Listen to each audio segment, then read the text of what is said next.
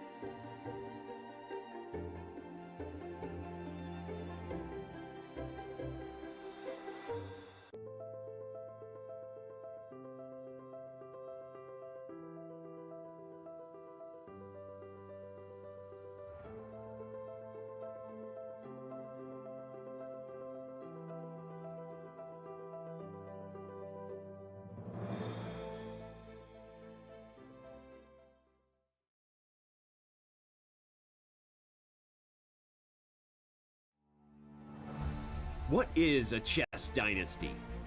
Unceasing dominance. Move after move, again and again and again. We have a resignation, we have history. He is the 5-time FIDE World Chess Champion. But a chess dynasty can also be cruel. It forces most to defer their dreams until next time. If there is a next time. That's losing. Oh my god, did he just blow? Yeah, he did. I'm blown away. The game is over. As the chess world turns to Kazakhstan, the Magnus Carlsen dynasty is set to close. The FIDE World Championship is finally up for grabs.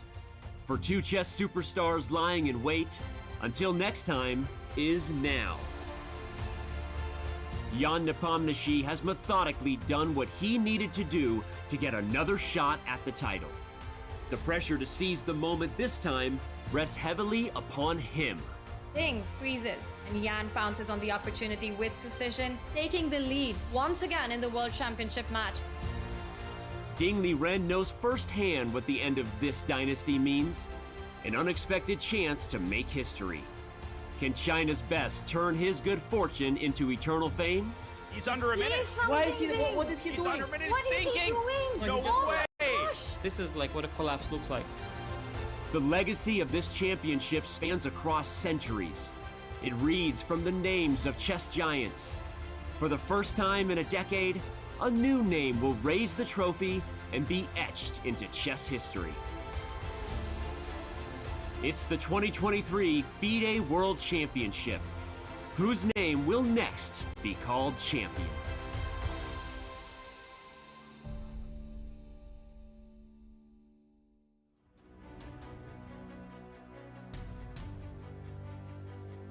It's all eyes on Astana as the city hosts an intense battle to crown the king of classical chess.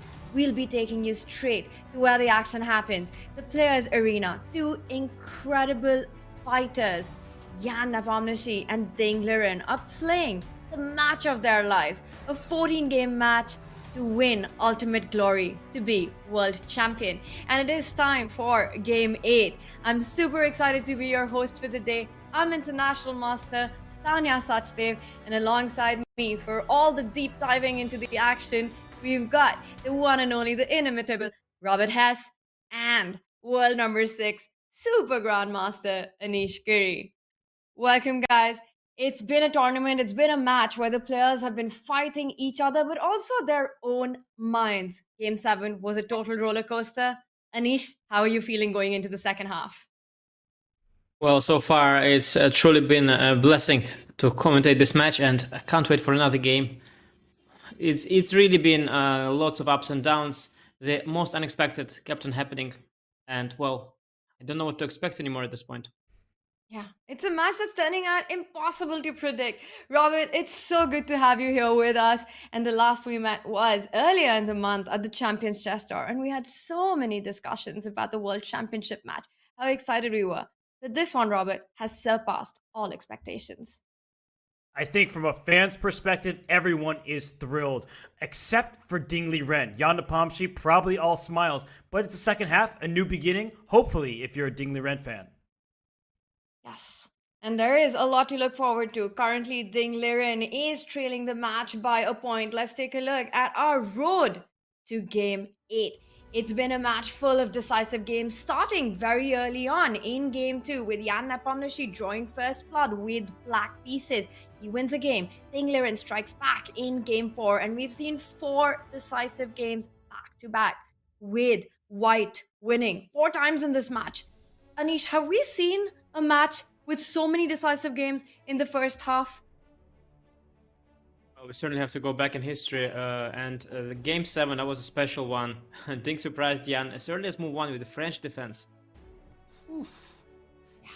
Got an interesting position, was under pressure for the most part of the game, but played it really, really well until that decisive moment where suddenly, for no reason whatsoever, Ding froze and the clock kept ticking down. Just didn't make a move, only to resign in the end in a hopeless position.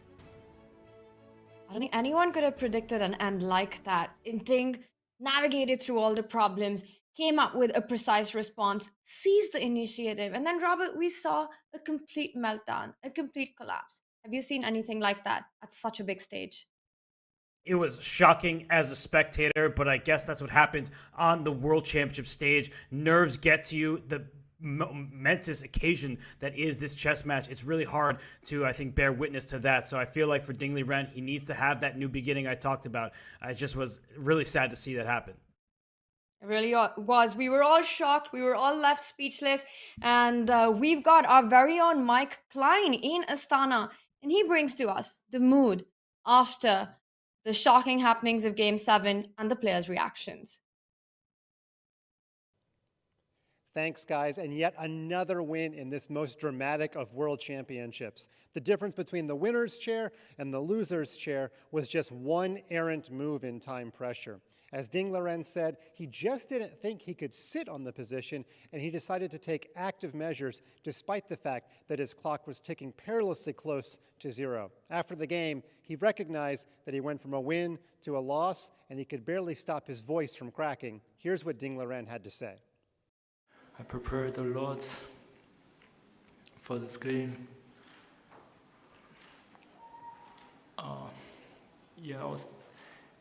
The opening phrase was, the opening was the one which I played in my childhood. And as for the winner, Nepomniachtchi, he didn't just navigate the vicissitudes of a complex attack better, he handled his clock better. I got a chance to ask Jan what he thought of the time control going into the match, and here is what he had to say. Maybe I played slightly more games with this time control recently, but I don't think it makes some difference. And so the question remains, what on earth will Ding Liren do now against 1e4?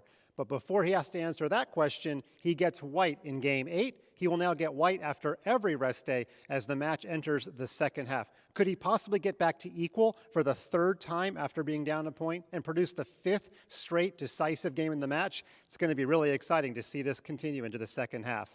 For chess.com, this is Mike Klein inside the playing hall in Astana, Kazakhstan. Thank you so much for that, Mike. The big question is, can Ding again equalize the match for the third time? He's done it twice. Can he strike back and do it again? It is the second half. The players need to step back and reevaluate their strategy. This is what our team at Chess.com Stats gave us for Jan's odd based on the result of today's match. If Jan was to win this, Game 8, he takes a 2-point lead, which makes him a 97.7% favorite to win the World Championship match.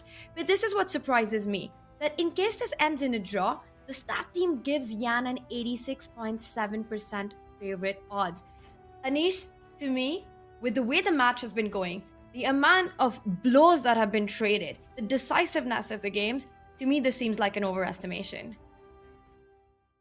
Yeah, it's always really hard to understand. I would also feel definitely that this is an overestimation. Even the win, I mean, 98 out of 100, really is that much? You know, things can turn around quickly. One win will bring Ding back, and the momentum might change. Jan can also start getting really nervous as the title, just starts to be right in front of him for grabs. And with the draw as well, 86%. That's 8 to 9 games out of 10. 8 to 9 matches out of 10. That is really a lot of matches. I think the draw wouldn't be too bad for Ding. A draw in this game, especially a next one, I think, with the black pieces. If he holds that one as well, there will be 2 draws after a very painful loss. And then a chance, still a little bit of distance left to strike back. Chance with the white pieces. I think a draw today wouldn't be such a disaster. But, the numbers never lie. Let's see. The numbers certainly don't. Statistics don't have feelings, don't have emotions, but the players do. So if Ding Liren, for example, were to strike back today, I don't even think he's the underdog anymore. I know it's based on pre-match ratings, but if Ding can win in round 8 after rest day, we might see a new player entirely. So I just think that the odds, they make sense to me, but anything could happen in a match like this. Anything can happen, and that's exactly what we've been seeing in this match so far. Now, Jan Nepomniachtchi in the World Championship, in the first 7 games, hasn't had a draw with the black pieces. We've seen Ding with 2 wins with white, and they've all been very convincing. So this is really his chance going into game 8, starting with white. And once again, the big drama has been all around the 5 decisive games that we've seen in the first half. Anish, are you expecting an equally bloody second half? Well, always expect the unexpected, of course, but I think at some point the violence has to end, and well, if we keep on going at that pace, I would really be completely insane. I think sooner or later, chess is a drawish game at a high level. I mean, draws have to appear if you both play well at some point, but so far it wasn't the case. I think maybe today, one of the coming days, there's gonna be a draw. Nothing wrong with that. A little bit of draws, they're healthy. Draw a day keeps the doctor away, as they say. So I think nothing wrong with that. But we will see. I mean, so far, really, all the predictions have always been wrong, and we couldn't guess a single result so far. Yeah, oddly, in this match, the unexpected is a draw. We've only seen 2 of them. That's what we typically see at the highest level. But I don't know what to expect, Tanya, but I do expect Ding to be well prepared to give us another new opening in this round 8. And that's been such a big narrative in this World Championship, just the kind of opening approach that we've been seeing from players. Now, traditionally, you often see these small variations, these small novelties. We see an opening being repeated multiple times, but here we've been treated to new opening ideas and surprises in every game. No 2 game has been alike. And there we see Jan Nepomniachtchi there looking confident, looking ready for his match. Ding Liren pacing up and down, while Ding has been absolutely fantastic in navigating complications and finding the right moves. His time management has been a big issue so far. And also his confidence. Robert, do you see that as a pattern that Ding is currently struggling with confidence? Well, Tanya, you spoke to him in an interview before the World Championship took place, before he even flew to Kazakhstan, and he said that it's emotional for him. I mean, this journey has been a lot. He wasn't even expected to be in the candidates, let alone in a World Championship match. So I do think that it's been getting to him. The nerves, his time management has not been good at all, and I think that he's been kicking himself based on Game 7. It's hard not to look back at that game and be like, what was I doing? I had a good position, and I didn't even realize it, just how good it was. So I do think that Ding, fantastic player, super precise, but he has been shaky in this match. Yeah, and we know that Ding has been following Anisha's comments. Well, right now would be a great time for him to turn into it because, Robert, take a look. We've got a 4th commentator joining us right now. Welcome, Michael. Anish, has he started playing a little bit of chess? Well, I think he will start today. As what an experience for a young lad here to follow a World Championship from this up close with all the commentators present and a live feed on the board. What I actually want to mention as well, besides that, my son is quite excited for today's start. I think Jan is also quite excited. Normally, Jan in the resting area, he's a lot more nervous, but today he appears particularly confident. And I really think, well, that's quite something. Perhaps the last game could turn things around, and he could start playing very confident chess with the black pieces as well today. Yeah. Yeah, I'm still looking at Michael there. He's definitely ready. What a way to start, Robert. You start your chess career watching the World Championship match, an epic game 8. Couldn't be better. And we see Jan on the screen there, as you mentioned, Anish, looking very relaxed today. He's in his usual, typical chill mode right now. But of course, the pressure is on for Ding. Jan to take a 2-point victory in this one would be too much. A draw would not be an absolute disaster for Ding, but he does have the white pieces. He's got to try to maximize those chances. And Robert, are you expecting yet another opening surprise from Ding today? Well, I see the flowers match Jan Nepomniachtchi's shirt, but I don't think anyone should be handing Jan flowers just yet. He does not know what's going to happen on the game's opening stage. We saw in Game 7, Ding Liren threw back to his childhood. He said the French defense was a weapon he used in his early days when he was as young as Michael, Anisha's son right here. And so for Ding Liren, he is going to come back at it with another new opening variation, maybe courtesy of Richard Report. But this is too cute. How am I supposed to focus on the chess when we have Michael on screen? No, that was not the plan. He was supposed to, be watching Baby Cartoon. But the Baby Shark, very infectious song, but he does want to share it with the entire world, it seems. So that's possible. That's fine. But the players are not at seats just yet. 5 minutes to go. Yeah. And Nepo has been just so pragmatic in his approach in this World Championship. You know, he plays fast and he keeps his confidence going. He, even if in the opening phase, he doesn't go for the most critical line sometimes, just especially when he's taken by surprise.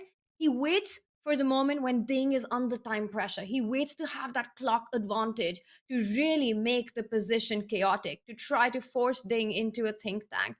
That's been his strategy. This is the time that the players step back, reevaluate going into the second half. While that is Jan's strategy, what does Ding need to adjust to make things go his way? Anish, what does he need to switch up right now? Well, I think his chess has always been pretty good. I guess it's the mental state that's impacting him very much. When clearly in the last game, at some point, the pressure really got to him. And I guess it was really difficult to recover emotionally after such an. Also, you know, recovering from a win is an issue as well, as we have seen so far with the players. Nobody was able to recover from a win. After a win, they played a poor game the next day and lost. So many ups and downs for Ding, so many emotions. I hope he has them under control today. And if he gets a chance to strike back with the emotions under control, I think the good things could happen for the Chinese number one. Yeah, Ding needs to fight Yan. He needs to fight his own mind today. I think confidence will play a huge role in game 8 as well as time management. We've seen Ding play fantastic moves, but then just crumble in those time pressure moments. And now he's had 2 wins. One when he started with the English, one C4, the other when he played the London. The only time that we've seen London in the World Championship match. Robert, are you expecting a repeat of one of these two?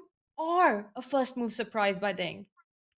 I don't think it'll be a first move surprise necessarily, but I do think that he is going to choose an adventurous opening. We saw him play an H3 move early in the second game of the match. That backfired. But I do think Ding Liren, armed with the preparation along with his second Richard Report, I mean, that is the type of player Richard Report is. That's why he was hired. We are going to see a new opening today. And Jan, he's sitting there like, what am I in store for? We see the usual play of body language there. Both players have sat down, jackets have come off, handshakes, they're ready to start. Those a few seconds right before the first move, super tensed. But once they get into the flow of the games, everything else fades away. The big question, what is going to be move one for Ding Liren? Will he stick to the London? Which I would be pretty surprised, despite him having a convincing victory out of it. Anish, will it be shocking to see another London? Yeah, I think the whole point of an opening like London is that it comes somewhat of a surprise, and you're hoping for a long strategic game where the opponent isn't really expecting that type of game. So I think essentially we'll see something similar in spirit. Maybe you know, there's the opening called the Jobava London. There's all kinds of other sidelines. I expect the sideline with the white pawn appearing on d4 at some point, or something within one c4 complex. So no e4 for today. Maybe 1b3 is a little risky, maybe 2b3 at least.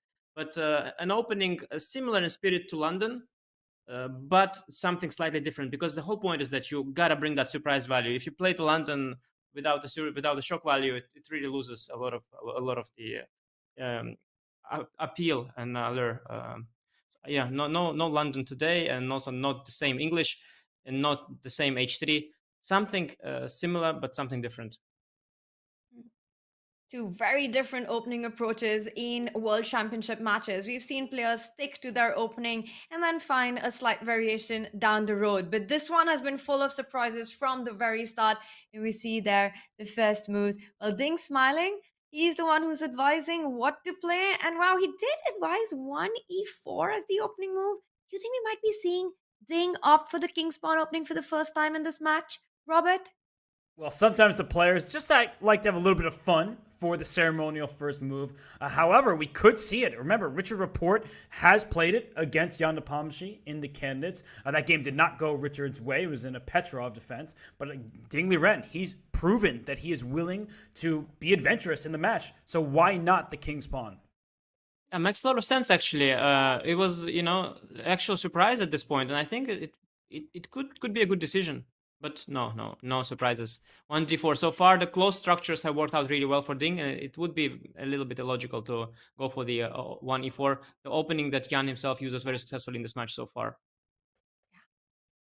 And Anish, 1d4. You said no opening surprises on move one, but I think the important word there is yet. I'm definitely expecting something that hasn't happened before. Well, no London, as we were saying, 2c4 has been played.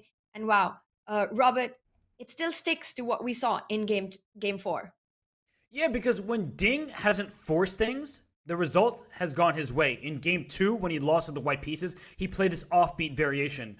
When he has taken a bit of risk, Jan Nepomniachtchi has pounced and not given him an opportunity to get back in the game. So I think this is a good start to the game. Won't be surprised to see them move Queen C2, one of the main lines. But Anish, you have experience against both of these players. I'm curious, how do you see Ding continuing this game? I think he'll play E3. And he did. Well, yeah. Nowadays, there's so many different options in the Nimzo Indian defense. White players have started digging deep. The Queen C2 move you mentioned, the main line has been a main line for a long time. There are also the sharp lines, the Zemir variations, where you try to build a strong center with F3 or force black to give up the bishop pair with A3, doubling your own pawns. E3 is something in between. It's known as the sort of this slow middle game kind of approach. Usually the lines are not so forcing, but you go for that long strategic fight, something that suits Ding, and we could still see a sort of a Carlsbad pawn structure. I think if you are Ding at this point, having had such good results with the Carlsbad pawn structure in the match so far, you could try to steer the game in that direction. So at some point when the pawn will appear on d5, perhaps it will make sense to take it with cd-ed, getting that structure that suits Ding so much. And so far, Jan has been really drifting there. So we'll see. And this is a big moment now for White to decide what they want to do in this opening, because very often, Robert, you have to pick your knight to either go to f3 or to e2. First, Ding decides to ask questions to the black bishop. It is also retreated, but Jan decides to actually capture on c3 immediately. So we see moves being blitzed out. Now the pawn structure looks really bad for White already in the center. But the good thing is that you moved a side pawn towards the center of the board. What are the dynamics here, and how does this actually also help White going into the middle game, Robert? Well, it definitely gives Ding Liren chances to play for a win because White has the bishop pair. Now, it's not the most impressive bishop pair at first glance because there's a bishop sitting on c1, but I knew this move was coming, knight to e2. And White is kind of throwing a curveball at Jan Nepomniachtchi. He's sitting here like, what is going on? I was going to say a more natural square was knight f3 with the bishop going out on his first diagonal, but he first brings the knight out. So, Anish, I was just expecting the unexpected. You told me to do so. This move, knight e2, it already looks quite rare. Well, guys, so today it's quite unfortunate that you are not yet joined by Fabiano Caruana, because this variation of e3 followed by a3, that is Fabiano's pretty much invention as far as I remember. He's played a lot of blitz games with this system. And it's a really fascinating system. So Ding has abandoned the plans of going for the Carlsbad pawn structure, and he goes for this Zemish pawn structure, which is really, really fascinating. I've had a lot of games with it myself recently, and the nuances are very, very sophisticated, and there's a lot to uncover here. Of course, on the surface, you can see the pawns are doubled. On the c file, White has the bishop pair and a strong pawn center. But the reason that Ding started with the move e3, and the point behind Fabius' invention is that White waits for castling first and only then goes a3 here, because if you start with a3 in those other Zemish positions, very often Black can delay castling kingside and sometimes can even castle queenside, where the king sometimes can be safer. So a very subtle play by Ding. The problem with the move e3 is that eventually White wants to push the pawn to e4, and so the move e3 will be a loss of time. And the details after d6, and the reason he goes for knight e2, it's all about trying to get e4 in the right version. You could, of course, try to go bishop d3, which is the most logical way to do it. The problem with bishop to d3 after d6 here is that Black will play e5, and if you play e4, you have to deal with some direct issues like edcd, knight e4, bishop e4, rook e8, let's say, or yes, and you lose the pawn basically after the whole operation. So you have to try to somehow push the pawn to e4 without allowing any tricks like that. You could also start with the move f3 here, of course, but perhaps then you commit too much. Maybe knight h5 then becomes a good option, intending queen h4 check. And if you defend from that, then maybe f5 will be a good move, stopping this move e4. This is, I think this is more or less how the game between Caruana, Fabi, and Carlsen proceeded in the Speed Chess Championship. Perhaps those who followed that event will remember. But Ding plays knight e2, trying to keep these options open. Maybe knight g3, maybe still f3. And Jan seems to be quite confused, and there's a lot to think about here. You could go for e5, you could go for c5, you could go for neither.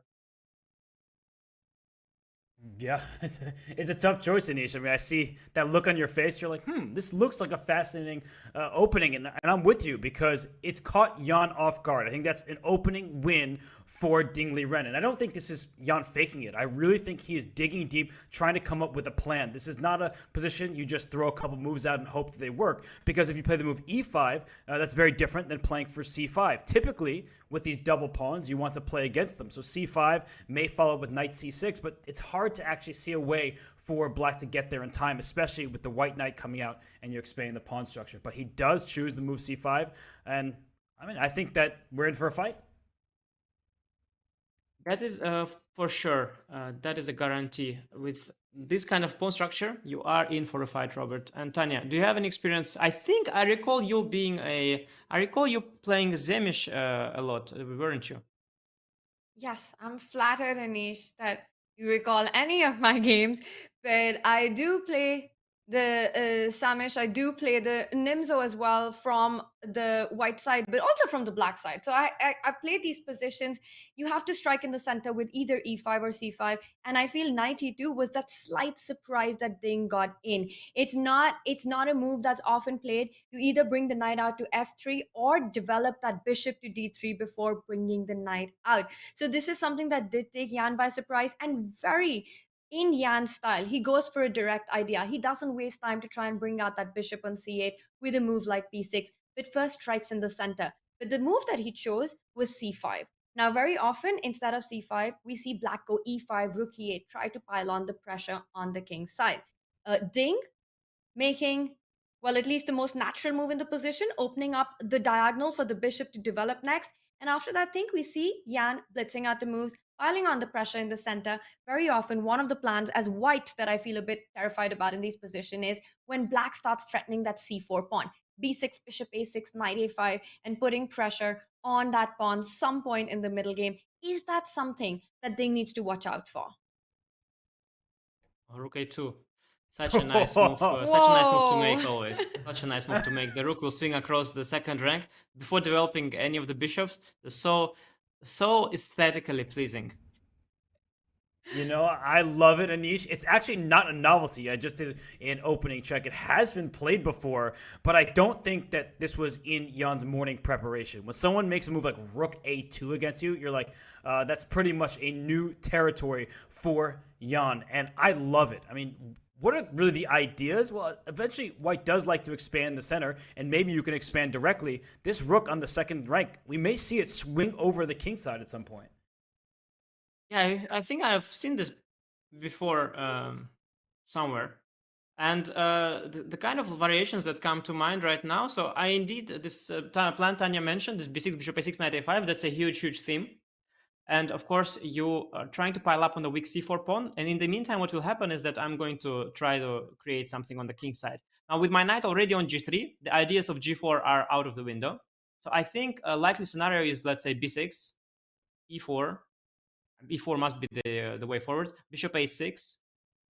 I think bishop to g5, perhaps. What you sometimes see is the black plays h6, white can play h4.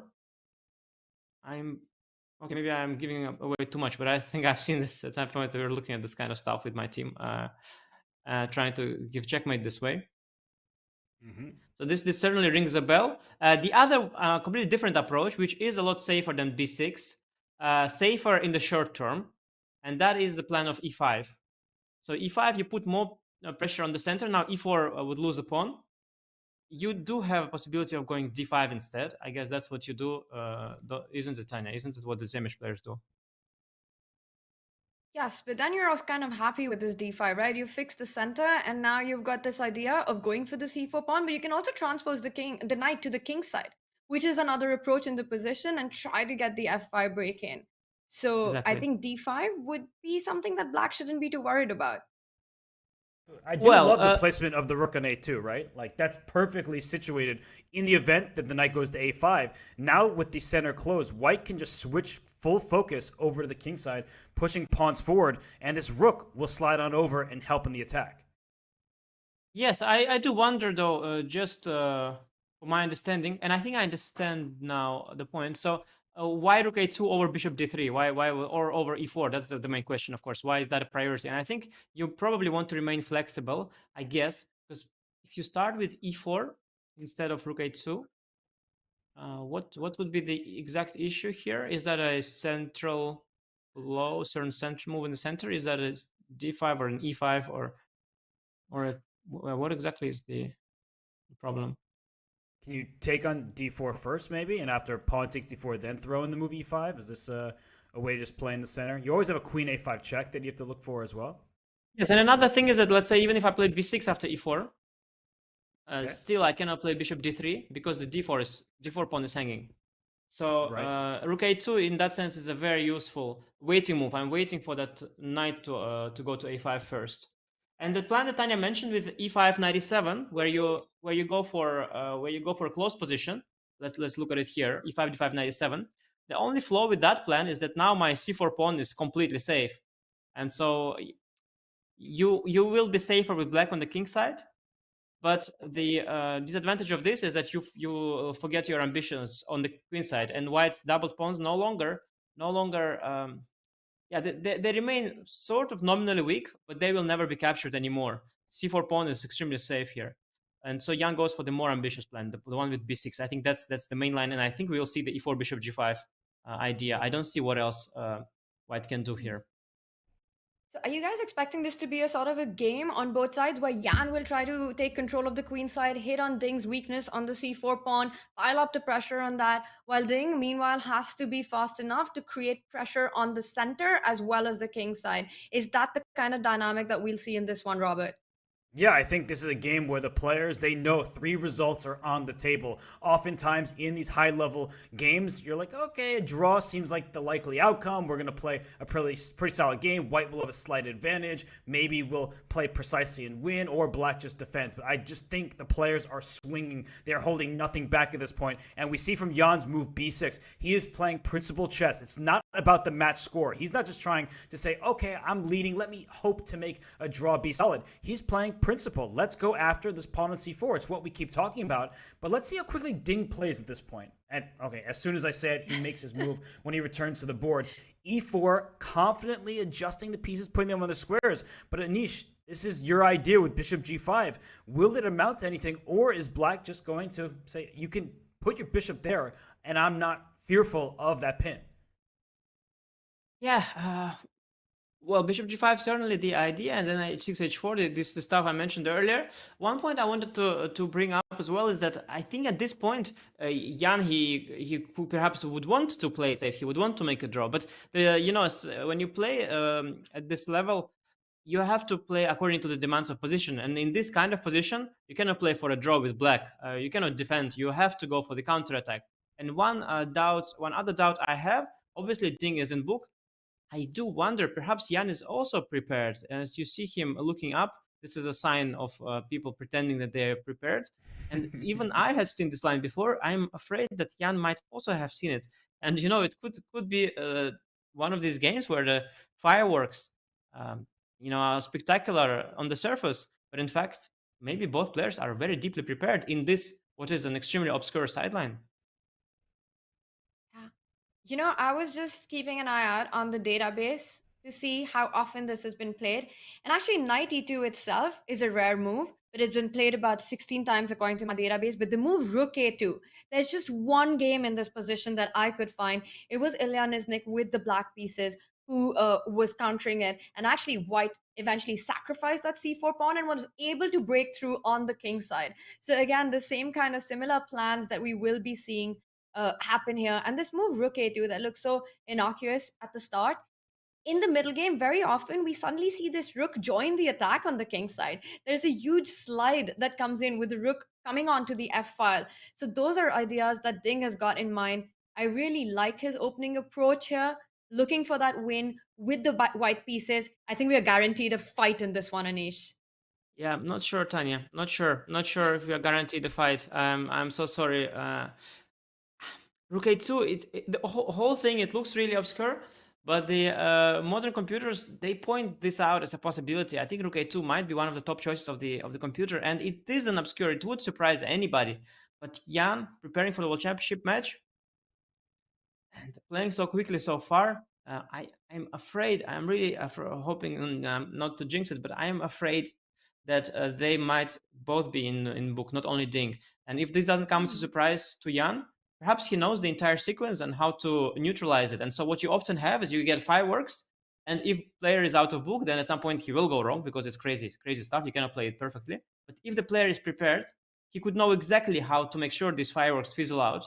And what you might see is a certain weird long sequence that will lead to an equal endgame, for example. This is the stuff of the kind of things that can happen in modern chess. And especially what happens a lot is, okay, you try to guess, try to surprise your opponent, but the players are so well prepared that sometimes you can guess it wrong. And I am really afraid, judging from the body language, from the time on the clock, and from what I'm seeing, I'm afraid that Jan is in book and he remembers what he's supposed to do. But we will see, perhaps, and hopefully I will be wrong. But so far the players are following my my prediction. Bishop g5, h6, h4 is probably going to happen as well. So Yeah. Well, so far you've been absolutely right and on point with all the move predictions that you're making. The bishop has been developed to g5. So now again, the ball is in Ding's court, and he has to be careful with judicious about his time management. We know right now it looks like a lot of time on the clock, but we've seen those minutes disappear. And here's a reminder of our format for the World Championship. It's 2 hours. The players get 2 hours, 120 minutes to the first 40 moves. When they make that time control, when they reach 40 moves, they get an additional 60 minutes for the next 20 moves. And it's only after move 60 that with an additional 15 minutes, they get a 30-second increment every time they press the clock. But there's no increment until move 60. And well, at least for the first time that I can remember, we've seen that play out. We've seen what happens when you're down 2 minutes in those critical moments with no increment. That is something that Ding needs to avoid right now. Jan doing Jan things, playing super fast in an opening that maybe we would have expected to be a surprise. 8-6. Anish, you were shaking your head a little bit. What do you not like about this move? I'm, as you know, as a spectator, as a commentator, I would of course wish for Jan not to remember his prep here, because that would mean we'll have a more exciting game. But I think Jan playing so quickly, I'm fearful for the spectators that, yeah, the what we have always been fearing, and what we've been always all the haters have always been preaching, that there is so much theory in chess. I think after so many decisive games, today might just be that one where we see the ugly side of the modern chess, when both players are prepared extremely deeply, even in an obscure sideline. And well, you would wish, if you throw this position to two unknown great players, to known players who are unfamiliar with the positions, what I'm trying to say, if they would start improvising here, Jan and Ding, we would see a crazy exciting game. But when they're both following the engine lines, not sure how exciting that's going to be, but we will see. Maybe this is a very complex line. Maybe Ding has a surprise down the road as well, something to take Jan out of book finally. But Jan playing so quickly, it makes me a little bit worried. Perhaps he has anticipated this very unexpected opening. Well, Anish, I have a question for you, because everything you just said makes sense. Jan is responding instantly. But at what point, because Ding might have looked at this morning and Jan might have looked at this 3 months ago, at what point do you start thinking, okay, he's remembered the first 11, 12 moves, but after h4, right, he might not move instantly. So do you think the next move or the next couple moves, when do you start sensing that Jan, he remembers the framework, but not every single exact continuation? Well, you never know. The thing is, though, this looks like a very, very crazy variation. And so when you are preparing for an event as important as this one, of course, you know that, okay, there are variations that you absolutely must remember.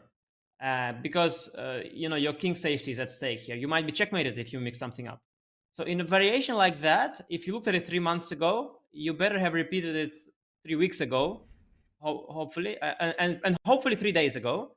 Well, 3 hours ago would be too much because you have too much to repeat before the game. But 3 days ago would be nice. 3 weeks ago would still be decent. But yes, if he looked at it 3 months ago, then I'm fearful for Jan. And indeed, maybe he only remembers the initial few moves. But given the importance of this event and the fact that Jan has become so professional lately in trying to become a world champion, I do expect him to remember the details as well, because this is an important, a very important junction. And you cannot just prepare h6 and then go hg, and after hg, okay, let's think, and then get mated in 3 moves in the h file. And it's not so simple. But yes, the good sign is that now Jan is looking at the screen, trying to remember. And indeed, sometimes what is even worse, by the way, Robert, and you probably know that, it's even worse to remember a part of your prep, because then you go into the danger zone, but you don't remember the way to come out. And it would have been better if you knew nothing. At least you wouldn't play something so risky. So yes, we could still see a collapse of Jan's position if he suddenly doesn't remember all the details. But he should remember the details if if he did his due diligence during the prep. He should remember the stuff, because it's of course crazy sharp. Wow. It's like the first critical moment of the game in the opening is here with Ding Liren h4. I know the viewers are getting their party hats out. I love to see it. And this is a move that we've got to deep dive into because it basically sacrifices a piece.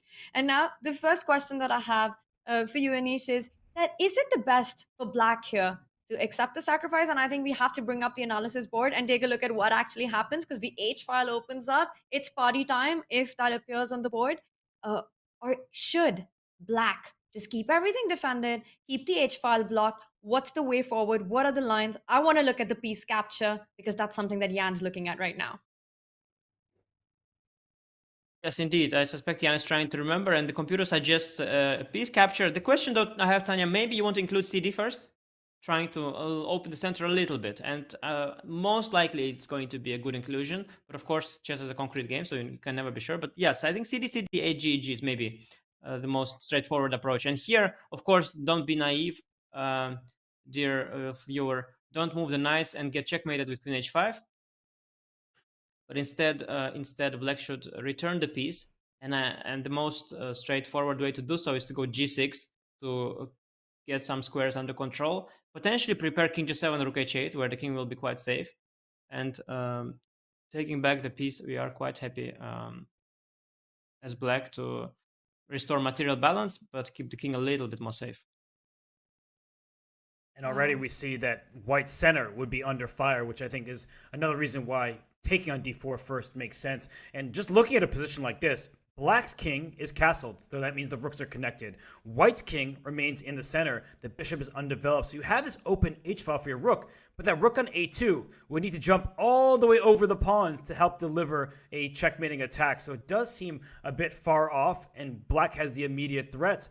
But if somehow you can get another piece of the h-file, then it would be worth it. I just don't see that happening here. Not too many pieces in the attack. So this is looking good for Jan Nepomniachtchi if he gets these trades off. But why would Ding Liren go into this if this was the natural conclusion?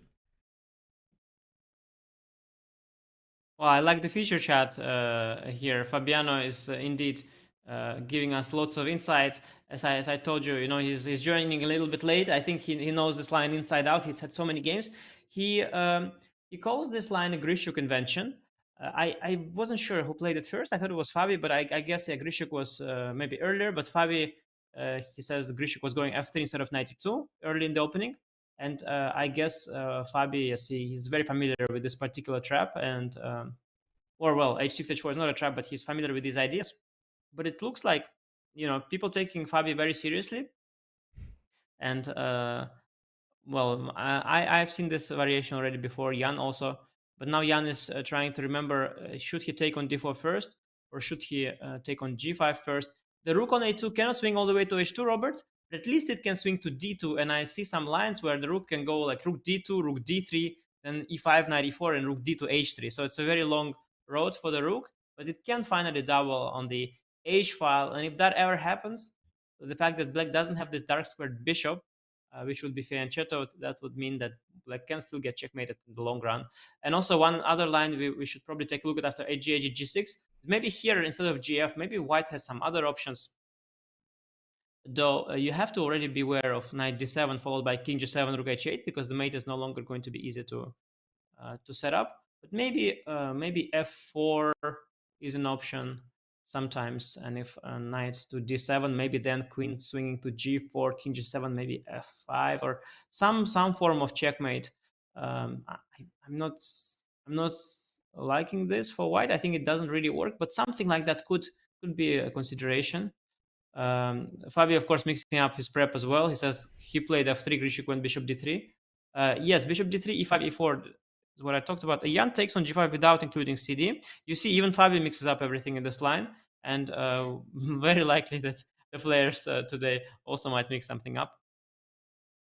But so far, Jan is not taking too much time. Just 20 minutes spent, 1 hour 40 remaining. I think the big question of today so far, the big question will be how far is Jan's recollections, because his files have it all worked out, but how far does he remember? Yeah, that's the essential question. I just want to point out for the viewers that the move h4 was given a brilliancy, and the reason why is if he had simply retreated the bishop away from g5, he's wasting time. Sometimes you want to provoke your opponent to make a move like h6, but that's only if your g-pawn can get up the board. You use it by a hook to open up files, but in this position, it would allow black to push back white's forces. Then you can strike against the c4 pawn that we've been highlighting is weak, and that would not be a good decision for Ding Liren. So h4 sacrificing the bishop only temporarily. He's going to win it right back, and we see this continuation with g6. And now Ding is fake thinking, I want to say. I don't believe you give up a piece, have the option to take this knight back, and then you are thinking for real. I do think he's just trying to recall his preparation. And well, Anish raised a good point. Maybe the move f4 is an option. It's not just rushing to take back, because with the open h-file, there will be some pressure against this black king. Yeah, I would think calling it thinking is probably not the right word. I think he's probably choosing, because I suspect that there are a few options here that objectively are equal. You know, this computer always nowadays finds equality in all crazy complications. And so Ding probably has a few approaches, and he thought, okay, we'll see if I get this position with big time advantage, how confident my opponent will look. Will he be in book? Will he end up here after long calculation? And now he saw, Jan clearly is in book. Hopefully doesn't remember all the details, because he did spend 19 minutes. But Ding is trying to remember, what were the moves he can play here besides GF, and how difficult are the variations, what he could try. Perhaps, I'm sure he's also feeling very ambitious, so he's trying to avoid the continuations that lead to simplifications. So I think he must be prepared, and he must probably have looked at a few things, and he's just kind of choosing. This is what I would expect, because being out of book here, that would be quite crazy, because so far Jan has just played all the best moves and top choice of the computer, and you don't want to be out of book here in this very position. Is just the beginning of the complications. Yeah. Down a piece, you definitely don't want to be out of the book. I was talking about bringing the party hats out after h4. Jan going for the most direct approach of grabbing that piece, grabbing that bishop. It's time to get the trumpets out as well right now. I am loving the action that we're seeing. Now, two options that we've been talking about. Yeah, a Ding has the option to either just equalize the material by picking up the knight or continuing with the pressure. An interesting option that you mentioned earlier, Anish, was f4, trying to pile on the pressure on the king side, trying to go f5. But when you look at these lines, the first thing that comes to mind is what actually happens if black says, you had the chance to pick up my knight, not anymore. You wasted that opportunity, and after f4, Jan Nepomniachtchi has the chance to actually retreat with the knight to d7. And I'm guessing that one of the ideas that white needs to look at is queen g4, queen h4, trying to give mate on the h file. You really want to double up on this open h file. That's your big compensation. My question to you guys, and anyone can take this, is that after queen g4, which to me looks like the scariest move, if black counters it with king g7, show me the attack, show me the money. Wow. I mean, honestly, I like the challenge, and because I like it so much, I'm going to pass it to Anish. Anish, find us a checkmate here, buddy. You know, I'm already miss Danya. My man Danya, he would always, he would always step up. He would always be there for me. He'd be like, okay, Anish, I'm on it. And he would start calculating here. He would start throwing out lines. Okay, knight h5 doesn't work because g8, there's rook h8, rook h7 doesn't work. Probably rook h6, rook h8, queen h4, take taste, king g8. Then we'll swing the rook, maybe. So, and now we have Robert, who immediately dodges the challenge. His first day of work, already slacking. Completely terrible. Robert, I have no idea. How am I supposed to do this? There's no immediate checkmate here because queen h4 is met by rook h8. But of course, there are some slower approaches. We can take the time and try to get our pieces towards the king side. I do want to bring my a2 rook somehow into the attack, but that seems a stretch too far. Rook h6 comes to mind. This is a slow move, trying to keep the pressure, but I'm not sure after rook h8, queen h4, rook takes h6, even if I have enough attack after queen h6, king g8, if I only now had a rook h2 move, but I don't think I'm able to swing the rook, even if I throw a knight into the fire like knight f5 and g4, I think it might be a little too late. Yeah, now you go queen f8 and queen g7, so I'm just a tempo too short. So rook h6 doesn't seem to be a move. But instead, there should be other options. Let's go back to the critical position after queen g4, king g7. Oh god, I missed Danya. Here, maybe d5 is an option, trying to dislodge the e6 pawn. Maybe, I don't know, maybe e5 is an option. Whatever, guys, maybe something else is the option. Very, very, very difficult to say. Because yes, I don't know. Rook h8 is coming. I don't feel like White has so much time here. f5 was the first instinct I already mentioned, but if I remember correctly, that was also not the move that the engine liked. Doesn't hate it. So f5. F5. Okay, f5 was the move. Okay, f5. Yeah, f5 was the first move that came to mind actually. You know what happened, Anish? Yeah. I think what happened was we included CD before, and f5 wasn't loved. But because this pawn has not been captured, there's no knight coming in to help out in some of the defense. So f5 is engine approved, and Anish Giri found. So CD. Let's go just CD just for fun, and let's now try to find the pretty checkmate. Is it just f6 gf simply because I have knight h5? That could be just enough. Yeah. But apparently this is king takes, but yeah, I was hoping that it's still better for White to have some queen h4, but it's not so simple. Maybe g5 and king s7, yeah? I just want to show everybody the problem with the more natural queen takes f6 is knight h5 is a check and a fork, and you can't take it, and that's not a bug. It's part of the game. Your king is behind the pawn, so you will not be able to capture it. So maybe you have time before playing f6. Maybe that's the key here, is that instead of rushing the pawn up, perhaps this...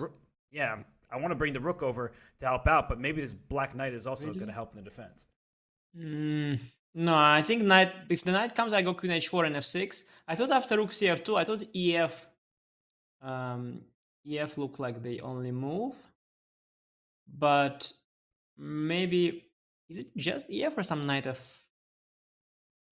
So tempting to sacrifice knight f5 and queen takes simply because I have queen h7 threat. Uh-oh. That looks like a game ender. The rook h8 ideas we were talking about do not work. Queen f7 is mate in one. The rook, it swings from a2 to f2 and helps deliver a checkmate. Yeah, well, lots of variations, but we going back after f4. Black could start with c takes d4, in fact. There's no need to rush knight d7. And then the whole thing doesn't work anymore. So it is not so... All the way back. Yeah. We could include cd here.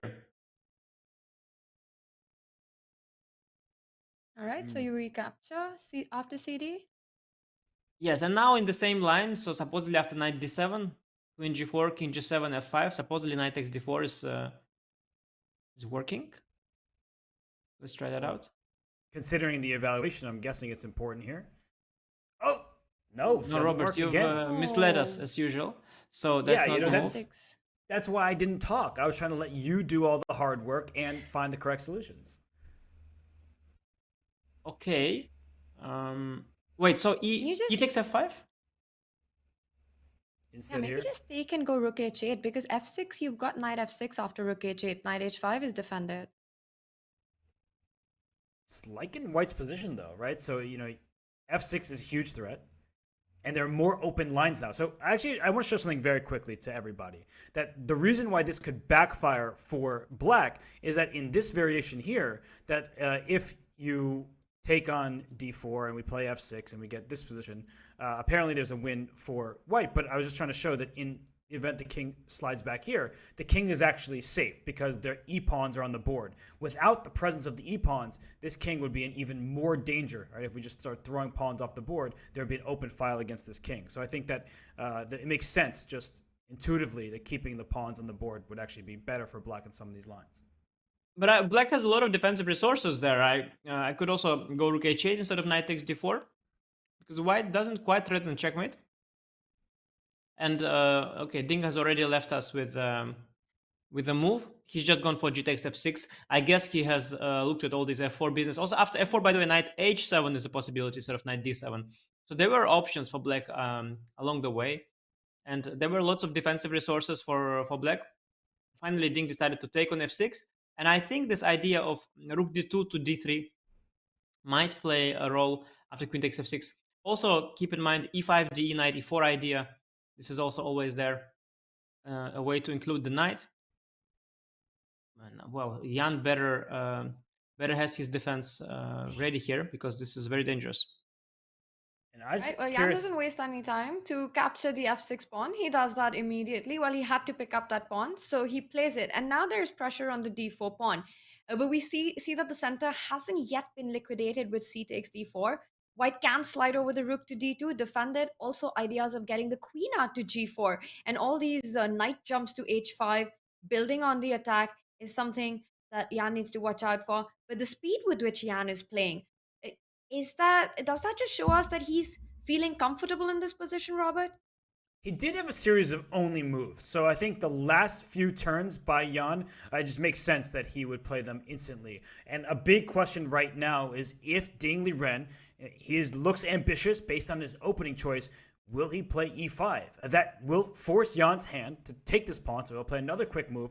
But I'm looking for white to try to establish a passed pawn in the center. It's not just about the pawn quantity. We want to have a passed pawn, especially one where a rook can slide behind it. This rook on a2, we keep thinking of it as an attacker. But if we can establish a passed pawn in the center and a rook gets behind it, it may be valuable in helping that pawn press forward. So I'm actually more surprised by Ding Liren's slowing down than I am Jan Nepomniachtchi speeding up. Well, I think, it happens this way. Like, even when you're well prepared, if your opponent is slow, then you choose during his thinking time, and you play fast to put more pressure. When your opponent is fast, you kind of realize that, well, no point to put the pressure. Opponent kind of knows what he's doing. And instead, you try to take a step back and remember all the different options you had, and you try to still surprise him, perhaps, because even here White has options. So Ding is thinking, okay, maybe Jan remembers what to do after e5, maybe he doesn't remember what to do after rook d2, maybe vice versa. Maybe these two lines also, they continue in some way, and Ding's trying to remember, okay, which final position is more playable, or the opposite. Maybe White is slightly worse in all of these positions, so he's trying to remember which one. Okay, now I should bail out. How should I bail out? All these kind of thoughts might be going through his head, but knowing his aggressive character, I think he is looking for a way to take Jan out of book and try to remember which of the approaches, rook d2 or direct e5, was more dangerous for black. Yeah, it's a big moment. The one thing that always fascinates me about this position is that how even when Ding was down a piece, the computer showed this level balance. We were looking at lines with f4, where you don't recapture the piece, but it still evaluates the position as balanced. And I want to ask you, Anish, that how do you explain that? Because there's, of course, no direct mating idea. If that was the case, then White's eval bar would be right up. You're down materially, which is what often the computer prefers.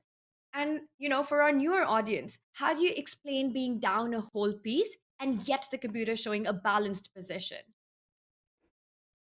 Well, in general, sort of the reason why so far everything's balanced, there's this meme about Obama giving a medal to Obama. So this is a little bit of the case of the players preparing with the engines. that then say that the prep was good. So obviously, okay, the prep was generated by the engine, and we use the same engine to commentate, so it all makes sense that it's equal. But in terms of why a piece sack can be equal, well, you can have enough compensation for equality, not for a win. And one way it can manifest itself is that you have enough attack, and the defending side at some point to defuse your attack has to sacrifice the piece back, for example. Then you have even material. Or it can be that you have enough attack, you keep sacrificing a bunch of pieces, but in the end it only is perpetual, which is a draw. Or you have enough attack, and at some point you threaten a checkmate, black defense, you threaten another checkmate, black also defense, and this becomes a perpetual. So there are different ways, in which the game can end in a draw. I know all about that, so this is no news. The piece sacrifice, they can lead to checkmates, and even when the position is objectively equal, if the player is out of book, then it's very possible that one of the two players will win, because when you're down a piece, sometimes you don't find the attacking continuation, and you just lose down a piece in the end. Or sometimes when black has a defense to return the piece and make a draw, he doesn't find it, and ends up losing the game to checkmate. So the fact that the position is balanced doesn't necessarily mean that the game will end in a draw, but if the position is balanced and both players are in book, then possibly they recollect exactly the same variation that leads to the draw. So they both they are just reproducing a variation, the same variation that they both have seen earlier. And that is indeed one negative aspect of modern chess, that sometimes this can happen, but more often than not, one of the two players mixes up something on the way. The human factor steps in. And today already, from the time spending of the both players, I do think that, well, either Ding or Jan, they will somehow deviate from these computer variations, and something will happen. Maybe Ding was a little bit sloppy, and doesn't even remember his prep properly, thinking that, okay, this position will never happen, or thinking that if it will happen, Jan will be out of book. But now, okay, he sees Jan is in book and he doesn't remember the details. So I think thanks to the human factor, a lot of things can go wrong for either of them. But there is that scenario that both of them are trying to recollect the same draw. And that would be, of course, unfortunate for us as spectators. Yeah, wow. That would be an unfortunate outcome of this game, especially with the kind of opening that we've seen. And I think that's a really nice point there, that even if the eval bar, for those of us looking at home or on the computer, shows an even balanced bar, a 0.0 evaluation, it doesn't necessarily mean that it's an equal position. It doesn't mean that the game ends in a draw, but it just means that it is dynamically balanced and both players have their own trumps in the position. Well, this position, precision is definitely required. As Anish, you're pointing out, with precise play, very often it can fizzle out into a nothing position, but that precision is required by both Jan and Ding at the moment. Ding, in a big think tank right now, trying to create his chances with the white pieces. We'll use this opportunity to go into a break, and we'll be right back with Ding's decision.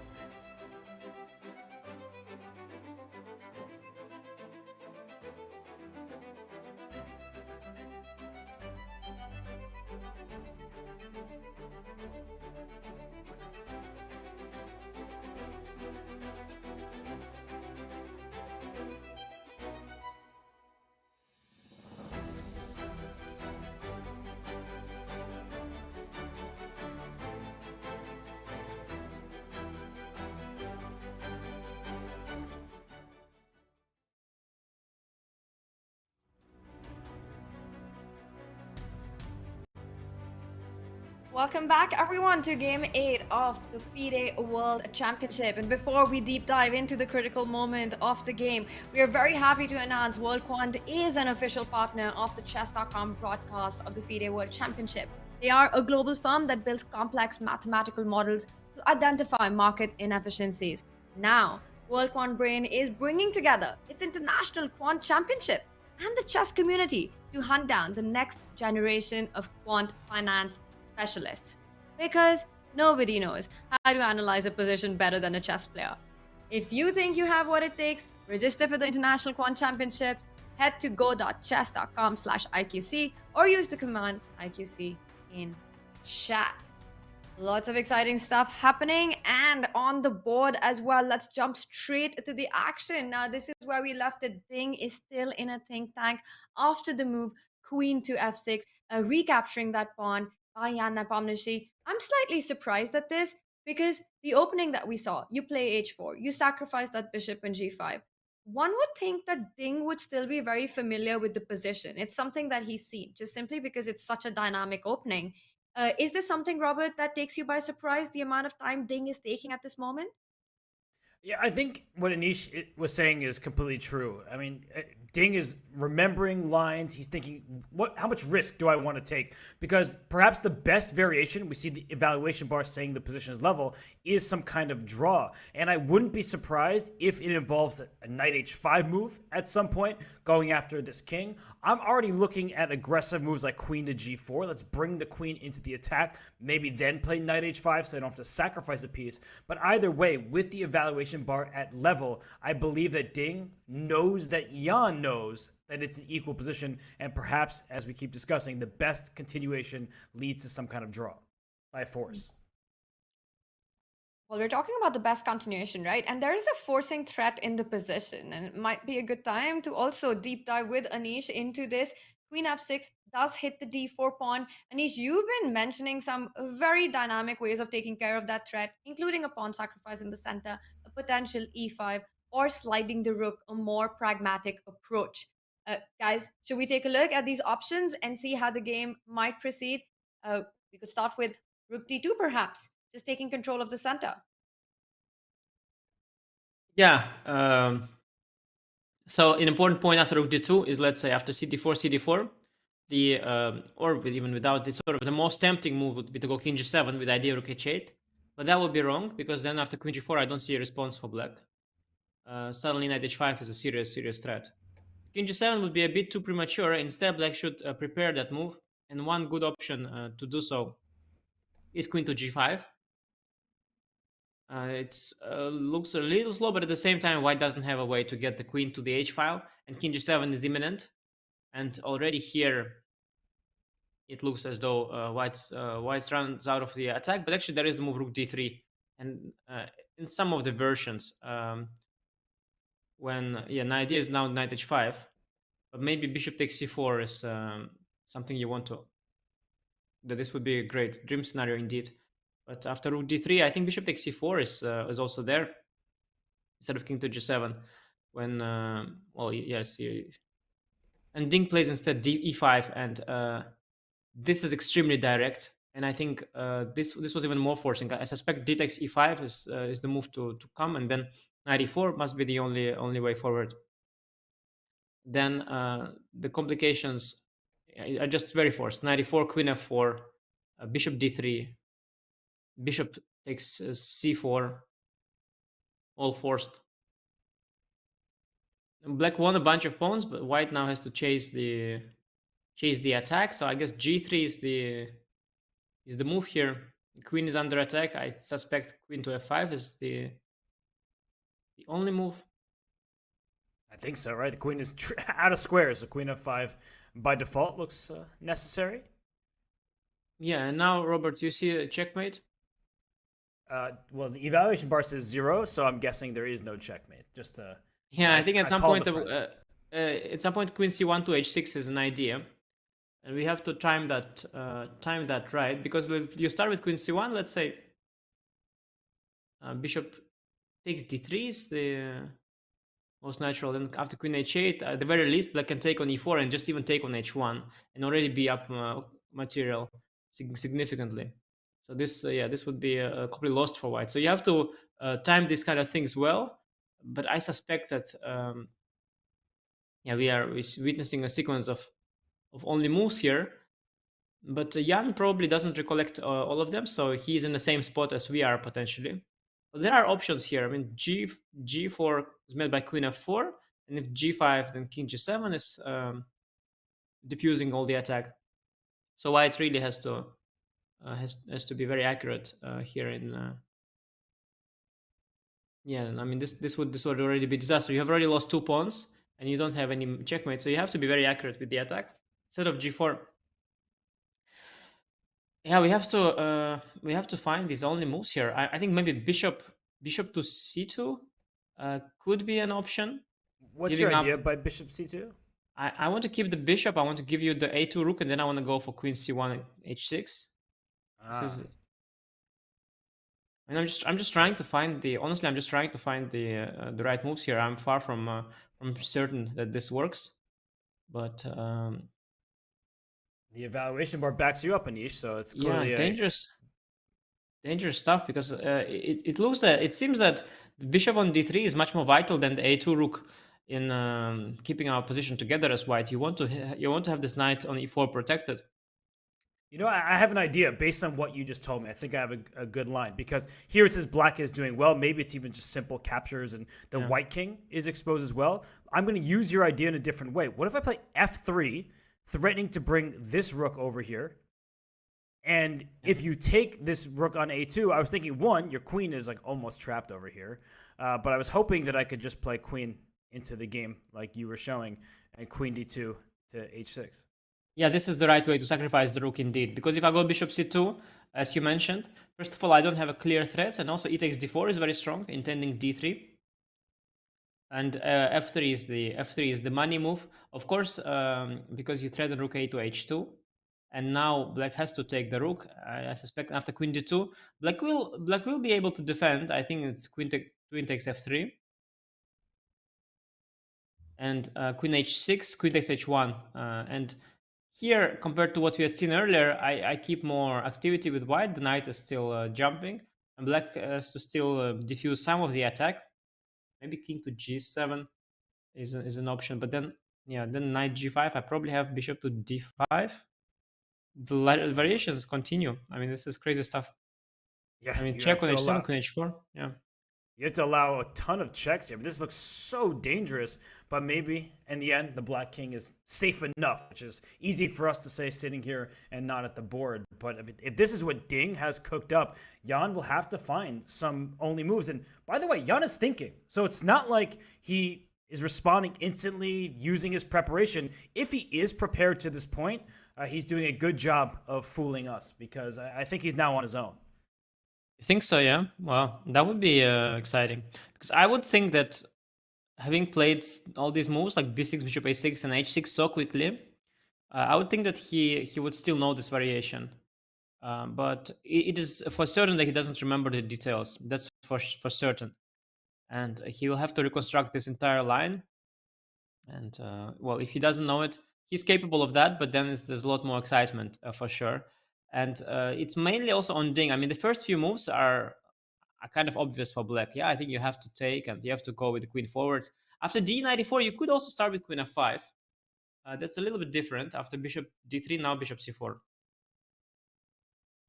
A little bit different. Pawn is no longer on g3. That's actually makes even more sense, perhaps, from black. Because you don't have this f3 idea, because you don't want to swing across. Maybe there's no need to go queen f4. Maybe queen f5 is even more accurate. What are the chances of seeing a repetition after queen f5, knight d6, and then jumping back? Oh, like that. Oh, yeah. Oh, that's it. That's the repetition, of course. Oh, is that it? Is that it? That is it? Oh, dear. The Valbar didn't move. Yeah, no, that's. Oh, I was hoping some long line with 200 moves and perpetual in the end, but just a repetition so early, so quickly? Really? No, don't do it to us. And I mean, the queen, if it steps forward, that only Disappointed. invites the move g3. I mean, I think that actually a lot of these lines are very dangerous for black. I see the evaluation bar barely reacting, saying slightly better for white, but we just showed a sample line where that rook slides across the second rank. And Anish, I mean, that queen f5 is such a nice move because it feels wrong in a way to not weaken the white structure, but it's all about Ding's rook a2. Right? We loved it when it was played. He desperately needs to bring that into the attack. Yeah, I also want to point out one more advantage of actually not provoking g3 in those positions. The other way that you guys wanted to line up the attack on the h-file was a move like queen d2, queen c1. Now, in all these variations, if there's no pawn on g3, that would be exactly the moment that black would offer a trade on this diagonal with the move queen f4. Imagine no pawn on g3, and then you suddenly lose all your attack. So I like the concept of actually not provoking the move g3. Yes, and one. Oh, you know what it is, Tanya? I think I understood. I think I understood. It dawned on me what happened. I'm going to tell you guys Teach what us. happened. Do you want to know? Do you want to know or not? Do you want to know? I would love to know, yeah. Tanya, do you also want to know or not? Or you don't want to know what Yes, happened? but what happened in which universe? Because nothing's happened so far. No, but I'll explain you what happened. Okay. Do you want to know or not? Yes, I we would want love to to. know. Everyone wants Okay, to know. good. Everybody, Chad, do you want to also know what has happened in this game, or you don't? No, you don't care. Give us a hell yeah. Is the chat saying yes? Krishna, are you saying yes? Is that a yes or a no? Do you guys want to know or not? Okay, Please fine. Okay, go I'll for tell you. it. Okay, I'll tell you guys what Jan is thinking. I'll tell you what happened. So, can I take the mouse, Robert, as well? Can I take the mouse? Go for it. Go, Okay, I'll yeah, take go the for mouse. it. Fine.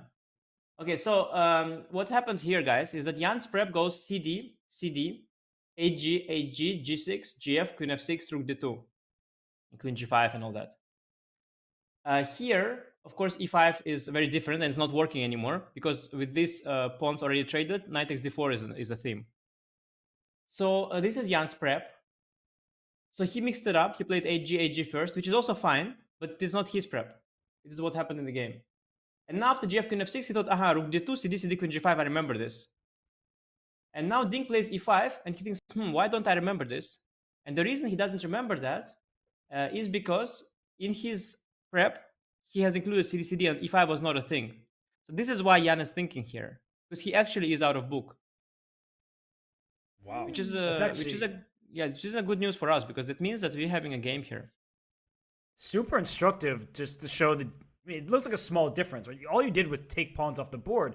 But if I know the queen is under attack right now, but just to once again show the variation that Anish is talking about, that if we get here, this doesn't work. This whole construction with knight e4 and everything, it's no longer so good because white center is just falling apart. And with the king still here, it looks like a huge, huge problem. So you're, I think, spot on there. And that is bad news for Jan Nepomniachtchi, because if you're relying on preparation and then you get here and you have your uh-oh moment, it's not too late. We see the evaluation bar suggesting that black even maybe is slightly better in some variations, but it looks very troublesome. Your king is the one that might be hunted. White's knight is very clearly coming to the center, and you have to find some weird queen geometry just to hold the balance in some of these variations.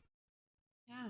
Now, the fact that Ding has taken that thought, it only places more doubt in Jan's mind, because now Jan is maybe realizing that he mixed something up, and he thought, oh, did I mix something up? Oh, now did Ding find the refutation of what I did? Am I in trouble? Because Jan doesn't know that he's still fine. He doesn't know. He probably, all he knows is that he mixed up. And well, that's a scary moment for Jan. And I think now he's on his own, and he's very capable with the time he has on the clock. He's very capable of finding the right moves, and there's probably a choice down the line. But we have a game, and we're not going to have both players just showing their prep to the end. And this is really a lot of fun. Yeah, that's what chess is about. And I love what you're saying. So it seems as if Jan might have just rushed a little bit, just played a move too quickly and then mixed up the move order to land up in this position where suddenly the d4 pawn, a small difference, but it does exist. The d4 pawn is still guarded by c3. He's still taking this time right now. If Jan was to not take on e5, white anyway wants to go knight e4 on the next move. That's the idea. The only queen move that actually stops that is queen to f4. That looks like the only other alternative that makes any sense to not capturing on e5, not allowing the move knight e4. But I'm just wondering that after queen f4, does Ding then have the option to actually do that slide of the rook that we've been looking at? Rook e2, rook e4, rook h4 one idea, rook e2, knight e4 one idea. Is this dangerous? One. And two, is queen f4 something that Jan is considering? Because if not, you've got to take on e5. There's literally no other alternative, whether you're in book or out of book, right? Because knight e4 is coming.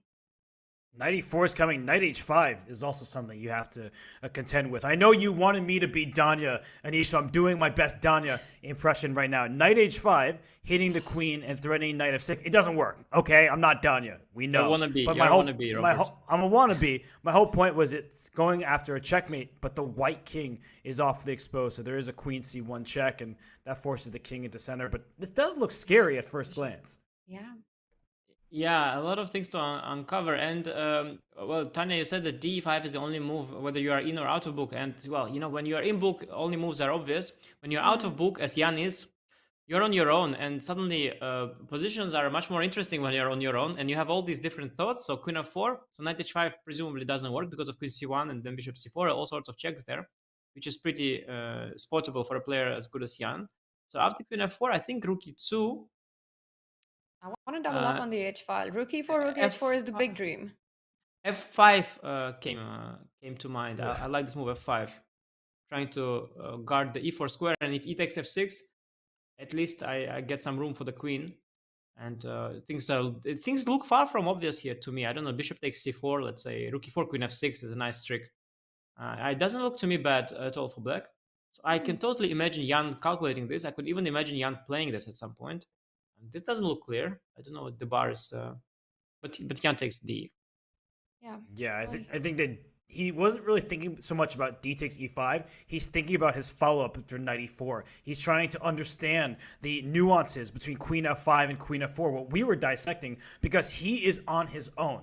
So it's not obvious which queen move is better here. He's not moving backwards. I think that much is pretty clear. But deciding which square forward to go to, that is what he was calculating, because I think he wants to respond to knight e4 pretty quickly, and he wants to put Ding on the clock. Yeah, and the big question here, right? Do you, Anish, provoke the move g3, or do you keep that f4 square open? And of course, it will be absolutely heartbreaking if it actually ends in the repetition that we were looking at with queen f5, knight d6. But I'm just wondering if after queen f5, is there a way for Ding to keep the pressure on, to keep the initiative going? What do we see instead of knight f6? Because bishop d3, with all these ideas, now just doesn't seem to work with the f4 square not occupied, and wow, Ding goes for something completely different. We don't have to answer any of this. d5, and I see a shock on you, Anish. You were not expecting this. Yeah, I mean, I was just under the impression that knight e4 is the move. Curiously, Ding is also out of book, and oh my god, I understood what happened here as well. It's the same. Ding just hasn't checked the variations without c takes d4, has he? Both players didn't check the variations after c takes d4, and and Ding actually was thinking here over the board. He was trying to figure out why did I take in my prep, how to refute it, and I guess he's on his own. He thought maybe e5, d5 is the way to go, and it's interesting, much more positional in a way. You down a pawn, but you've got the strong d pawn. And I remember, Robert, you were talking earlier on about some rook on d2 supporting that passed pawn. So you must be feeling proud here. Seeing what's about to happen. Knight e4 was leading to lots of fascinating things after queen f5. Tanya, I think while you were talking about this, I was thinking maybe f3, intending g4, rook h2. Another way to swing the rooks across was also interesting. But yeah, I guess this something Ding didn't like here. Also, this line with queen f4. Remember this long line we were talking about after it was bishop d3. Sorry, bishop d3, bishop c4, g3, queen f5, and f3. This long line we were talking about. At the end, it's not clear what's going on here. Maybe black is fine here. Maybe Ding didn't want it.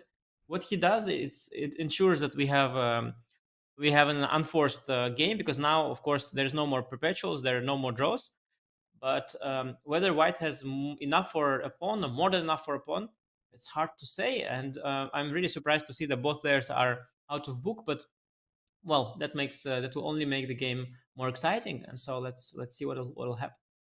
Hey, I have another. I'm gonna try to do my best on it and be a prophet in this one. So I did mention this line. Thank you for giving me that credit, Anish. But I'm also thinking at some point this rook might go up to h3. Like we may see a rook lift on the other side of the board to help with knight e4 ideas. But also, if this rook were on h3, knight h5 becomes more dangerous for the black king. So I think both rooks are going to be activated, and I honestly like the decision. We just went through a bunch of forcing continuations where black had maybe some opportunities to make a draw by force or to create an imbalance that didn't look so clear or favorable for white. But here, despite being a pawn down, I think we like the position for white in the sense that you have an established passed pawn. The black king doesn't look very safe. The white king is perfectly fine in the center. So I think from a pragmatic perspective, d5 does make a lot of sense here for Ding Liren.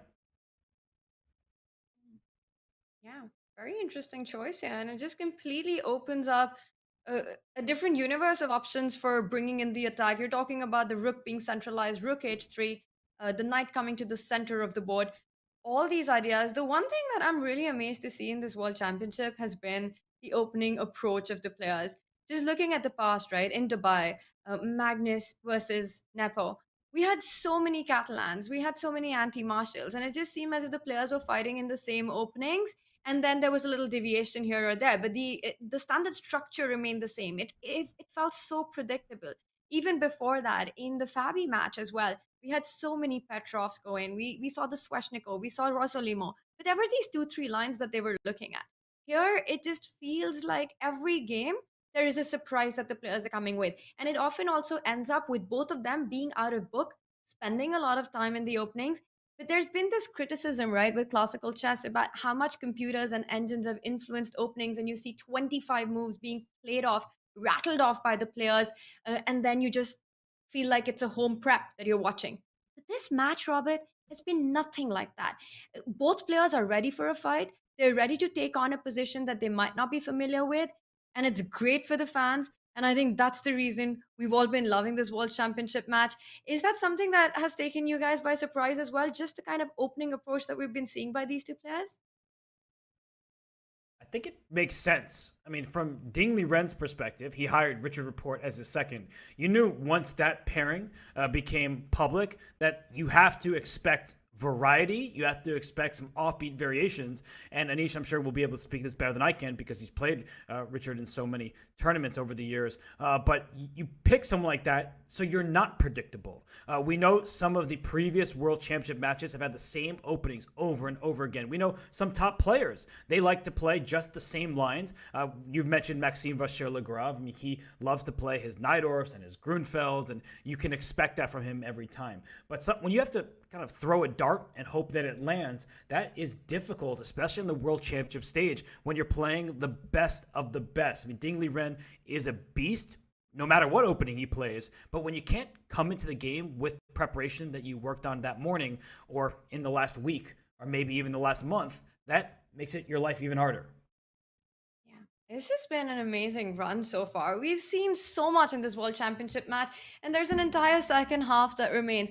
We've seen strategic wins, we've seen tactical brilliancies, we've seen setups of mating patterns that you don't get to see in the chess world. Seen amazing opening preparation, and we've also seen the psychological battle that the World Championship match is. We heard from Jan Nepomniachtchi after Game 7 on how exciting this match has been.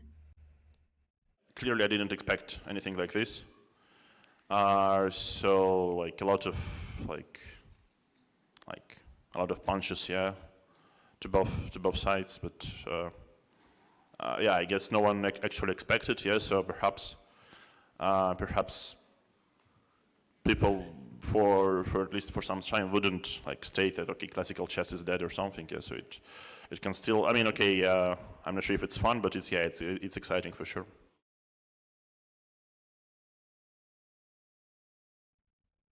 Been an absolute treat for the chess world, this World Championship match. We've been talking about openings, well, we're not the only ones who've been super impressed. Fabiano Caruana, a former World Championship challenger, he says, can't express how happy I am to see this variation being played out. Anish, you were the one who called it out first, that this is Fabi's speciality. What Ding has chosen, the A3 setup of the Nimzo Indian, and Levon there replying that he's familiar with it as well. He mentions Aram Hakobian, his colleague, that it was something that was brought up a year ago, and how exciting he's finding this. What do you make of this, Anish? Yeah, at some point when an interesting side variation like this becomes so publicly known, the players they usually have this standoff of who checked it. Of course, everybody checked it, and then so the tiebreaker is who checked it earlier.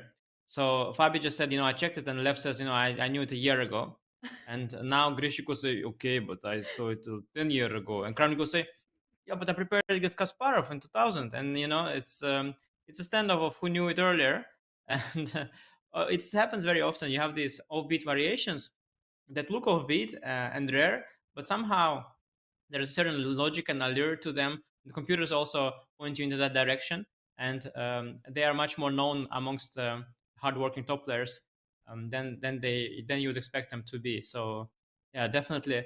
Definitely nice Twitter exchange there, and I think we are really lucky that we're getting a game here, and Ding has played this e5 and d5, making sure to stay away from the forced complications, and just goes for this double edge position, taking massive risk. You see the bar is slightly on the black side because the bar, at least the engine that is used for this bar thinks that white doesn't have enough compensation for the pawn, but I'm liking it, and I think the chances are at the very least equal here, and we are in for another exciting treat.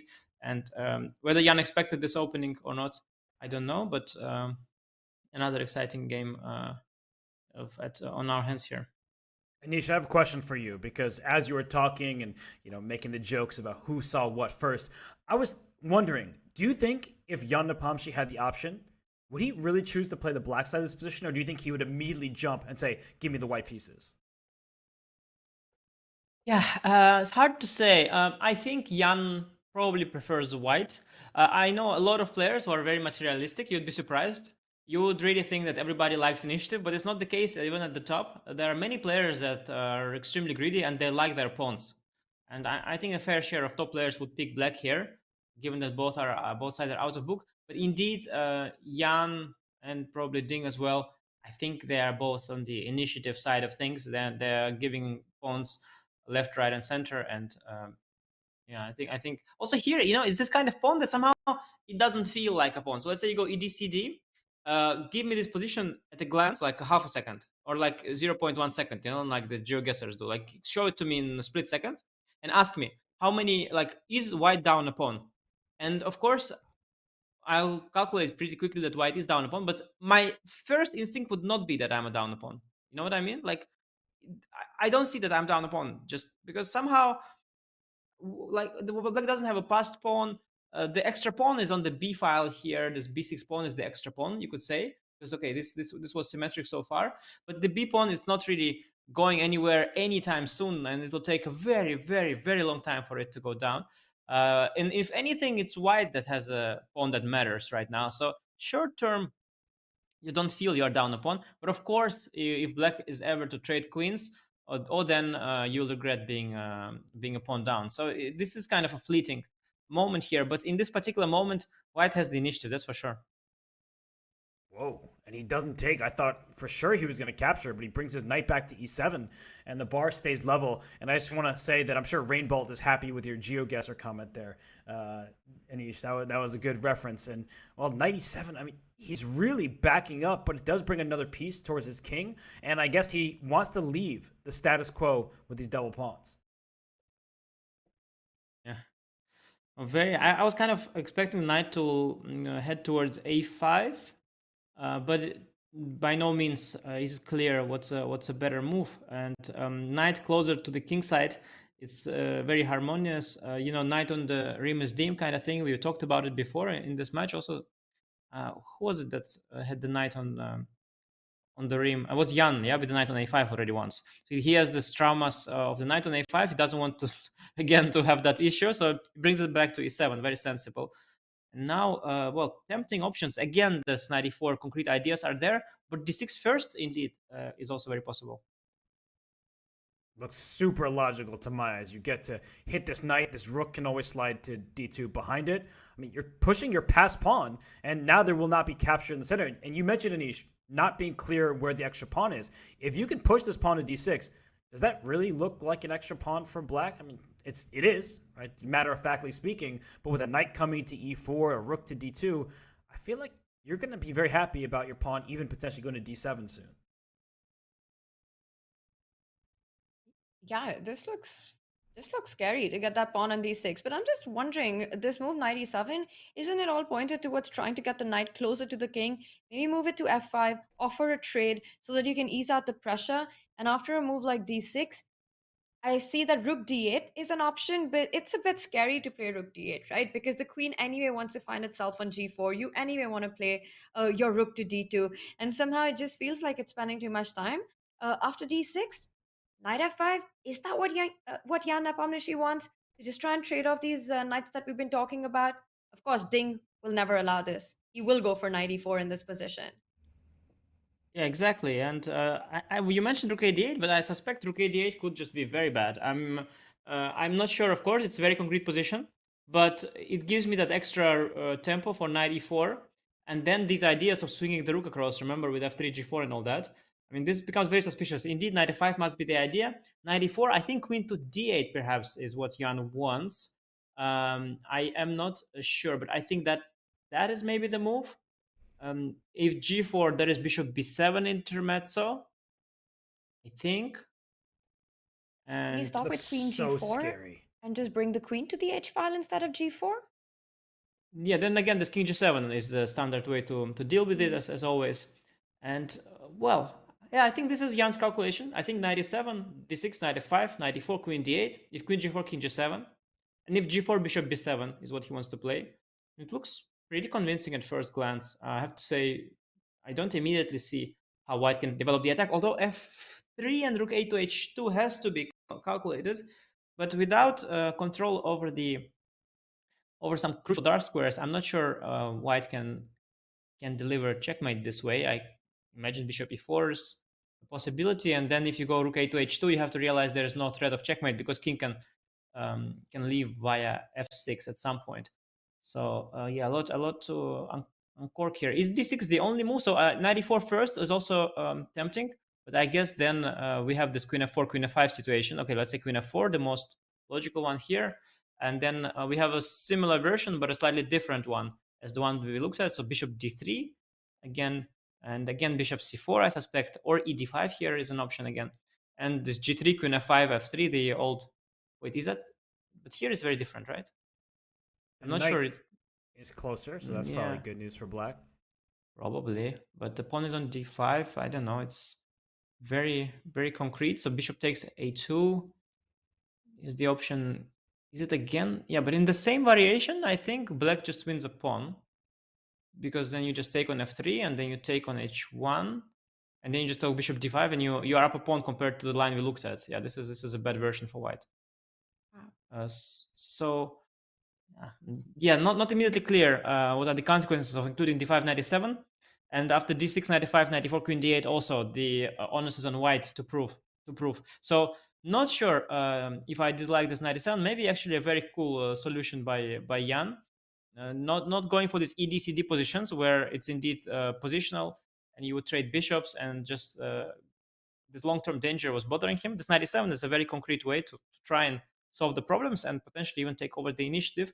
But I guess I guess the variations are going to be very forcing, and white has also resources. Super complex. Very critical. Super complex position, Robert, and very critical now, as you're pointing out, that d6 might be the only way for white to actually keep the balance and keep the initiative going. So Ding, he needs to find that. Knight e4 is also so tempting, coming in with the tempo on the board. And it just turns out that it isn't an accurate move. Ding needs to be also judicious on the clock. How important is that at the moment? Do you think he needs to take his time? He needs to spend those extra minutes right now? Or is it also important to balance out the clock right now? I think it's really important he spends his time at this critical juncture because d6, you have a pass pawn, you want to push it, but then your pawns are no longer in contact with one another, so you may very well lose that pawn later in the game. But I think he understands that it is now or never, just in terms of the overall picture of this board. The landscape is such that he needs to act. He has an open file for this rook, and I'm actually going through variations in my head, and one of them involves d6, something that we were just talking about, but I'm going to invert the move order a little bit. So if we can just analyze this for a second, then I think in the variation that we were just talking about, what if white plays the queen d3 to start with? We want to bring our piece to the h-file. That also makes g4 more of a threat because our queen already defends this knight on e4. So I'm sort of taking the sting out of some of black's defensive resources while trying to bring my queen over to deliver a checkmate. I understand that Anisha's king g7, rook h8 is kind of automatic, but if I play g4 here, what is the reaction? Well, I think it's bishop b7 here. I don't think moving the knight is good. I think bishop b7 is probably the point.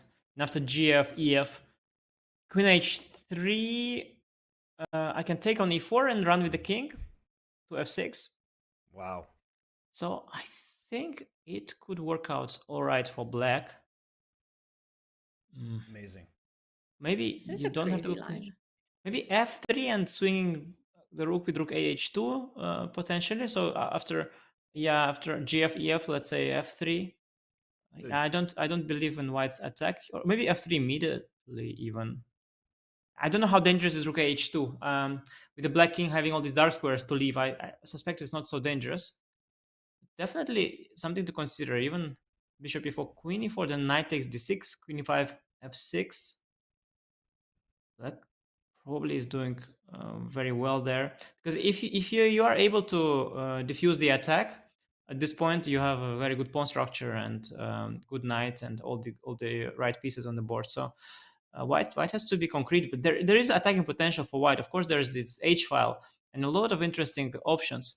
And Ding is reaching deep here. We can be certain that the players are completely on their own at this point. At this point, it's completely clear, and so many tactics to uncover. It feels like the variations never end, right? Like in your head after knight e7, you have to calculate everything we just looked at because the white queen venturing over to deliver a checkmate, that will be part of the plan. And it involves a piece sacrifice. We just we're looking at this variation here where in the moment after queen d3, you know you need to bring your rook to defend your king. You cannot leave the h-file uncontested. But after g4, bishop b7, this, once you're here, all right, you see the move, but look at the evaluation bar. We have that, the players do not. And even the evaluation bar says that the game is level, which means that dynamic equality, which really means if you make one mistake, you might just lose on the spot because you are giving up a piece. There are tactics, there are checkmating threats. This is actually really, really worrisome. There are a lot of tactics to figure out. Yeah. It is this moment with all these different combinations of how to build an attack that you've been pointing at. Bring the knight to the center. Try and double up on the h-file. You either bring the queen to the h-file through a lift, or you transfer the rook from one end of the board to the other on the h-file with the pawns moving forward. Reminds me of that little rook a2 move that we were talking about, and suddenly it comes into the attack. So Ding Liren currently thinking how to combine all these tactical ideas which make it as powerful an attack as possible. Currently a critical moment, Robert, as you pointed out. Ding is in a think tank.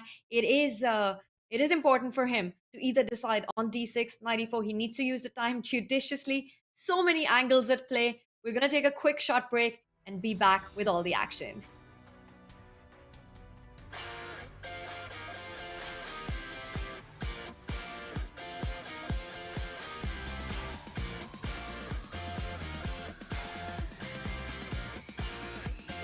I do recommend Meetup to a lot of my friends that are looking for different things. Wine tasting, movies, book club, meet a lot of new people, a lot of new friends, and it will make you more social.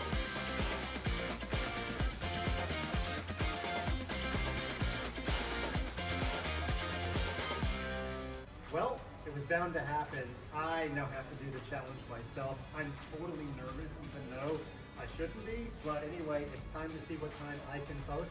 We have the world's highest rated clock operator here, Shreyas Grail, England's #1 junior.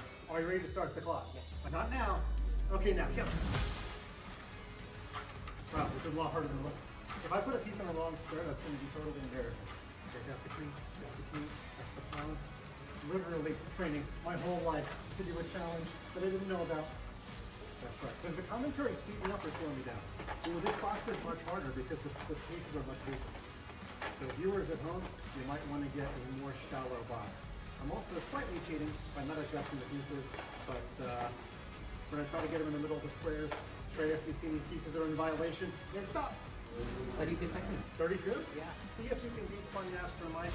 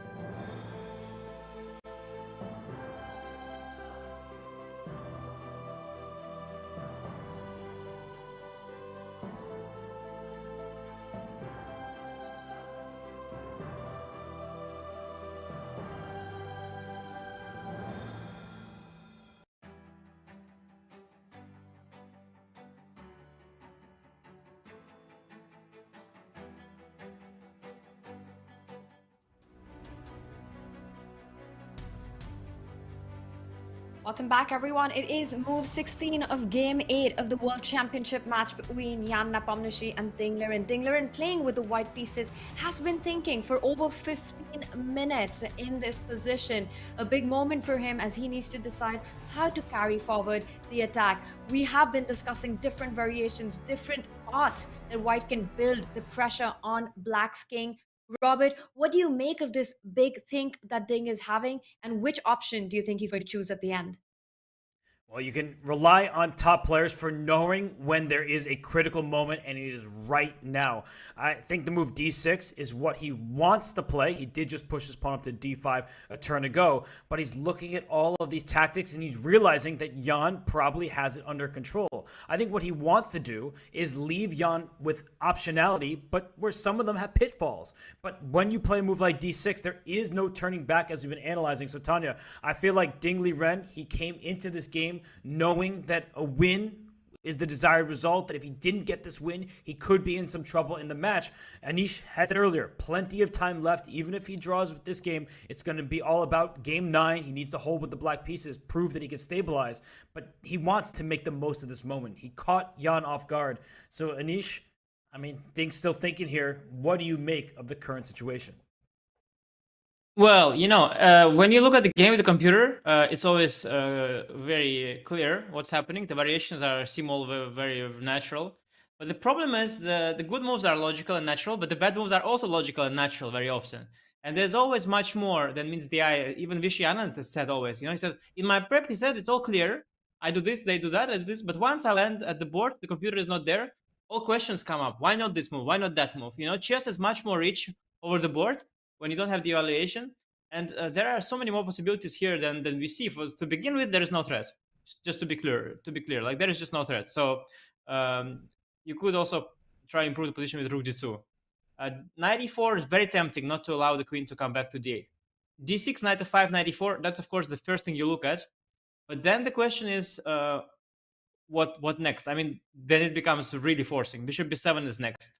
Your knight's getting targeted. If you lose the knight and you lose the pawn on d6, it's all over. So you will have to go something like g4, bishop b7. It's forcing. You cannot just go d6, knight e4 and say, okay, I'll figure it out. You can do that if you know that computer says this is the way to go. If you don't know, for all you know, that could be a mistake. Because, the responsibility is very high. If you push the d pawn forward, you might as well lose it. And this is not what you want. So all these risky possibilities, you have to be sure what you do. So Ding is trying to make up his mind already after d6, 94, 95, 94, queen d8.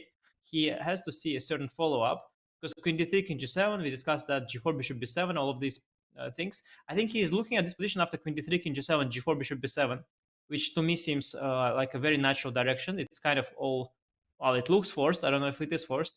And here there are options. Actually, the move d7 came to mind at some point. I don't know if it's good, but just to move d7. I like that after bishop e4, queen e4, you don't take that pawn. And after knight d6, I have queen e5. And if f6, I have maybe even queen. Oh, sorry, I just collect the knight. That's the idea. So maybe this is what he's thinking about, but there are surely opportunities for black as well here to play something. The bar is not even completely clear on this. And so lots of questions here and lots of choice for Ding. And understandably, he's taking his time. So far, he's been slow. And this 20-minute thing, this one is probably justified. Yeah, I think he's about to reach out and make a move. It's the kind of feel that you get from his body language, a slight shift there. There's been so much chat about his time management in the World Championship so far, and I think we saw the biggest drawback of that happen in Game 7, the absolute collapse that we witnessed when he froze with just seconds on the clock and was just physically and mentally unable to make a move. And while Ding thinks, I want to use this moment to ask you, Anish, because you have so much experience at the biggest stage in the chess world. You've played against Ding, you played against Jan, you have your own team of seconds. In a situation like that, at such a big stage, if it's being someone from Ding's team, for example, Rappo is there, what do you expect? How do you handle this? What is it that you tell the player going into the second half after having the experience that he did in Game 7 to deal with this? What's the best way forward? Oh, this is so incredibly hard, and I know even people who try to help me, and after games like that, especially when things are not going well, just slightly wrong wording, it could be that final straw that damages your confidence, or the opposite. It's the certain right way of saying or doing something. It could restore the entire being. And of course, nothing restores your own confidence better than your own good moves, your own good play. But in a moment like that, when you just lost a game and you need to come back, and there's no time to recover, yeah, you need to feel the player, and everybody is different. And I hope Ding and his team they found a way. But it is extremely difficult and challenging. I mean, I can tell from experience. I see often people try, but yeah, it's very often very very difficult. 'Cause it's your own mindset, and sometimes you need to take the pressure off. Sometimes you need more pressure. Sometimes you need um, to feel the confidence and someone to tell you how great you are, or sometimes you need to laugh at how miserable you have been, and it's always different, and it depends on the moment. And I've had some incredible incredible that sounds stupid, but incredible as in some very memorable experiences where I managed to come back from a bad situation.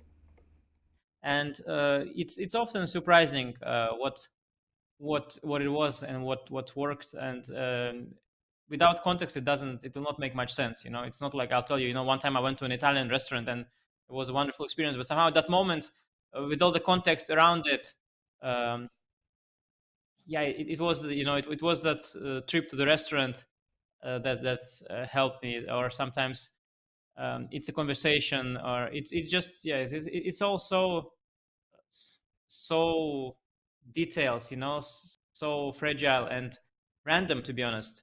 And I'm not sure that there's a universal recipe there. But we will see from Ding's moves today if he is back, because this position, it's a good test. It's a good test because, well, best Ding, he can make something of it, because this is his type of position, of course. He can calculate very deep. He is very creative and very, very powerful. But at the same time, if you are a little bit off shape here, it can go wrong, and he can easily lose the game. I mean, it wouldn't surprise me the slightest that if he'll lose this game, because this is a completely double-edged fight. Yeah, and just to echo what Anish was saying in there, that as I've coached and worked with some top players, and sometimes it really is just about being there for them, reassuring them, because they're the best chess players in the world, like Anish is, and so it's about making sure that they are having fun, being confident, and so it just doesn't feel stressful and work, and like it's not happening the way you want it to. So I think for his team of seconds, he had a rest day yesterday. Hopefully, they used it to great effect. And well, Anish, I think you're going to be proud of me. I just was talking, and a tactic came to mind while I was talking, so I pulled that Danya that you've been asking for. I actually think we need to analyze. I can't believe this just happened mid-conversation, or monologue, I should say. But you saw another tactic that fails? No, Robert, I don't think it fails. I think you're gonna like it. Sorry.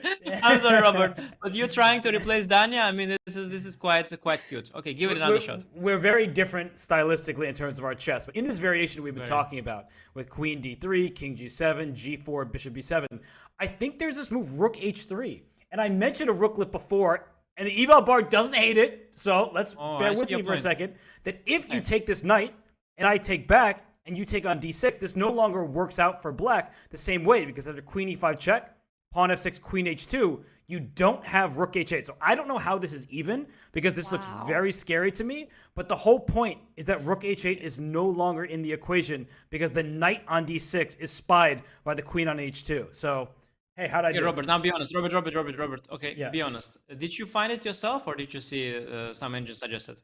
What, you see what I see. I have the same. You're on the same parsec as me. You got some DM from someone? Are you serious? No, I promise you. I was just, yourself.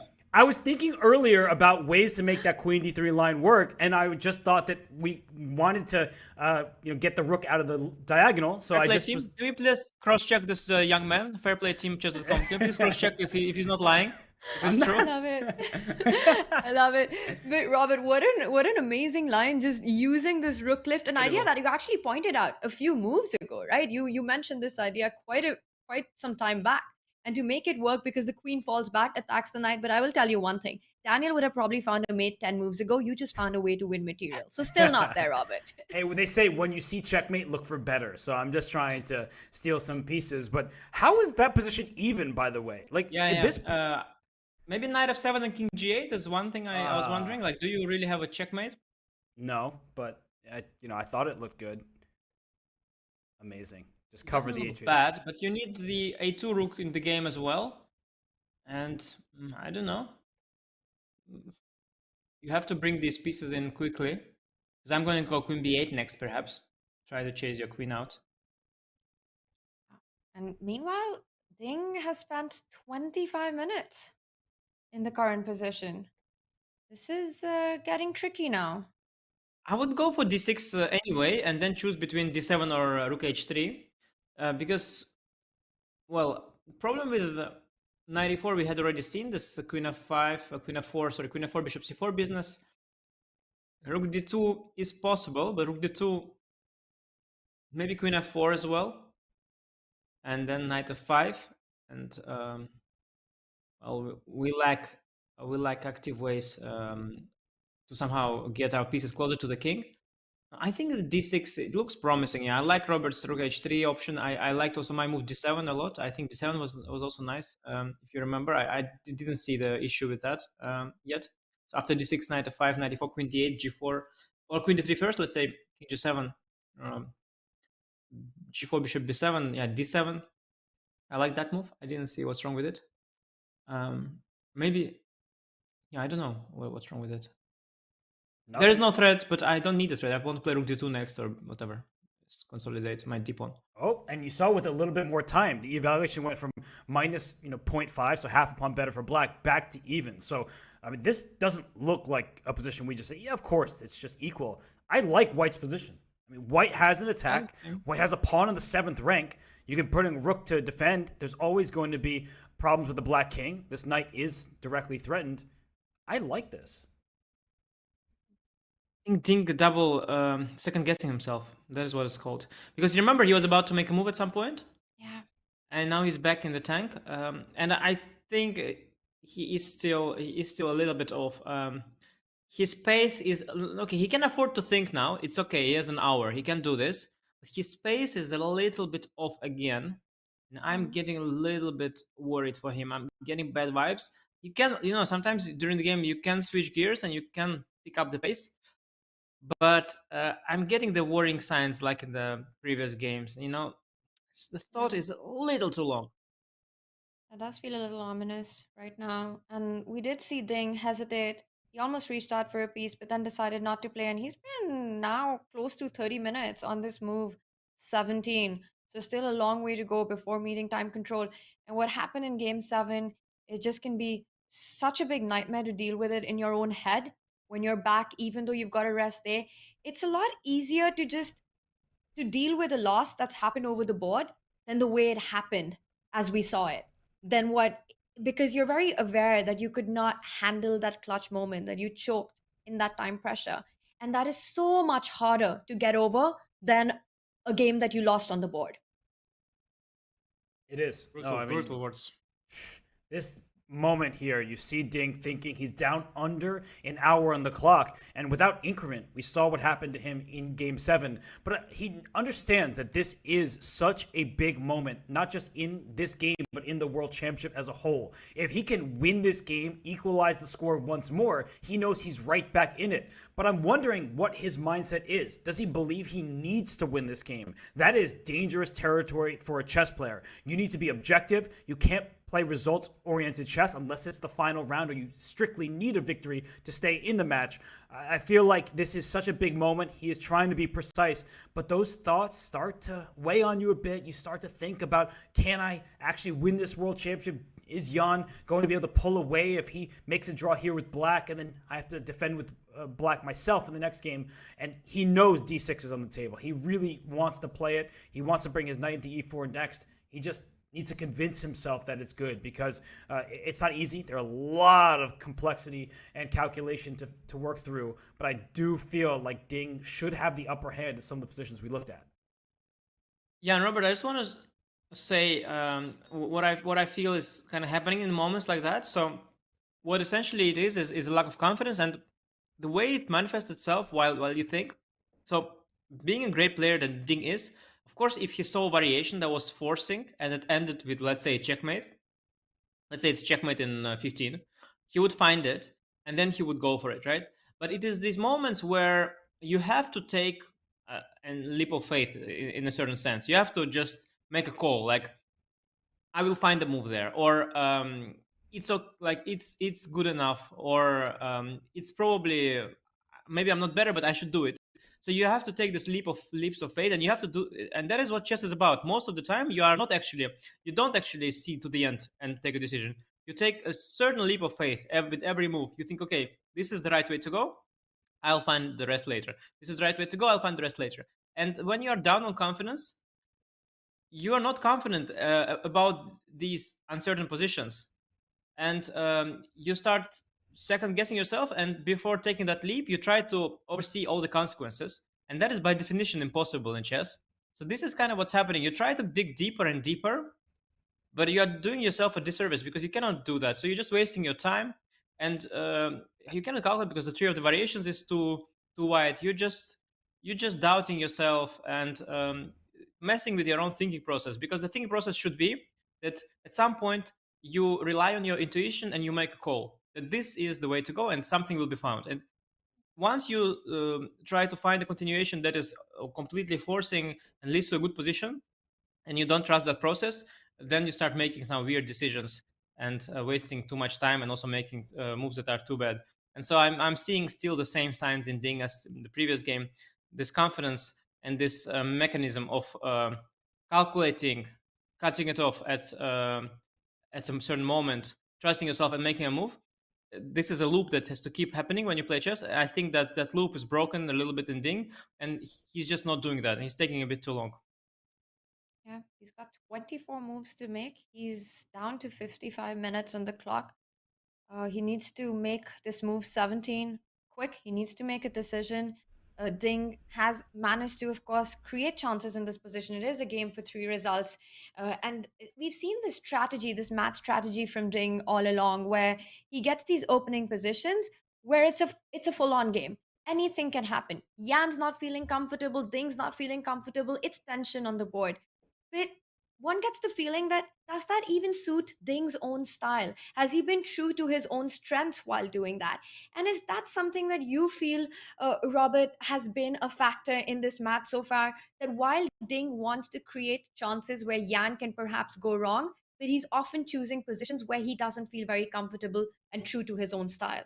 It's such a great question, and I actually was thinking about that when Anish was speaking, because in the candidates tournament that led to these two being here, Alireza Firouzja, he played many different openings, but they were criticized as not being in Firouzja's style. He was playing the Catalan and all sorts of openings that he didn't typically play. And there we see the move D6. So Ding, he plays it, he gets up and he walks away. And I think that he knows that it's the correct decision. Objectively, it is verified by the eval bar here. It is great. But what I want to say to answer your question fully, Tanya, is that for Ding Liren, I think that he is such a precise player, but unfortunately, perfect is the enemy of the good. Sometimes you need to just play on intuition, trust yourself, rather than trying to calculate to the very end. And I think Ding does struggle with that at times. And in this match, he has frozen, as we all witnessed in Game 7. But I think players like Hikaru Nakamura, they play these moves on instinct, and they are people who take risks in their chess. They're willing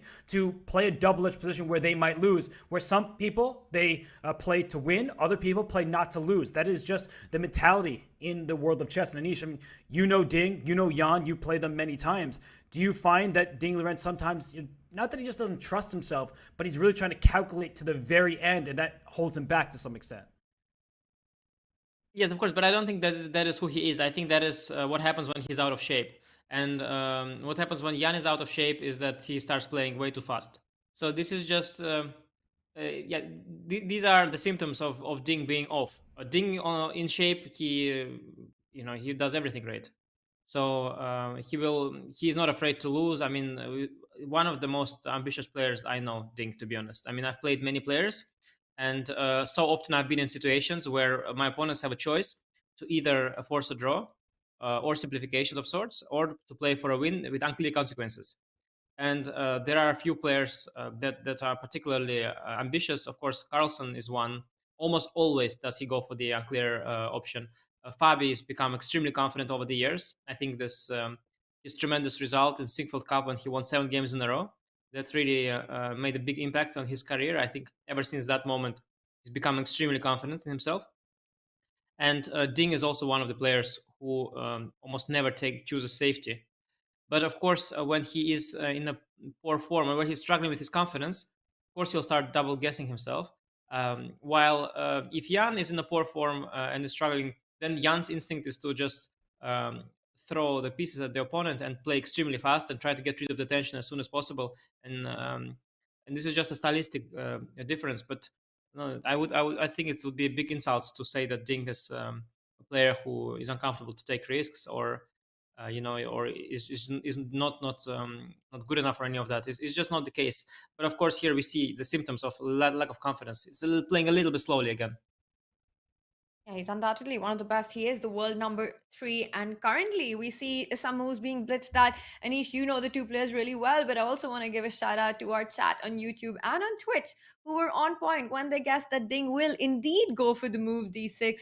And he did play it. But will the amount of time that he took to make this decision, will that come back to haunt him or not? Well, we will find out in just a few moves. But we see Jan doing that thing, what he does. Playing super fast, immediately made the move knight to f5, offering the trade, which Ding declined.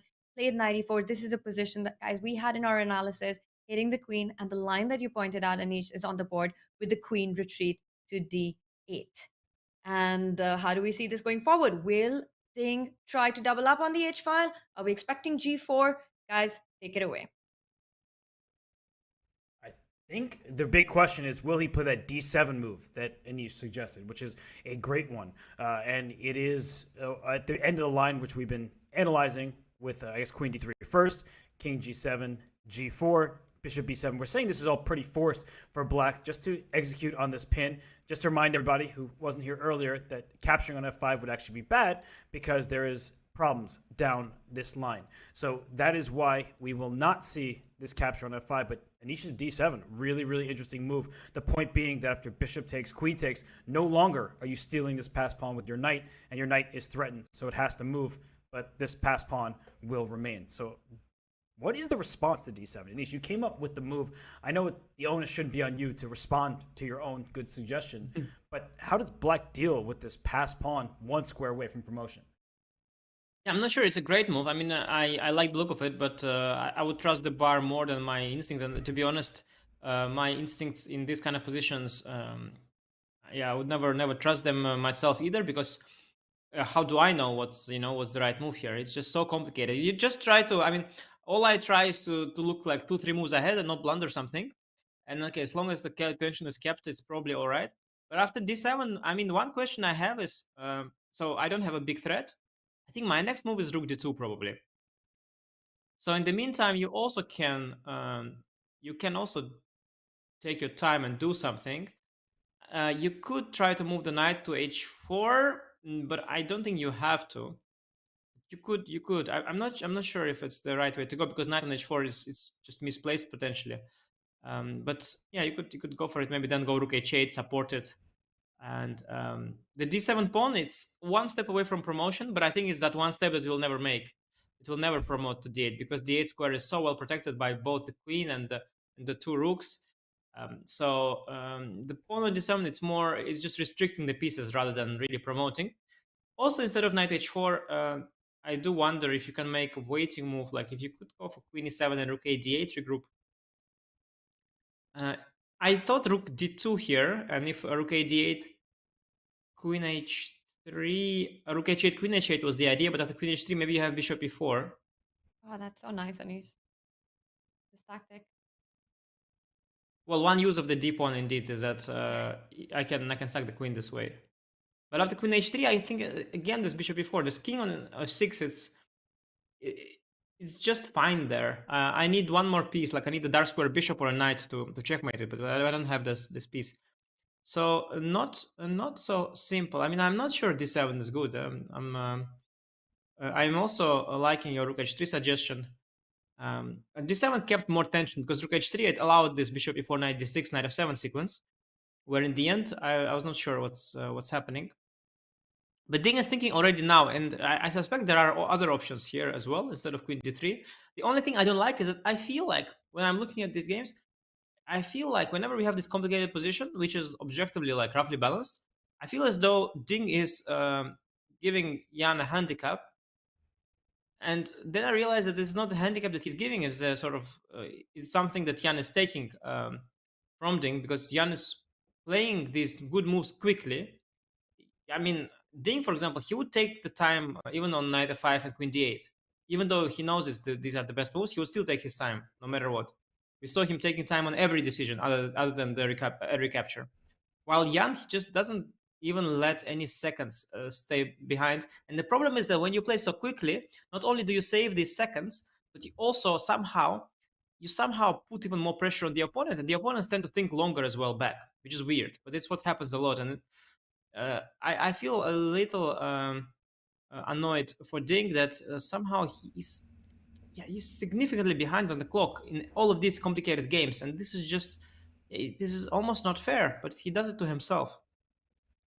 Yeah. And And he mentioned after playing the London, right? It was his kind of a position, and he played it to perfection. He kept the time management in hand.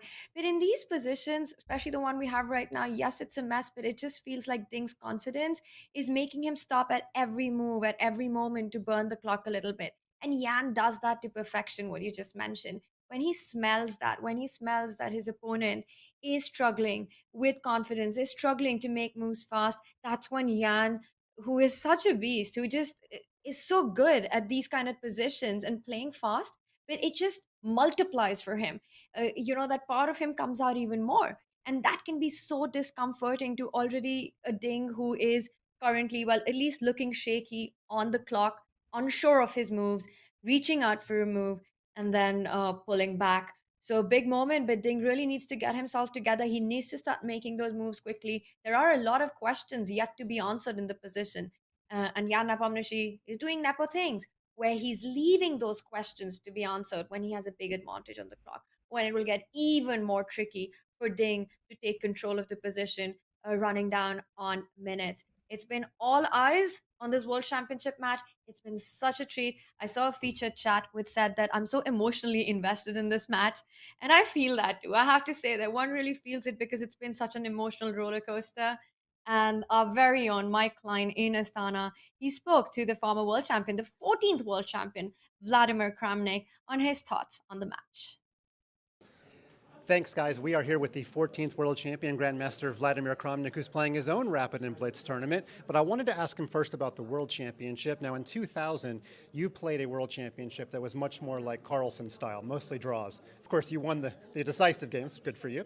But in 2006, you played a match which was much more like this one. You got a lead, then you lost a lead, then you came back. So let me ask you, since you've played in both types, do you enjoy, as a fan, this type of World Championship more? Yeah, I mean, each championship match has its own kind of drama, has its own way to develop. So this one is very original. I mean, so many decisive games, 5 out of 7 is really, I don't know, maybe unique in the latest history of chess. So it's very interesting in its own way. It's very emotional, very dramatic. Maybe, I mean, players showing some very good moments, low moments of play, but all in all, it's interesting. That's maybe the most important, for the majority of the people. Your event starts at 5 p.m. local time here, which is 2 hours after the World Championship. So will you spend that 2 hours keeping an eye on the World Championship, or will you be more preparing for your own event? I think I will be talking to my kids and doing some emails, so I think neither of it. So probably only in the evening when I finish my game, of course, I will have a look at the games and what happened. You've seen the players, you've seen their emotions. Can I get you to make a prediction for the second half of the World Championship?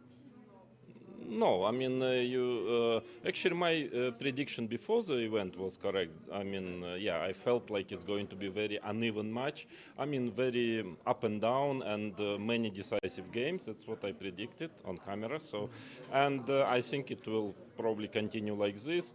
But now, after yesterday's games, I'm pretty sure it's going to be Nepomniachtchi who's going to win, in my opinion, but we can still have a number of surprises, and a number of decisive games. And finally, there's a lot of rumors going around on the internet that you may or may not be on Nepomniachtchi's team. Of course, you're playing here in the tournament. That should settle the rumors, but can you just clarify for our audience if you are or are not?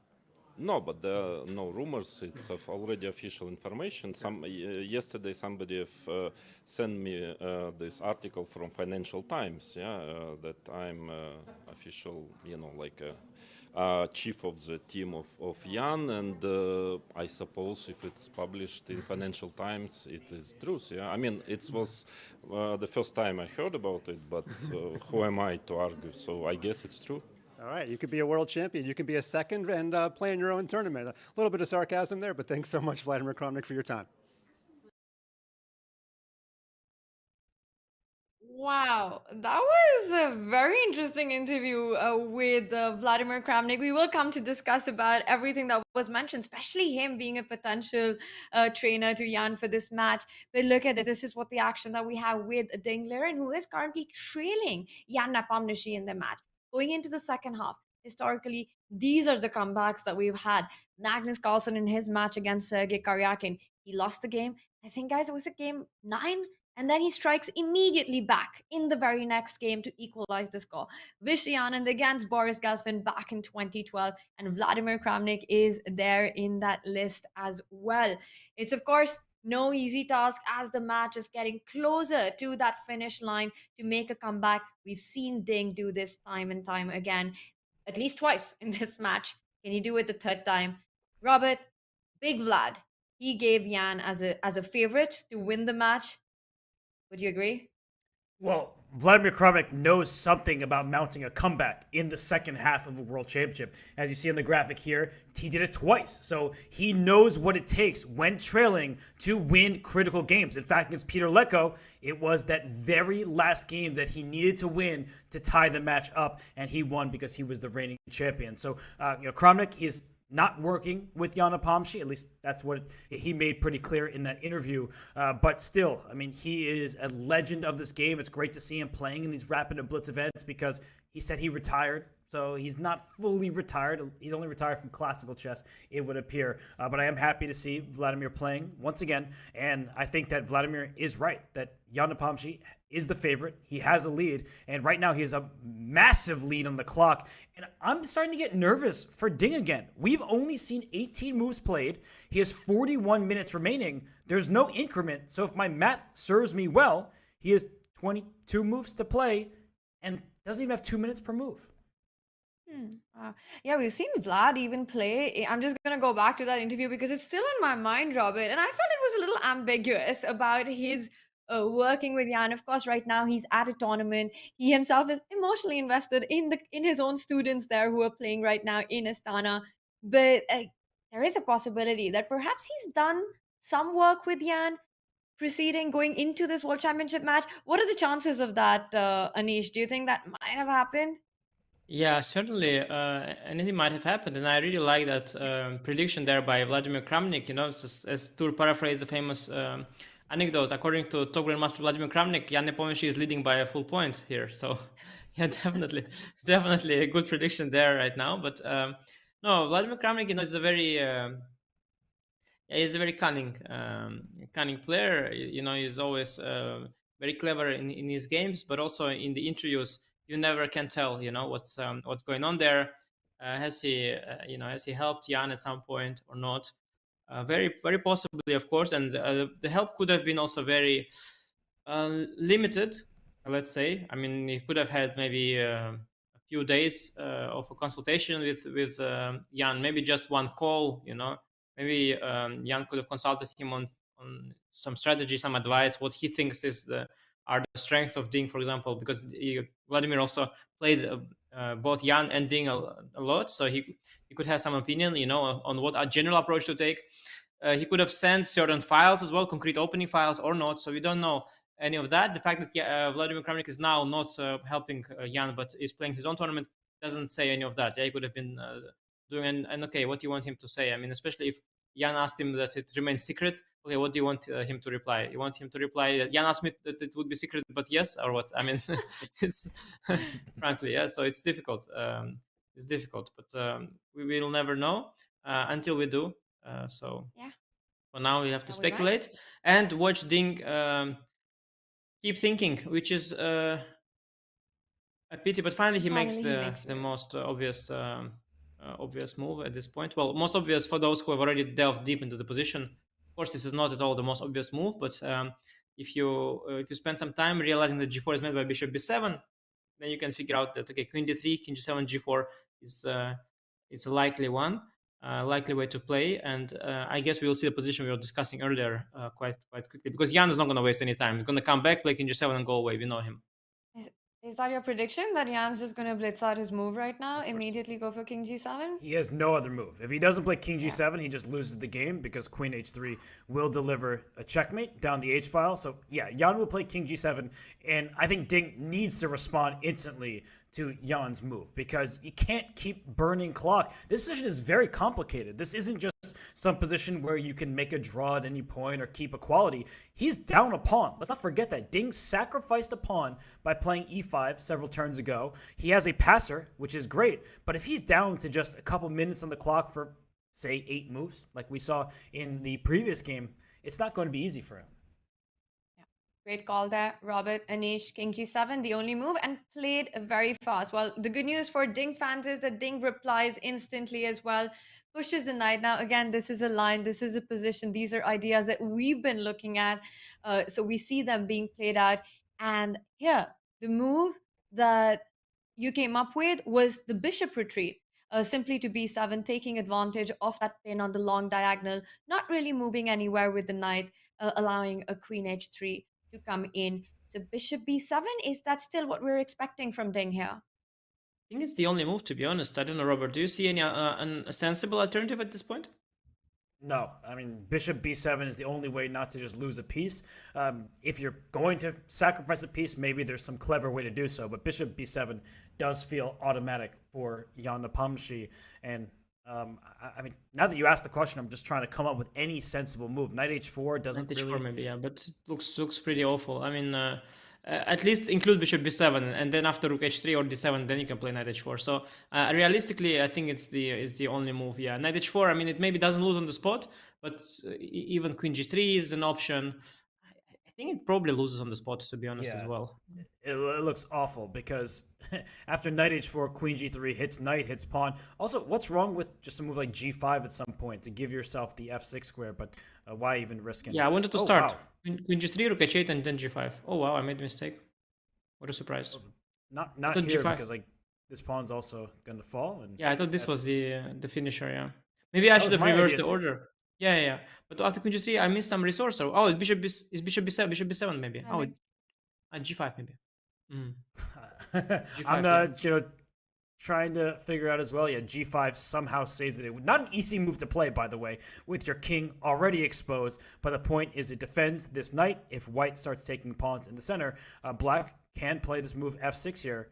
And this e6 pawn, unfortunately, is untouchable, because the last thing you want to do is open lines in front of your own king. You see the eval bar suggests black would be completely winning at this point, because the king is wide open and there are going to be pins, and that's a problem. But g5 first, indeed, was probably the way to go, and Jan plays the most natural move, bishop b7. Again, it's not necessarily that you have to see why knight h4 loses, but it's that bishop b7 is a good way to start. The bishop on a6 served zero purpose. Bishop b7 is double exclaimed there by kindchess.com, whoever that person is who gives these exclamation marks. Must be a very busy person, by the way, sitting in that booth and continuously giving exclamation marks to all kind of different players. Must be a busy job there. But yes, double exclaimed there by chess.com. And now Ding has to choose. And next move you can play knight h4 if you want, having improved your bishop. But I suspect the knight will stay on f5 for quite a while. No need to move it just yet. And knight h4 is just such a hard move to play. And as we see, bishop b7 is a brilliant move. It's the only move that kept the balance. Every other move gave white a huge advantage. But just in general, knight h4 just so difficult. Actually, there's one variation I'm thinking about. Your line from before with d7. I just want to look at something very, very quickly here. That if we go forward with this move, queen here, I think we said rook d2, rook d8. We need to move this rook eventually off the pin. So you play this move knight h4 at long last. Is there an issue with g5 and just trying to bring my knight to f6? I know it won't be so easy with the bishop slicing down the board, but bear with me for a second, Anish. Can I go full exchange sacrifice and bring my knight to f6? How does this look? No, I see what you're doing. I see what you're doing, and this could be really, really good. Maybe black here will actually just go out of the way and just force forced to return the material with rook f4, rook takes f6. Because I definitely see the point with knight on f6 and the pawn on d7. Oh wow, this is actually not the way. Ooh, is it queen?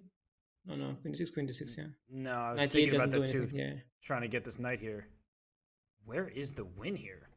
Is it just simple chess? Like, Queen, can I? yeah, can I move queen, my you can attack the e5 pawn. Rook f6, queen e5. I don't get to. Exactly. I don't get to return the material.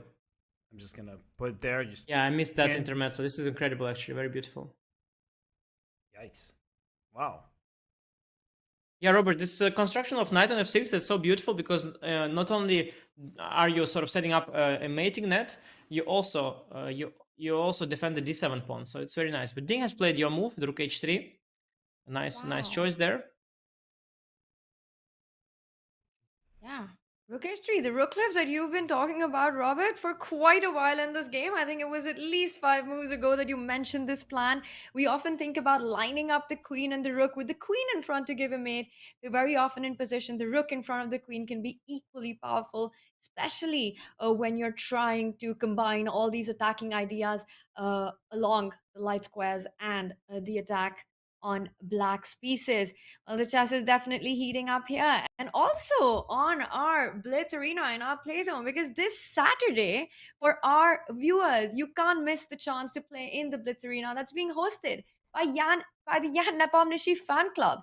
You can compete against fellow fans of the FIDE World Championship Challenger with a chance to win a diamond membership. So you've got to join the fan club to enter the arena. Use the command !Yan in chat for details. See you on Saturday. That's gonna be a fun one. Don't miss out on that right now. Ding Liren fans are on the edge of their seat as the game is heating up. Rook h3 has been played. Both players have left their chairs. Jan Nepomniachtchi to play. We will be back on the other side of this break.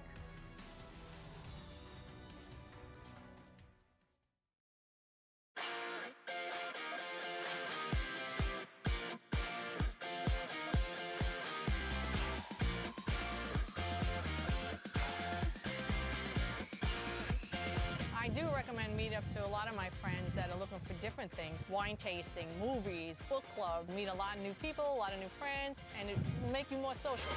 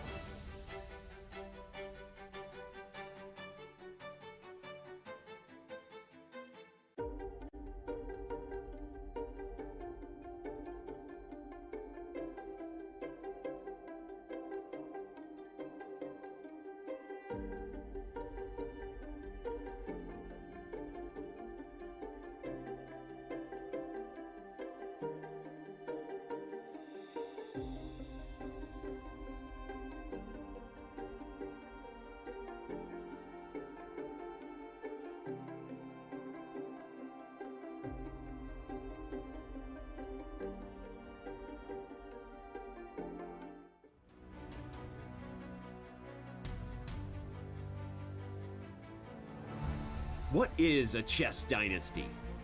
Unceasing dominance, move after move, again and again and again.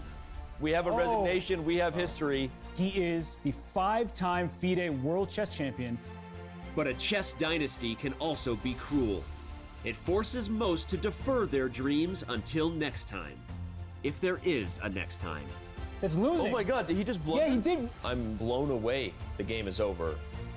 As the chess world turns to Kazakhstan, the Magnus Carlsen dynasty is set to close.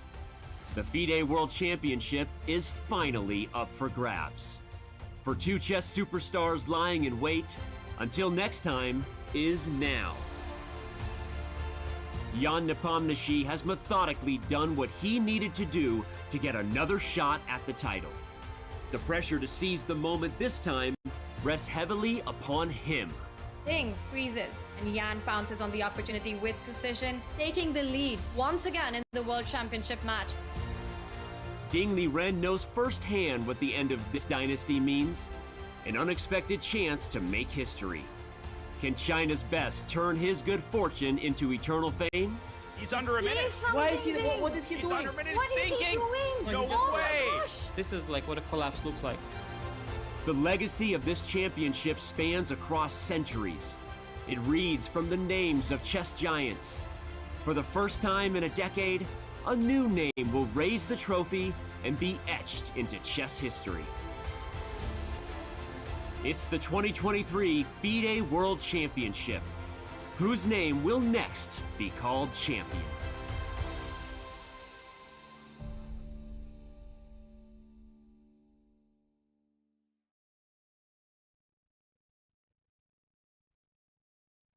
Jan Nepomniachtchi contemplates his move number 21 in the game 8 of the World Championship match. This is the biggest stage, the biggest moment of the career for Jan Nepomniachtchi and Ding Liren as they fight for their dream to become the world champion. It is a critical position in game 8 where Ding Liren currently trails Jan by a point in the match. But a game that anything can happen. All three results are possible. The last move by Ding, a rook lift to h3, just sidestepping the rook from that bishop diagonal. And now Jan's knight on f5 is under fire. G takes f5 is a real threat on the board. And of course, also always eyeing a doubling up on the h file. You could either push the f pawn, slide up with that rook to a2, bring it to h2, join the attack, or one can envision the queen coming up onto the H file to bring on and pile on the pressure on Black's king. Jan Nepomniachtchi has to navigate all these possibilities. The first big question is, do you move the knight? Is knight h4 the only move in the position, or is there an alternative that Jan can be considering right now? Anish, what would you play as black here? Yeah, I think huge junction here. Big important moment. Even Jan is taking his time here because it's very tempting to get rid of the d6 pawn for good, as you can take on e4 and take on d6, play f6, and then knight f7. Like this variation screams at you, and it screams to be considered. And I think to me, it somewhat screams to be played as well, but maybe not to everybody's taste. There is some danger here with the H file. So this is one option, and it's a big one that Jan has to consider. There are also other options, of course. And Anish, can I just pause you for a second? Yes. I think, as you're saying, this is one of the main lines that Jan is considering, and he can visualize this quite easily, but evaluating it is the hard part, right? You get here in your head, you're up a pawn as black, but your king is unsafe, especially if this rook lands next to it. So is this what he's really doing? Is he's picturing this position in his head and going through all of the possibilities? Yeah, because the danger is obvious. If the bishop from f1 was to magically land on like g6, it would be all over. So you are like one strong attacking move away from the edge here with black. And also you don't have a clear follow-up with black. Let's say white plays f4. It's not like black has an immediate way to resolve the potential problems. I mean, the problems are very potential, but they could come. I mean, rook d2, bishop d3, or queen h3, rook h2. There are various ways of trying to get, or rook d2, rook d3, rook dh3. Another way as well to, yeah, I think the more I look at it, actually, the less I trust this, because black doesn't have a way to get rid of the problem along the h file. King g7, rook h8 idea is gone. King is stuck on g8, knight is stuck on f7. Black has to be really drastic here. Maybe some queen d6, queen c7, g5, something like that. But it's very dangerous for black. And the alternatives are, well, I think sacrificing the knight is a little too much. So I guess knight h4 in the starting position that we have right now on the board. I think knight h4 maybe is the other tempting move. And then you mentioned this g5 line, but it was a different version. Yeah, where you mentioned g5. Here it's also a move. G5, maybe rook h8. Okay, and finally, let's look at this sacrifices of the knight, just to be sure we have all the options covered. So if we had to sacrifice knight, how would we do it? What do you think, Tanya? Oh wow, that was a really tough question, to sacrifice the knight and how to do it. Yeah. If you have to give up the knight, maybe just offer a rook trade, rook h8, and let's say if you were to take on f5, I know one thing, I'll take with the e pawn. Yeah. Yes. Wow. It actually. Oh wow. Think Yeah, that I'm black impressed. is right in this, but this is another one of these situations where when we're watching as commentators or spectators at home, you're like, oh yeah, black is fine. When you're at the board, you're like, black is down a piece for just a couple of pawns, and is this enough? And I don't know, Anish, when I first look at this position, I feel like I wouldn't want any part of this from the black side. Well, I know myself, and I can tell you, this is, I would 100% not do this with black. Like, I would 100% not do this. Because, I mean, unless I know it's good, and then I can justify why it's good. Because you're kicking your knight away, I'm going to surround your d-pawn after queen h4 and rook d8. Your pieces are very passive, blah, blah, blah. And the d-pawn is alone, like a soldier in the field without any backup. It's going to eventually be lost. I don't even have to capture it quickly. And I can, make sense of all of this, of course, because I'm good at talking crap. But in reality, I would never do this. I would never do this. Okay, bishop f5, don't blunder, yeah? On my behalf, please. So, Yeah. but yeah, no, this is too risky for black. Only player extremely confident in dynamic positions with such material imbalance could do this. So I suspect the main choice here is between bishop e4 and knight h4. These are the most likely moves. Rook h8, rook h8 is nice. Jan is capable of that, though. Jan is one player who is capable of going for a move like rook h8. He's very confident in himself and in his positions always. So whenever he has an unbalanced position, he's always on the optimistic side, seeing all the pluses of his positions and not worrying about the minuses. So if anyone, it's Jan who is capable of ushering rook h8, but I'm really not sure.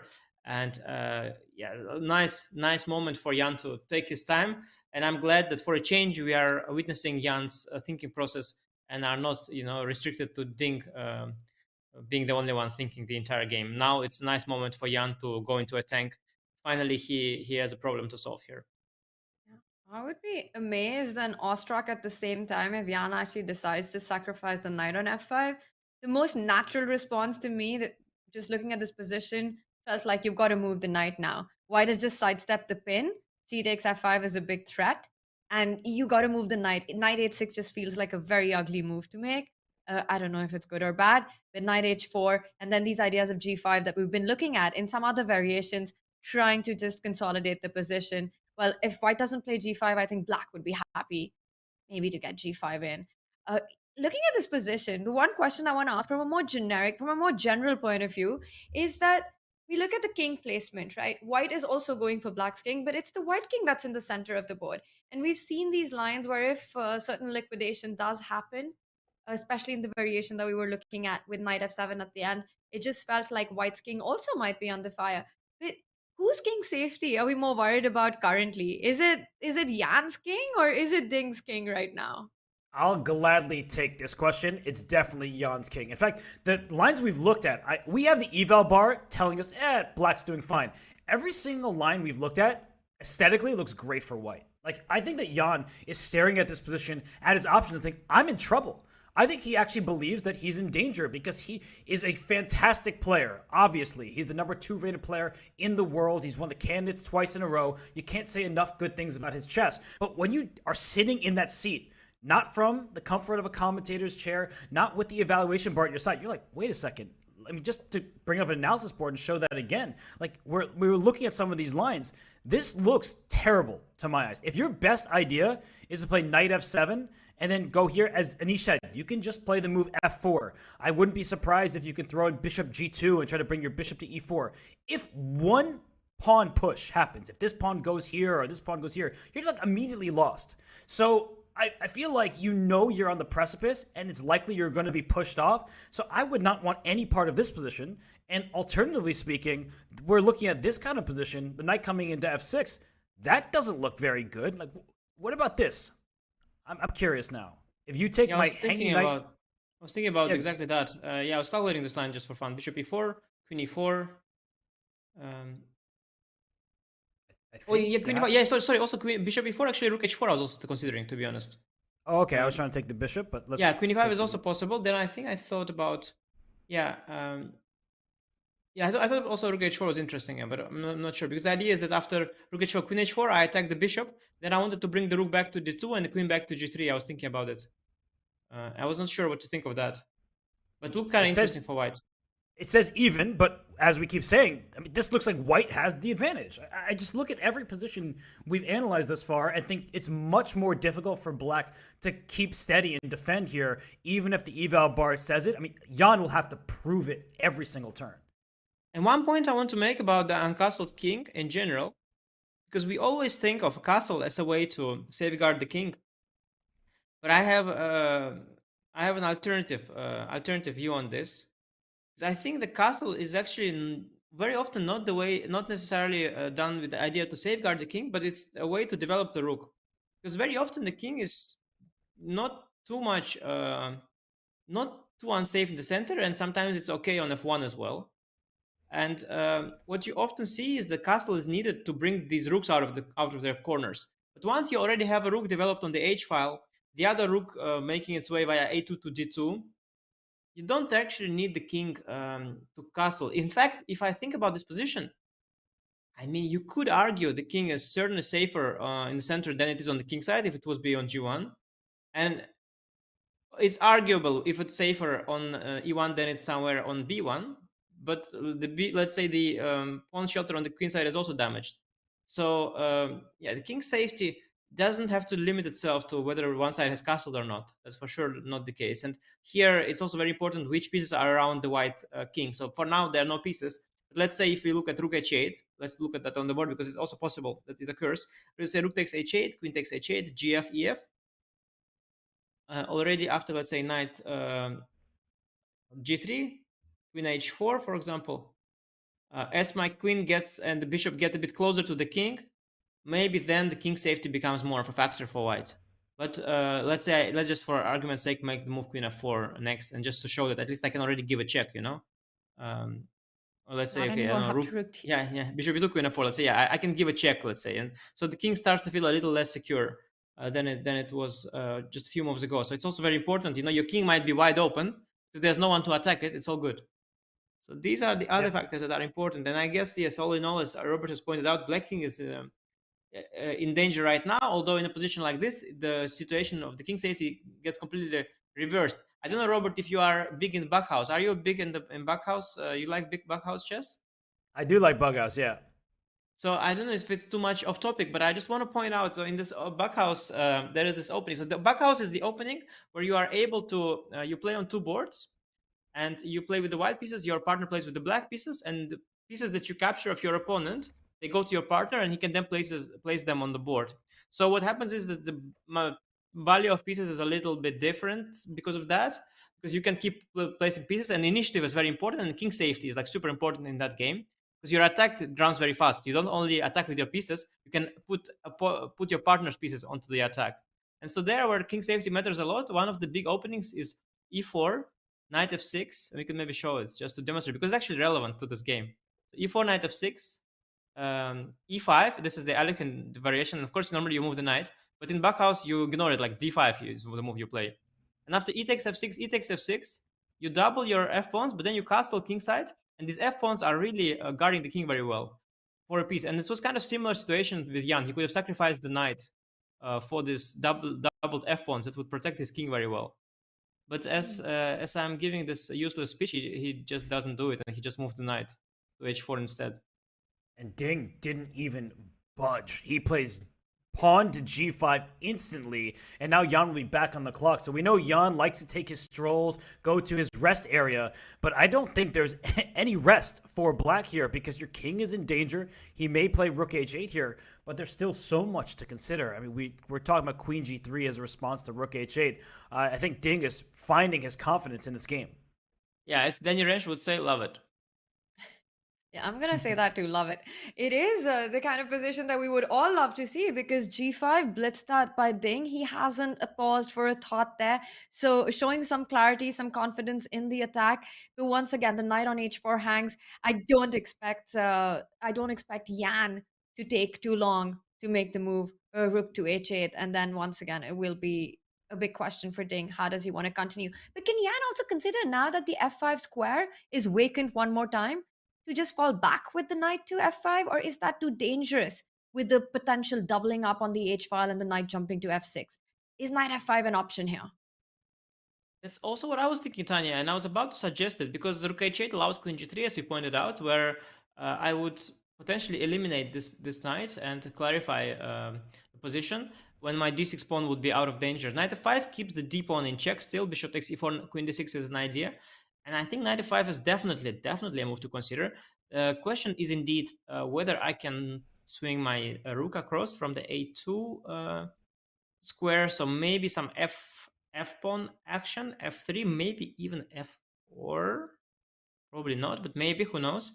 With the idea rook a to h2 and then knight f6. Because if you play knight f6 right away, of course you're always met with rook h8. You don't have any.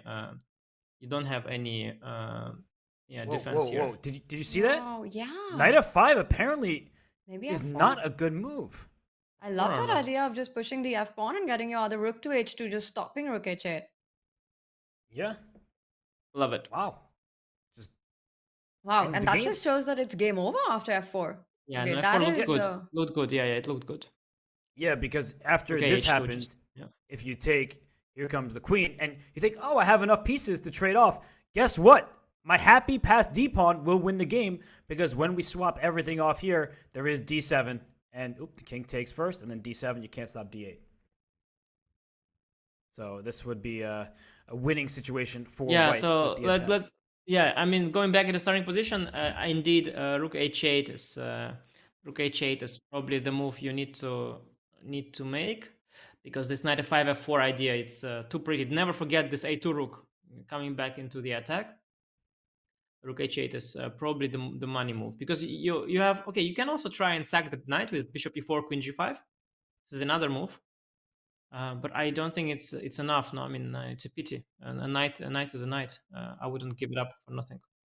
Yeah, I guess that you're saying that there's a check here on c1, and that looks like an option for black. But even if I take this way, you have one check, and yeah, unfortunately, no, I was more hoping that I have a bunch of pawns, but yeah, you keep the d pawn alive, and these pawns, they're not like they're not going forward.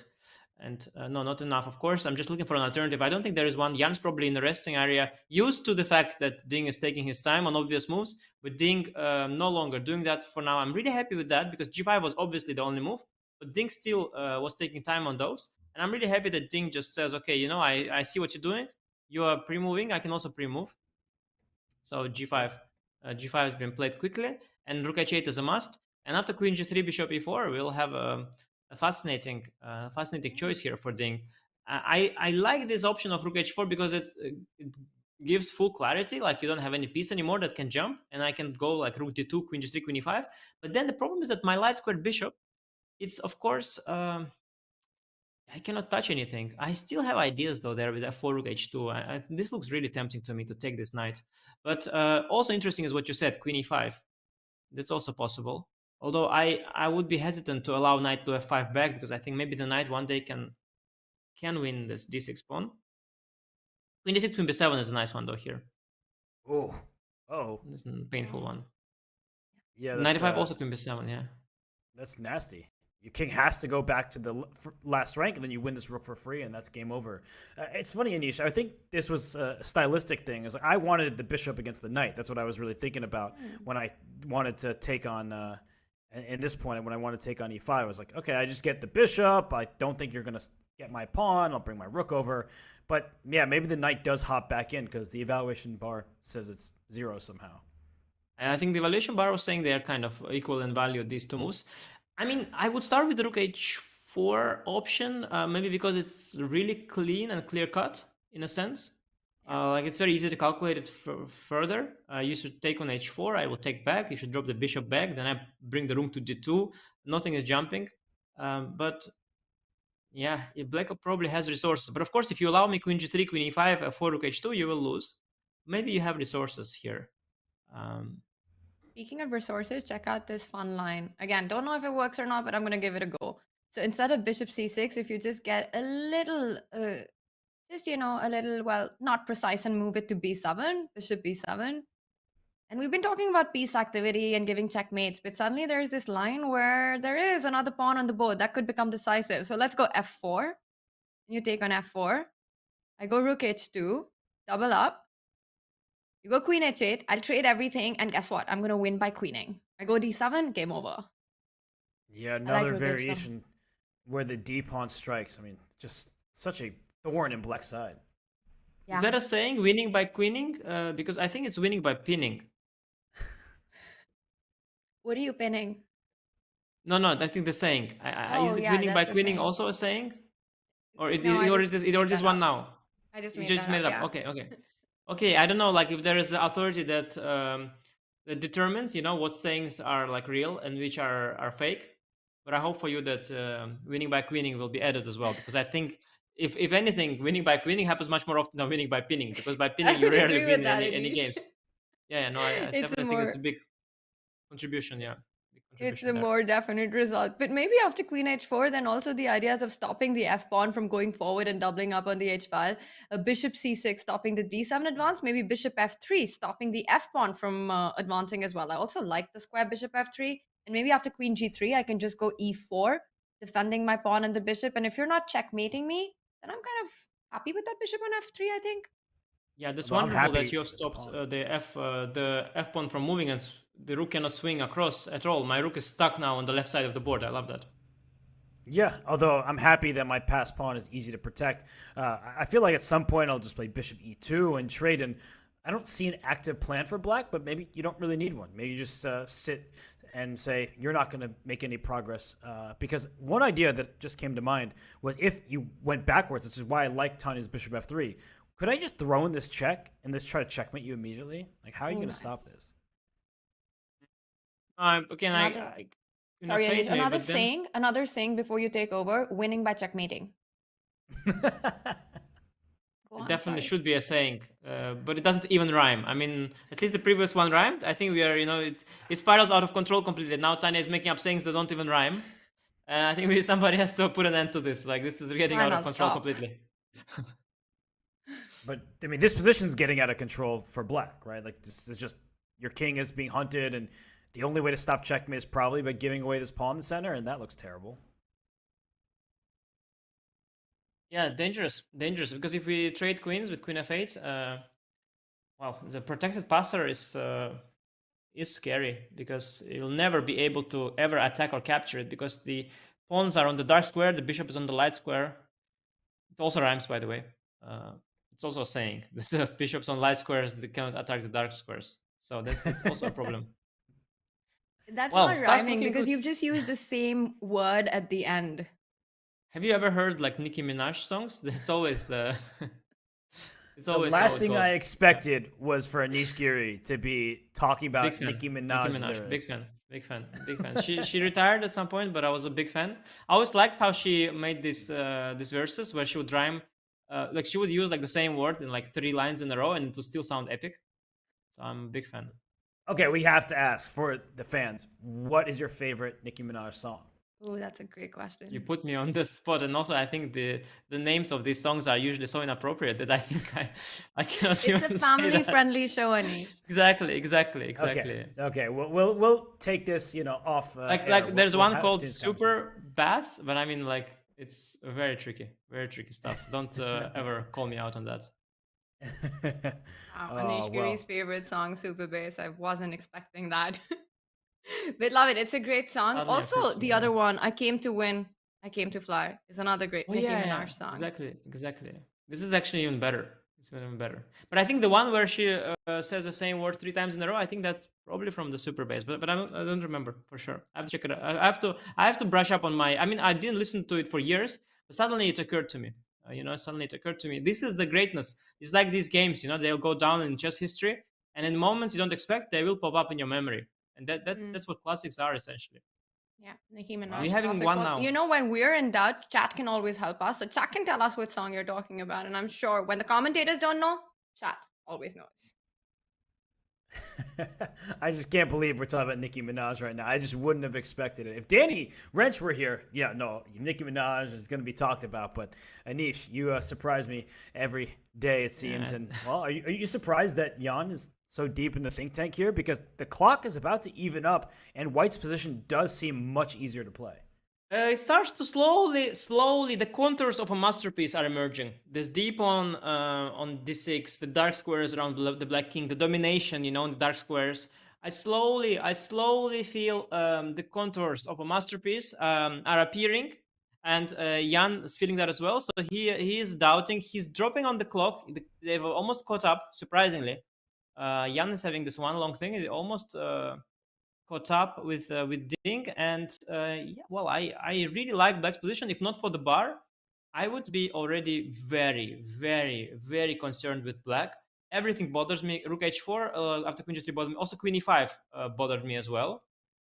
To be honest, I mean, I was telling you about some knight coming to f5, but the more I was talking, the less I was seeing. I didn't there was some lack of coordination in Black's pieces. I felt the d pawn is starts looking very firmly protected. I'm a little, more than a little concerned for Jan, and if not for the bar, I would think that his position is critical.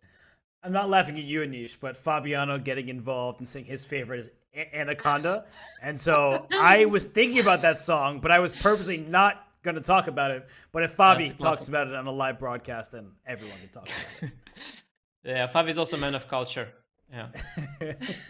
Good educational music effects. Wow. I wasn't expecting Fabi to say that in Imagine chat. Fabi singing it, yeah? My Anaconda. Oh my Whoa. Wait. He just took panic. He panics. Wait. I told you I didn't like the position. He thought he's already lost. I told you. Oh my gosh. But that was bar completely misleading.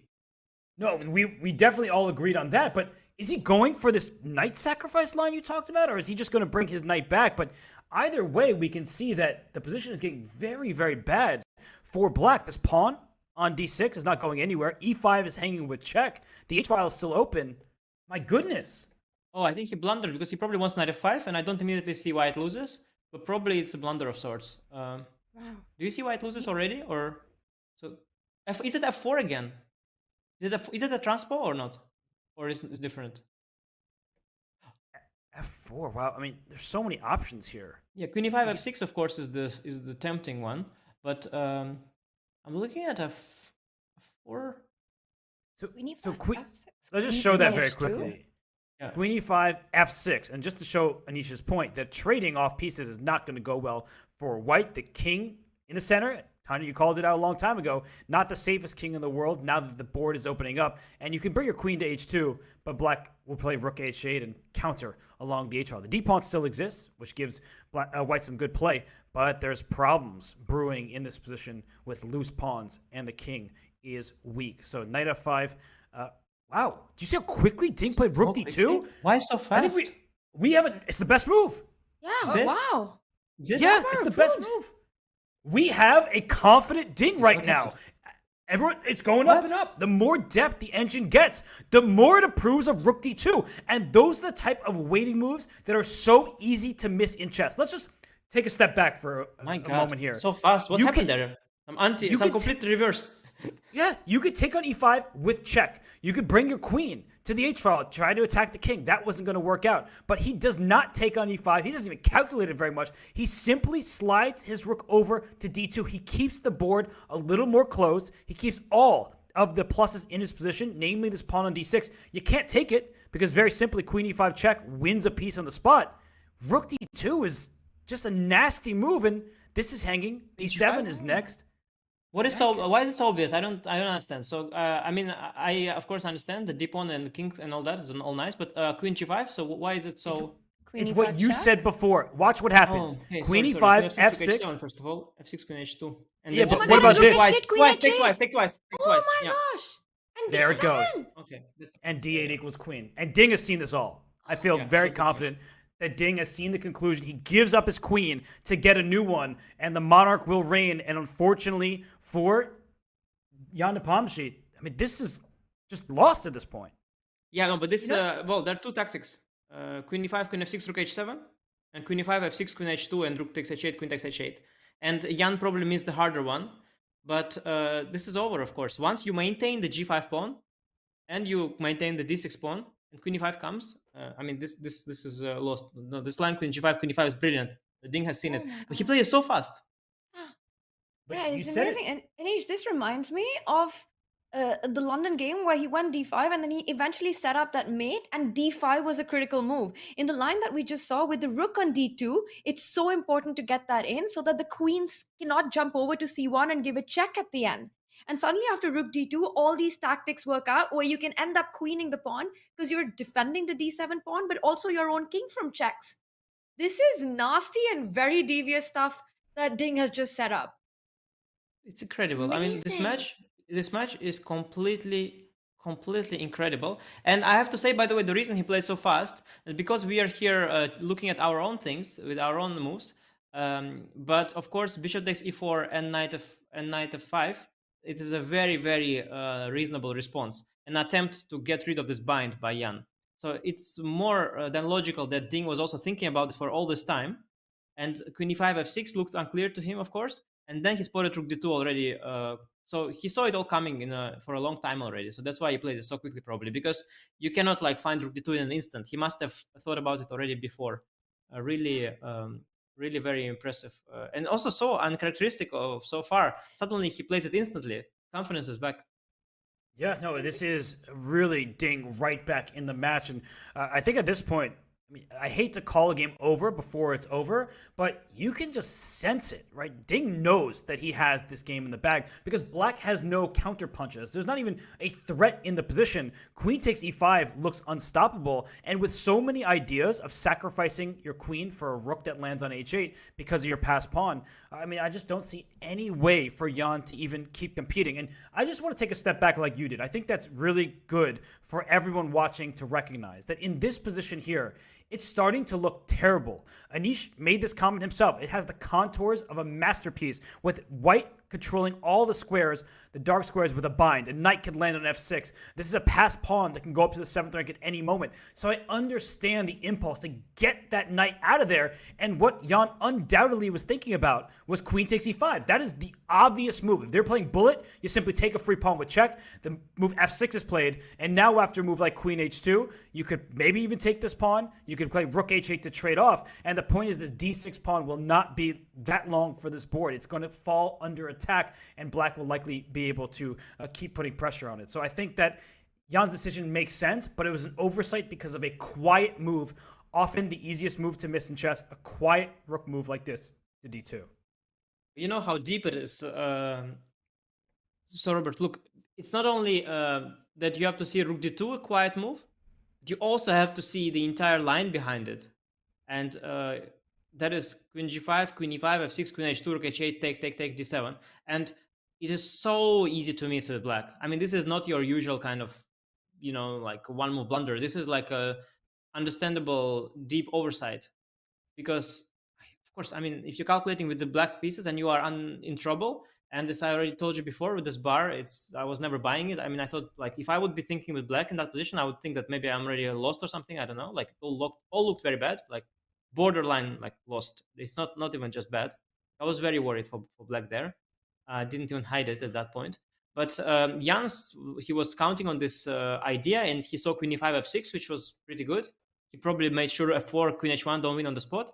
And rook d2, I guess on the back of his mind, he thought he would take the pawn on g5, queen e5. He had to see queen f6, rook h7, of course, which is also a tactic you could miss from afar.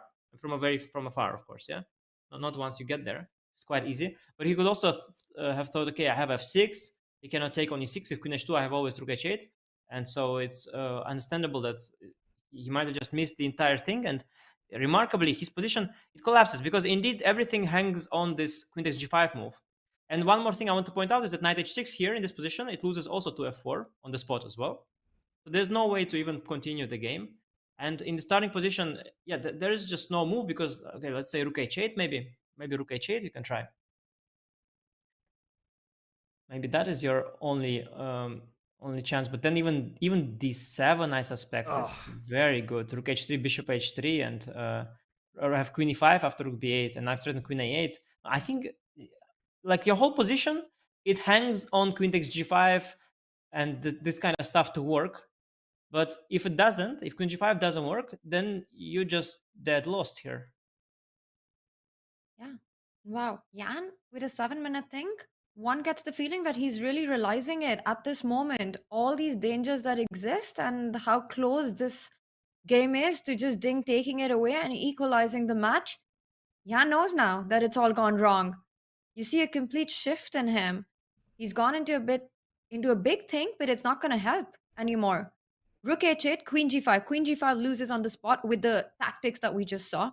Rook h8 keeps the game going for a bit longer. Is there a third option that Jan can be looking at? And he's feeling the tension. Ding Liren staring at a third comeback in this match.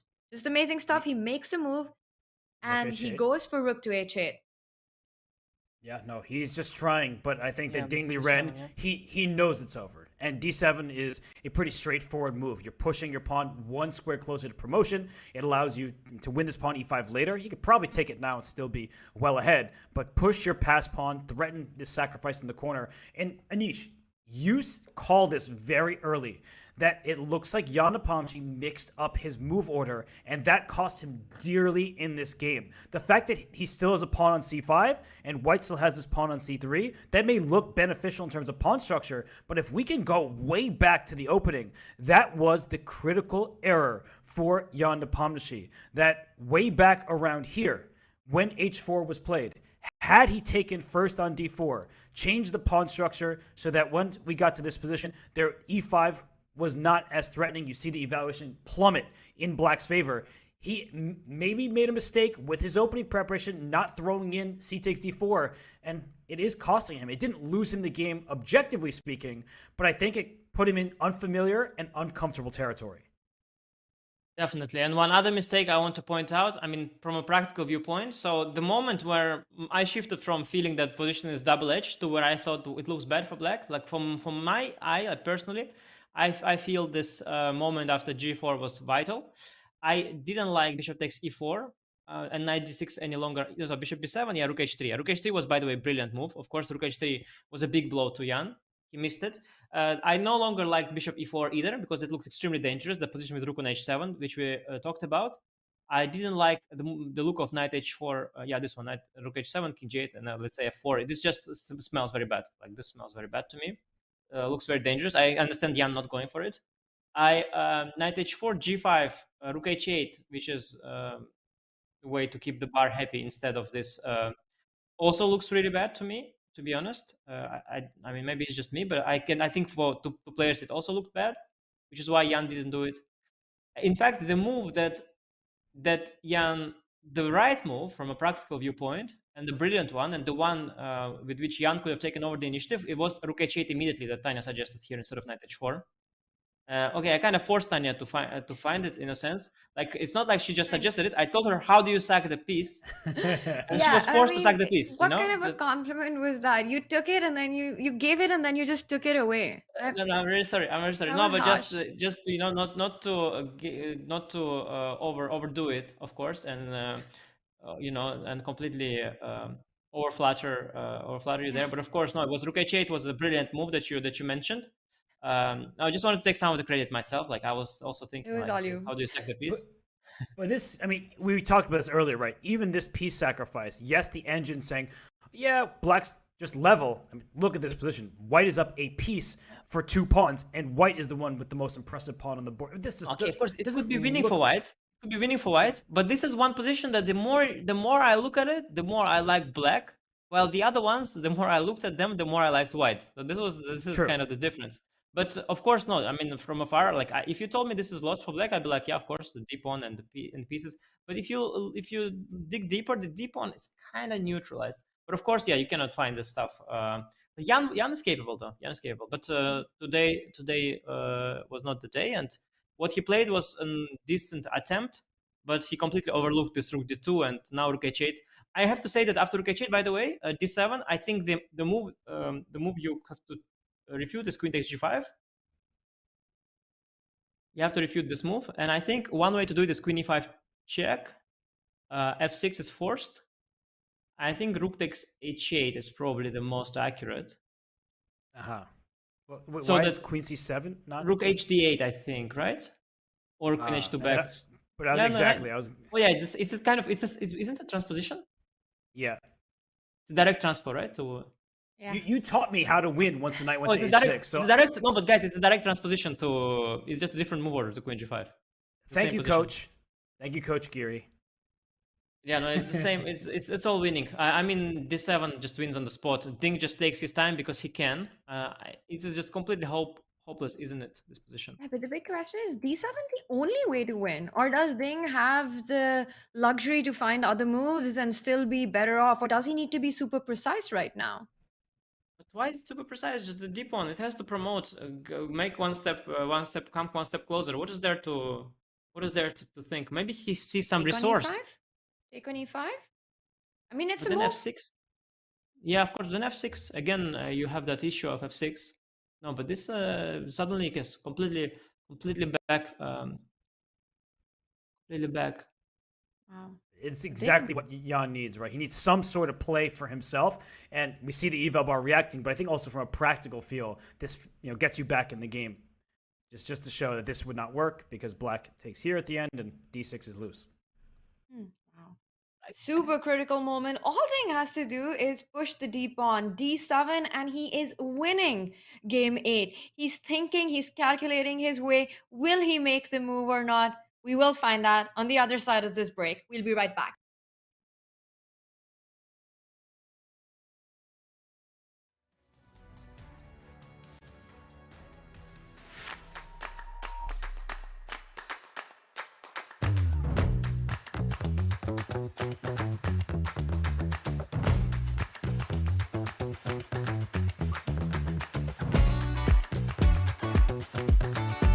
Hi, everybody. International Master Danny Wrench here, Chess.com's Chief Chess Officer. We are here and excited to be collaborating and partnering with WorldQuant as an official partner of the Champions Tour in the year 2023. I'm now speaking with Chief Strategy Officer for World Quant, Natish Maini. The people have met us, and now time for the big questions. Jumping right into the basics, tell everybody a little more about World Quant and what exactly is it that World Quant does? Thank you for having me, Danny. And you already introduced me. I'm the Chief Strategy Officer at World Quant. World Quant is a global asset management organization. It was founded by Igor Tulchinsky in 2007. World Quant today has over 850 employees who are working towards designing investment strategies in multiple asset class across global markets. World Quant believes in empowering the ideas of the talent across the globe, and we have 23 offices in 13 countries today. Amazing, amazing stuff. So tell us now a little bit more about this project called World Quant Brain. So World Quant is built on the belief that talent is global, but opportunity is not. And we strive to take this opportunity to everyone around the globe. World Quant Brain has been designed as a tool which empowers us to take that opportunity to anyone. That's fantastic. Seriously, that's amazing. I had no idea about that. Learning about this along with our viewers, and obviously as a website and a company with a mission to also connect global communities and increase the opportunity for chess, that makes it even more of a natural partnership. Tell me a little bit more from World Quant's perspective why you guys run the IQC. So World Quant has this mission of democratizing quantitative finance. And International Quant Championship is one of the tools we have to spread the message about this opportunity which World Quant is offering to everyone to be a quant in the world in the quantitative space. And International Quant Championship empowers the individuals to utilize their ideas and show that they can do it, and gives us an opportunity to take this message to them wherever they are. That's great. Now, you said the finals will be in person. Was I right that it'll be in the Bahamas? That sounds like a pretty great location. Can I come? Yeah, absolutely. Absolutely. And I can? Okay. So I don't know that I'm qualified to be in the IQC, but tell everybody a little more. So the finals are going to be in the Bahamas. What will that be like for those who make it? Yes. So the finals, as you said, is planned to be in Bahamas for the IQC. So World Quant celebrated its 15th anniversary last year in 2022. To celebrate that occasion, we are getting the whole World Quant organization together in Bahamas this year. And we decided that we will organize the finals of IQC at that event. So this will give an opportunity to our finalists to meet the World Quant team in person. It will give them an opportunity to watch the culture and rigor of the organization. And we are very excited that everybody will be able to get together at that event in Bahamas. Well, this has been awesome. Natish, thank you so much. This is where I remind everybody it's their chance to get involved in the IQC, the International Quant Championship. You can use the command IQC. You can visit the World Quant Brain website. We encourage you to do so ASAP. Registration is open until May, so it's time to jump in. And maybe you'll get to meet the CSO and others in the Bahamas. Maybe I'll be there. If I'm lucky. I don't know, but it sounds like a great time either way. And Natish, the Chess World and the Champions Chess Tour, thanks World Quant for their partnership. And we're looking forward to the rest of the year together. Thank you, Danny, and good luck to the community for participating in IQC.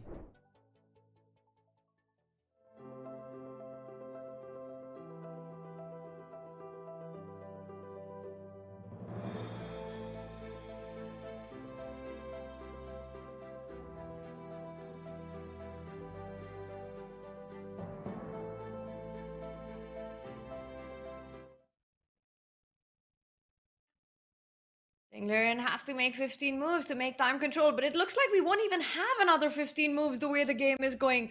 His last move trades on h8. We see that Jan Nepomniachtchi walks back to the board.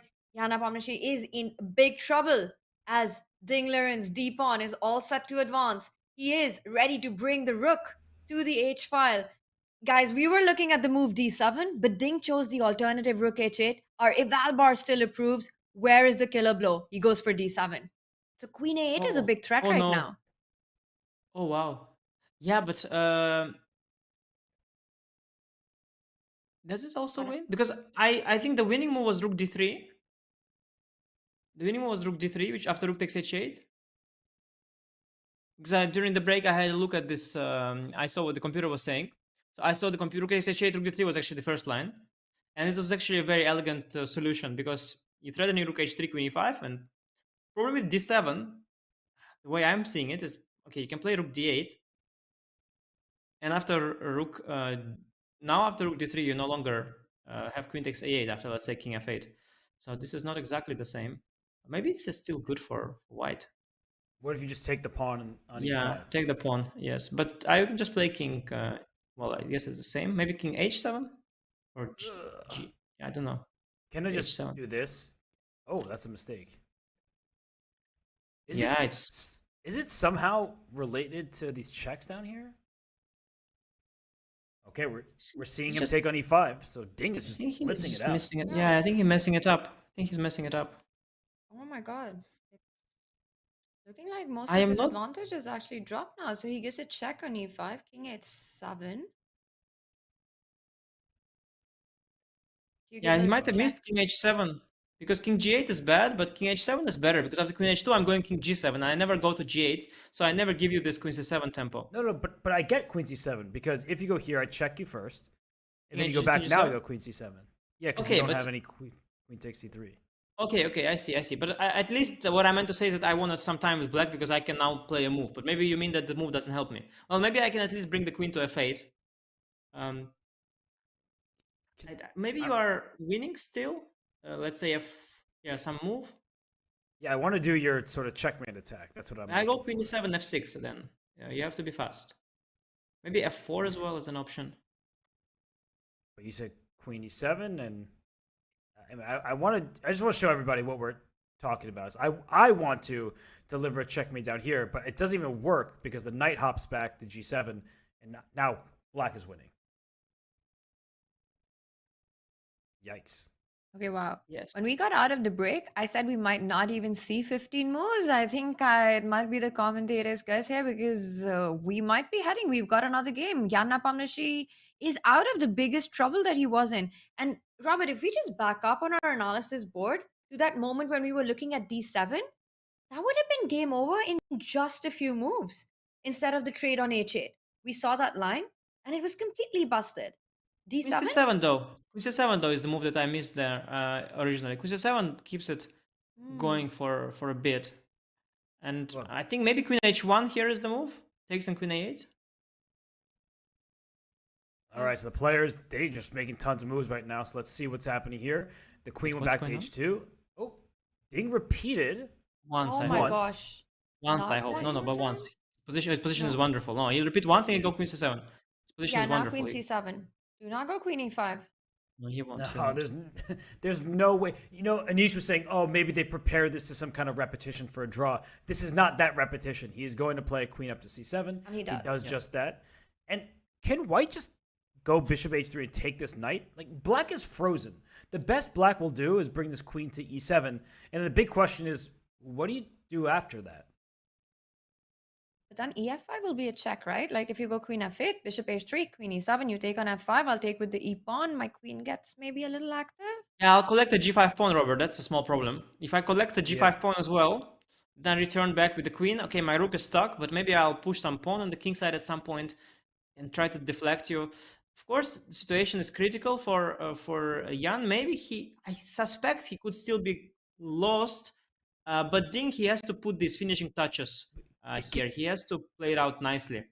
I'm just wondering, so what is the actual threat? Like, let's say you get your queen here. I'm just going to make these moves if we can, because the players have taken a moment here. It looks like Jan needs to sit and think. What is your... I'm just going to make a random move, okay? I'll go king d1, you go here. I'll go king c1. Okay. Oh, you're taking on g5, so that's clearly not the right square. At least put to c2, yeah. 493. Maybe 93 is there. I don't know what it does, but at least it's a move. So in other words, I can't just do absolutely nothing because you're going to try to win my g5 pawn. That's what you're telling me. Yeah, but also after I win your g5 pawn, maybe I bring my king to e7, you know? And then when I bring my king to e7, I have an idea of going queen to e5, knight to d6, disrupting your coordination along the d file, and then collecting the d pawn. So you cannot... I think you would want to keep your g5 pawn. I'm thinking... Yeah, whenever you go queen e5 check, I guess you go f6, or because if I get maybe my queen to f6, maybe I sort of dominate. You have to be careful. With some really nice insights, that rook d3, that Anish that you were pointing out, which looked so strong, and we were talking about it during the break as well. It's such a difficult move to find, and one of the reasons apart from it being a difficult move in itself to find, is that there are so many other options that look equally attractive here. Rook d3 is a quiet move, while d7 is screaming to be played. Right, you want to push that pawn to d7. Yeah, but if once you see rook d3, it's resigns. I mean, that's the problem. It's really Ding, given what he has found so far in this match. I mean, rook d3 is a joke for the compared to all of that. It's just elementary for him. He's found these brilliant finishes. I mean, this is just rook h3 next. Let's say queen d8, probably only move. I think even after queen d8, I have rook h3, and I think it's just like forced checkmate simply. I don't think there is anything to calculate. While of course in the game, I mean, okay, it's attractive continuation, but I mean at that point you are really. I think there are two types of lines. There are those that look good and those that win on the spot. I mean, of course everything was good, but you want to finish the game there. So I'm really not thrilled with what Ding has done because okay, here maybe he's winning, but it's far from over. And Jan is. Oh, does he sacrifice the rook? Oh, looks like Wow. it. Oh, beautiful. Is there a perpetual? Beautiful perpetual idea. Beautiful perpetual idea. We got to show that, Robert. Does it? Yeah, because of course this rook is hanging. Queen e4 check. If bishop e2, you queen h1. That's just going back to. No, it's a rook e2 only move because otherwise queen b1. Right. So now queen b1 check. You have to give a check. King d2 and. Oh, I said idea. I didn't say perpetual. I said beautiful perpetual idea, just to be sure. So king queen b2, king d3 only move. Queen b1, rook c2 only move. Queen f1, king d2. I'm running. Two options of running, but back looks good because if we no, can get over back here, is nice. we're sheltered. Yeah. You know, Jan is for the second day in a row he does it. Remember Tanya, do you remember the press conference of the previous day? He suggested some perpetual for Ding, which was not a perpetual. Now he said he's found the perpetual. That's also not. It looks like a perpetual, but it's somehow not, and it's very counterintuitive. But if you do your due diligence and if you do your math, you will figure out that it's not a perpetual. But it does look incredibly like a perpetual. It really does. So, Anish, you're saying that all Ding needs to do is to sit and calculate and pick up the rook. There is no perpetual in this position. 21, by the way. 21. Sorry. Miss that. Nah, but queen d1. No, I mean I don't see it of the bat. So queen d8, queen e4, rook e2, queen b1, king d2, queen b2, king d3, queen b1 is all forced. Queen b1, rook c2, queen d1 check here. This looks like a perpetual. No, this is queen b1. This is where it came from. So only move is again king e4. King e4. I mean, you give the rook with check. Okay, you give the rook with check. Bishop d3, I guess. Knight d6. This is insane. King e5, I guess. Oh my! And queen f6 check, followed by queen takes d3. Queen f6, king h7, d8, knight c4, king f4. Yeah, this e5, king g4, queen e4 check. Anish, king you're g3. crazy. Has anyone ever finished? told you that? No, but Anish is right. What he's doing right now Did you see how long the line was? He's demonstrating what Jan was probably thinking. He's like, let me just go and hope for this perpetual. He didn't see a perpetual check. Let's be clear about that because it doesn't exist. But he's saying it's complicated, and he probably felt that the other position was losing. If we just backtrack to the start, where we were looking at, instead of queen h4, which is considered a blunder, which it is, queen f8, this looks bad. And we were talking about this. It doesn't look like black has much going for him, but maybe there is some kind of better defense, even though it doesn't look very fun. You missed it. And Ding buys into it, by the way. Robert, No, but just an update. it's so easy to buy into it, by the way. Yeah, It is so easy buys to buy into into that. Oh He my doesn't goodness, capture the what- rook. Instead, sidesteps the check with king d1. And it's But this- not the best move. That's exactly what Jan wanted. First of all, he saves a tempo. Even in those variations we were Saves a looking tempo, at, yes. you had to play queen f8, queen e7, and then take. He could just take this pawn on g5, and Oh, he's black completely isn't back, out of the isn't he? woods. But he's back in the game. Oh, he bluffed him. Oh, but this was, by the way, I have to say, this was such a weird non-perpetual. Like, didn't it look like a completely like a perpetual, guys? It looked like totally like a perpetual. It I'm was gonna so ask, weird. For the benefit of humanity, can you take us through that line that you just showed us? The one that was in Jan's mind, the one that you played through, which looked like a perpetual. It looked strong enough that even Ding bought it. Guys, can we just play through it one more time? Okay, you want to go back to this line here. So instead of king d1 to run away, queen takes d8. Queen e4 check. Bishop e2. The bishop can block. Then the queen goes to the corner. There's no legal moves to the king. The bishop goes back. We already saw this. So now King we're D1 saying also easy. Yeah, Rook E2 is D1. clear by elimination. Yeah, this is also This- easy. So you this must is go just Rook over. E2. Yep. And by the way, more moves are happening. But you have to play at this point Rook e2, Queen b1 check, King d2. Black can only give these checks. And white has to block. And you don't even take this bishop, which is available. There's This Queen you see. d1. Yeah. Queen D1 is what you yeah, Queen D1, Rook D2, Queen B1, and this is where you end your calculation. I think you Right. don't see King E4 maybe. You might not see King E4.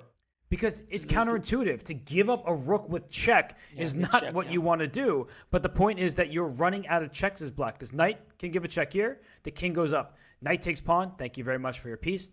Pawn here, no way. I take with check. So you have to take this bishop. But in the end, we saw that white gets a second queen. And black, unfortunately, for Jan, if this were to have happened, runs out of checks very quickly. You have a few more up your sleeve, but no matter where you go, the white king sits on Just g3, it's over. and that's over because checkmate is threatened here. It's doable. What a It's line. doable, by the way, but it's super hard. Yeah, this was just, and the confidence with which Jan played it, I think that also makes you a little shaky. It's almost like, yes, he's seen it to the end. Ding could have taken a few more minutes. It almost felt like a player like Ding would find this to the end and take the rook. But instead, he buys into it. He moves the king to d1. And how much of his advantage has he given away, Robert? Well, I think if he hadn't lost on time in game 7, he would have spent much more time there. And that's what I often critique. I don't want to be overly critical. It's, the players, they're under a lot of stress. They've been playing this game. It's nerve-wracking. It's intense. But what I have in the past criticized is not when they miss an idea, but when I feel they don't spend enough time calculating it. And right now, Ding has 22 minutes left on his clock to make it to move 40. He's already made 33 moves. So that is quite a lot of time. But because he lost game 7 in that fashion, I'm guessing he is intentionally speeding up. But it is backfiring because we see the evaluation right now. I think that Ding Liren still has very good winning chances because he has a pass pawn in the 7th rank. He has given up his g5 pawn, and Jan brings his queen back to e7. That seems like a very logical choice. But can the white king, by the way, is there a future for this king to just walk up the board? Well, I can tell you one thing, Robert. The good news for Ding is that both players are under the impression that there was a perpetual check. So both of them don't feel like something has gone wrong. I think Ding feels that, okay, he has a big advantage. He always had it. And so far, everything's going according to plan. I don't think he missed anything. He doesn't realize that he missed something probably. So he's feeling comfortable and he's trying to speed up indeed. And, this is so often happening. Like one day you make a mistake, you're too slow. Next day you try to correct that and you're becoming too fast. And this is the wrong thing. You should never double guess your thinking process. A player like Ding, he's played chess since he's a little baby. And he does it all on automatically. It's all, unconscious process. And when you try to interfere with it consciously and you try to correct yourself, then all this weirdness can happen and you start missing stuff. But that said, he still has the advantage. And perhaps indeed the king run there. But starting with king b3 is probably a good idea. The question is how much counterplay black can drum up. I can think of an idea, maybe knight h6, g8, f6, but then I will get my bishop to c6 to support the pawn. I think pushing the e-pawn is also an idea, maybe e5, e4, e3 or something like that, trying to generate counterplay. I think black has lots of practical counter chances, and it's not going to be easy. I think he brought his bishop out, so he wants to reinforce this pawn on d7. Yeah, I'm with you, Anish. Of course, black has more chances now than before, but I'm still looking at this, and I would hate to have this position if I were Jan. Knight d4 is there. Knight d4 is there. It could have been a lot worse, Robert. It could have been a lot worse for Jan. And I think he feels like it's the best position he's had in some time, maybe in the whole game, in this game 8 that we are seeing bishop g2. And we see a question mark to that move. The computer, the evaluation, the engine doesn't love it. Bishop g2, not the most accurate, but such a natural human move to make, to just bring the bishop into the game, defend that d7 pawn. You guys are talking about this insane idea of a king march to win the game. Honestly, if that happens in this game, I would just feel like I've seen everything in this World Championship. King b3, king a4, king b5 to try and win the game. It sounds absolutely insane to me. Can you break that down? What's the point? Do you just want to go pick up all the pawns and use your king to do that? I do. I'm saying that black cannot really move effectively, so I'm just going to start stealing all your pawns and create a pass pawn of my own here. But Fabi we saw his featured chat. He said king b3 was too difficult to find. I was talking about the idea. I didn't necessarily think king b3 in that position, but apparently it was the best move. That's what Fabi said in the featured chat.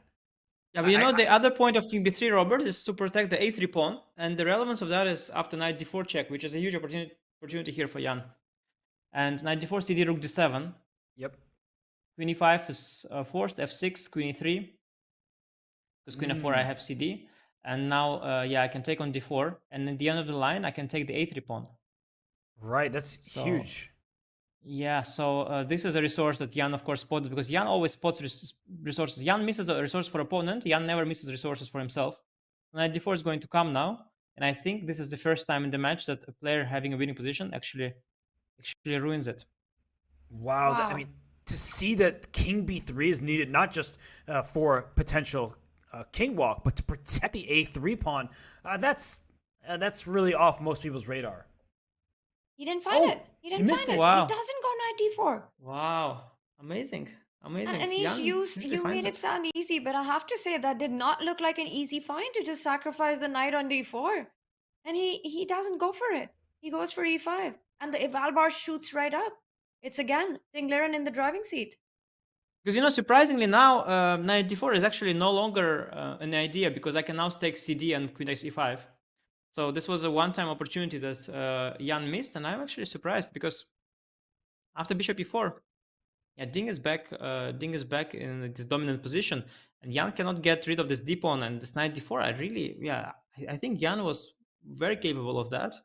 I'm surprised he didn't find it. I'm thinking now, though, maybe he thought of queen f4 instead of queen e5 check, because after queen f4.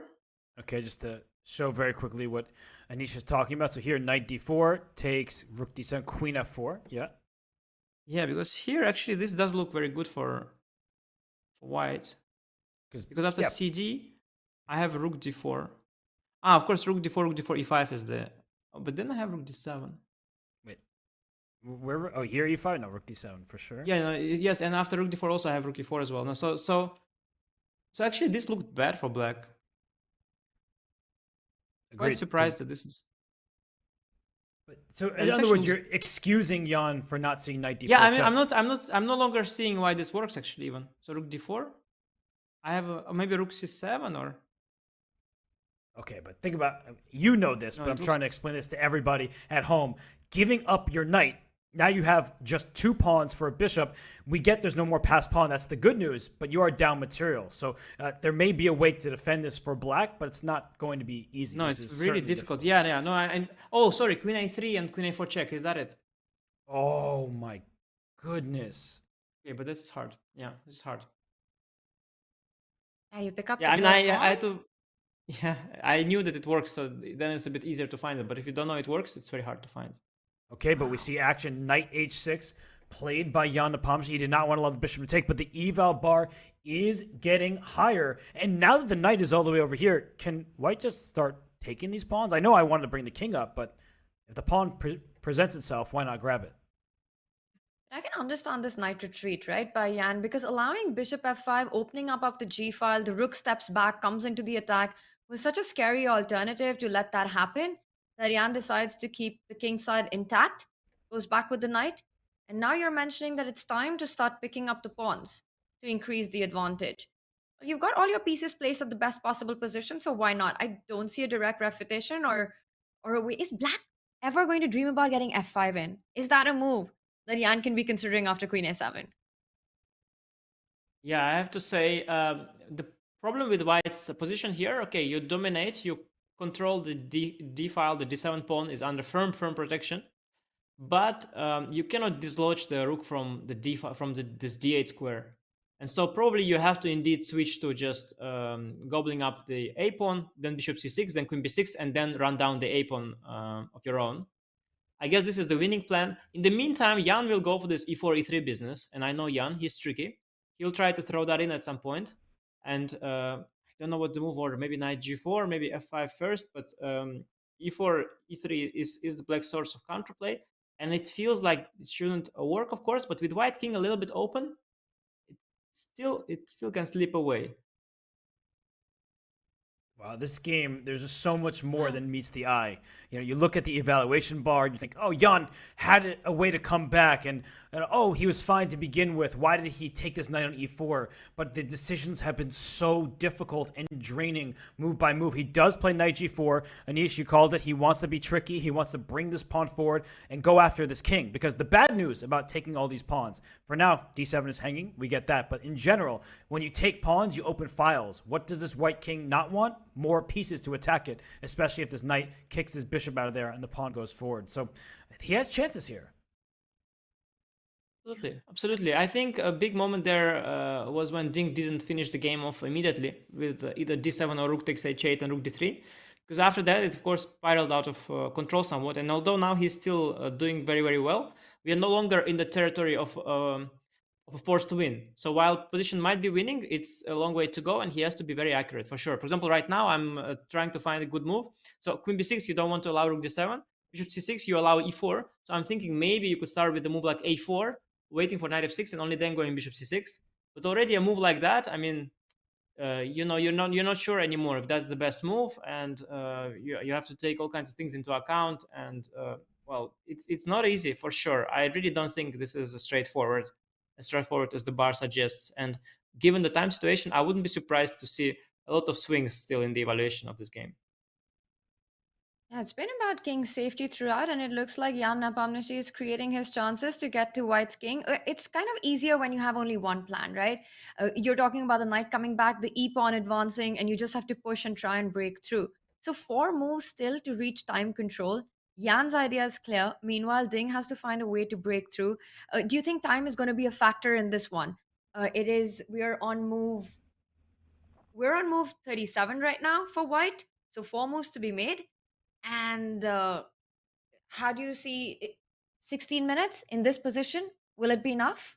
Well, Ding has made sure that the clock will not be his issue in this game. And he actually left a win, or maybe a couple wins, on the table by playing a bit too hastily. He had time to spend, but it's clear that he is not going to find himself in time trouble. But what he does find himself with is one pass pawn on d7 that can be defended. He can also take on b6. I would not do this. I certainly wouldn't. No. But if he wants to go up material, he can just start taking all the pawns. Right? He gives up his most passed pawn, trades rooks, takes on c5, and says, oh, I still have this outside passer.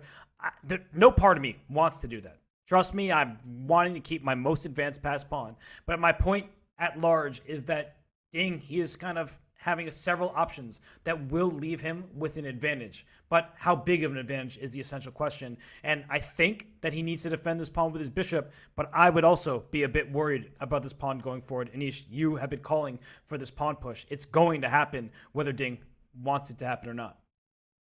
Yeah, and I have to say, I really like Ding's body language there. I liked the way he looked at his score sheet, just threw the span a little bit of aggression there. He's brought this emotion from his previous game where he's pissed at himself for being frozen there, and now he's no longer freezing. He's trying to calculate. He's on a full alert mode. He doesn't want to repeat the same mistake, yet he understands that he has to calculate. So he is now very sharp, very alert. I really like his body language, and I think he's going deep into the position. I think the time is definitely a factor. But I hope for him today that he will pace it well. He will spend the time on his 3 moves, and he'll make the good ones.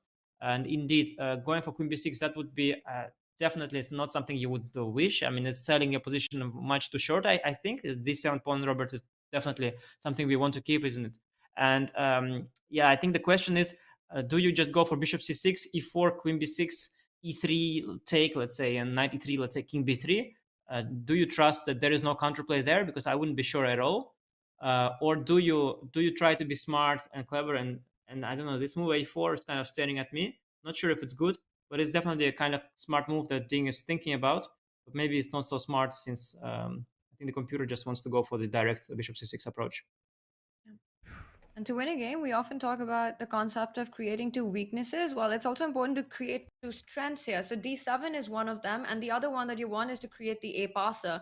That's why the idea of defending that d7 pawn and only then capturing the b6 pawn so that you can start advancing step by step the a pawn down the board to queen. But it is about evaluating how dangerous the knight and queen will be against the white king once this e4, e3 will come on the board. Once again, For Nepo, the plan is clear. For Ding, not as much because he needs to take his time to evaluate and see how much his king will be safe in those positions. Knight g4 on the board, bishop c6 is what we're expecting. A big moment for Ding. And you've been saying, Robert, that time is not a big factor currently because he's been judicious, but he still needs to take a decision fast. He can't burn the clock too much. The next 3 to 4 moves will be super critical, and he needs about 3 to 4 minutes for each of them. You're going to laugh at me. And I mentioned this idea earlier. Can he play king b3, king a4? Okay, I see what he's doing there. I see what he's doing there.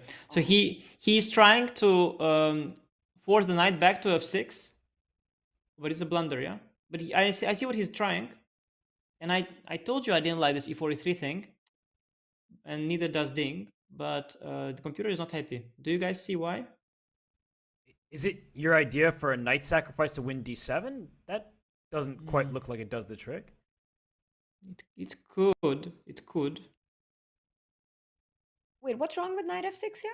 Then I think bishop c6, I'm probably very happy with that, I would think. Because then I can take on b6 later, and I keep all the advantages of my position, and I've sent your knight back. But I'm afraid that, the reason computer doesn't like it is something different. Maybe it's knight f2 related. Wow, another piece sacrifice. Yeah, that's not clear either, right? I was just reacting to the evaluation. I see it go to 0. I don't see anything else besides maybe knight takes that. Let's put it on the board. Let's see what queen happens. e6 or something is also possible, of course. Some move with the queen. I don't know. Yeah, queen b6. Yeah, it works, Robert. E4, rook e2, I think. But this is so far from clear. I mean, this It kind looks of lost. it looks lost for white, doesn't it? For black, sorry. Down a piece. does look But Jan lost. does it. And It's he the does only it. He chance. goes for The it. only He chance. finds it. He Wow. finds it. He goes knight f2. And that Amazing deserves stuff. the double exclam. I mean, that was a big decision from Jan. And you can look at his body language. Anish, you were just talking about Ding's body language. Look at Jan now. He looked a bit dejected earlier, but now he is leaning over the board, and he feels that he has legitimate chances to hold this, and the eval bar agrees. Yeah, well, unfortunately for Ding, not only is this a good practical chance, because you hate seeing your d pawn disappear, but also objectively, this seems to be strong. I would personally think that white is still, objectively, white should still be doing good, but if even the bar is with Jan, then, well, I mean, I have to say, Ding in this game, he has taken a lot of very bad decisions once he got a winning position, and I think, yes, he's just, he hasn't fully recovered yet, it seems to me. Because he's let Jan back into the game on multiple occasions, and now allowing knight f2, which apparently is also very strong. Yeah, it looks like things are not going his way at all anymore. Wow, what a shocker for Ding. And I mean, he's now calculating when someone takes a pawn and you can capture that piece. Usually you take it, but the fact that he hasn't moved yet, it's clear he did not expect it. That was an oversight by him. And the fact that he hasn't taken this knight immediately, he may be gathering his bearings, but maybe he's going to say, you know what? My passed pawn is that important. I dropped it, my own pawn, but let me keep my pawn on d7, try to take b6 next. It's not out of the question. Wow, but after you play a move like bishop f3 and then to go back bishop c6, just losing the f2 pawn, that's such a difficult decision to make as a player on the board. And knight f2 is definitely not something Ding was expecting. It's been played. I have to say, that is a high-class defense resource. To just sacrifice the knight on f2 for the e pawn to push on, to pick up the d7 pawn. Just some incredible chess. Jan Nepomniachtchi doesn't miss his resources when he gets the chance. He does it. And again, I'm going to come back to the clock factor. Just 3 more moves to be made, 10 minutes. With knight f2, when you're faced with this shocker, something that you were not expecting, that changes the complete dynamics of the position, it's not an easy shift in the mind, Robert.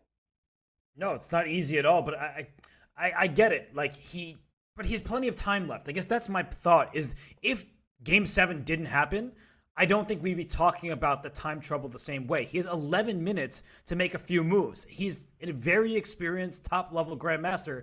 To him, that's probably not huge time trouble. But I think we are having this recency bias where we're looking at the position and be like, oh, time trouble. I really think it's the loss, right? What just happened, not time trouble in a in a vacuum, but we don't live in a vacuum. We're not emotionless creatures. Ding Liren, highly emotional, as we've seen in many of his interviews. And I do think that it's game 7 coming back to haunt him, but he had a winning position. I mean, Anish, you mentioned it earlier. There were some choices that he made that, if he had spent a little bit more time, maybe he would have found it, because he is that strong. He's that great of a calculator. It just seems like something is a bit off, and it could be a remnant of game 7.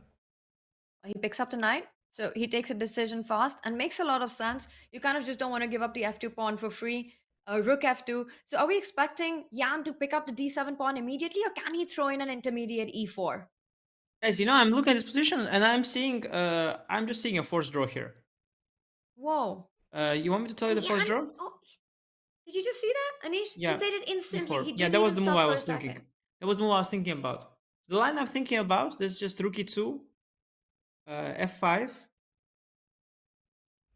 queen, well, let's say queen b6 or bishop g2 first. That's the same. Queen b6, let's say rook d7. And I think I don't see how your queen ever gets out from the following of the rook. So I'll go just rook b7, rook c7, rook b7, rook a7. Whatever you do, I will just follow your queen. I think it's trapped. Oh my goodness. If I wasn't on screen, but my jaw dropped. Anish, that is sickening. Let's say bishop g2, rook b7. The queen can't get out of the cage. A big cage. It's a very big cage. Well, I think maybe it can via b8. So maybe you can go like, yes, maybe queen, but well, then I say a 3 pawn already hangs, yeah. So I could also get more ambitious with black. You should not completely dismiss it. But maybe you go c6 first, rook c7. Yeah, but then queen a8 again, rook a7, queen b8. Maybe like this you can try. But then again, you lose the a pawn. And white's winning chances look. Yeah, you can play this, of course, with white, but you don't have a passed pawn anymore, and the bishop is staring at this pawn chain. I'm not going to push my pawns. I think I'll just keep them there. Just keep your bishop locked out and try to set up attack against your king. And endgame is also good for black at this point. No, I think this is it. I think he's ruined it, and it's just... I think it's just a draw, to be honest, for at best for white. Wow. It's as if the queen is trapped with so many squares on the board and open position.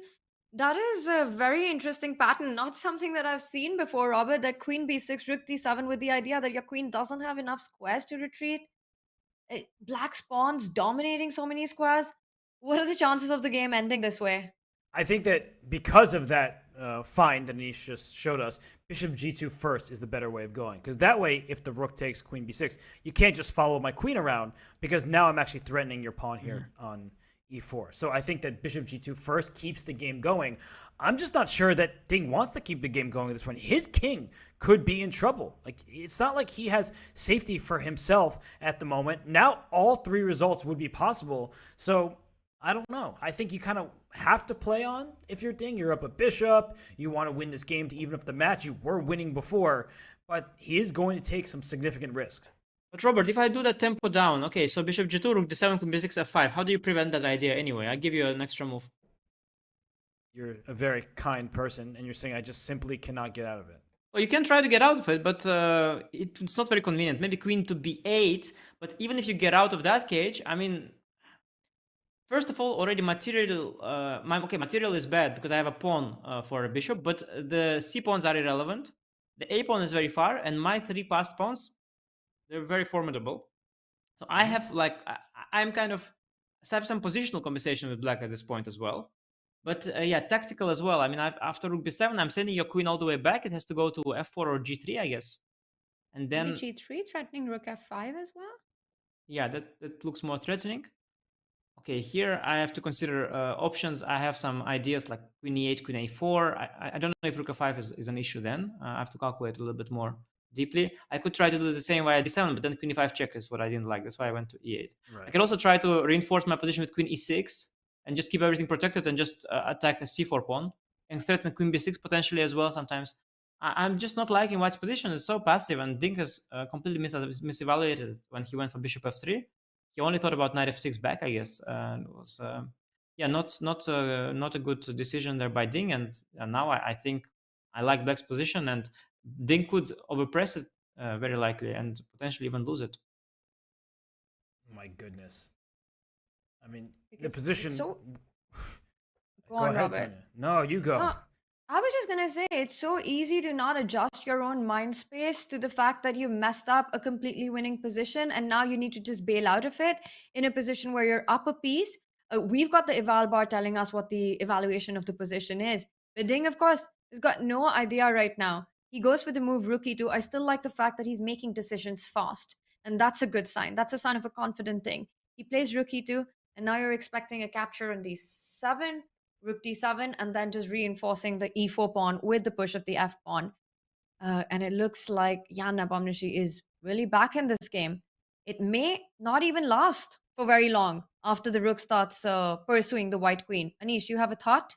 Yeah, I was just wondering, why don't I start with f5 even stronger, and after queen b6, queen Yep. d7?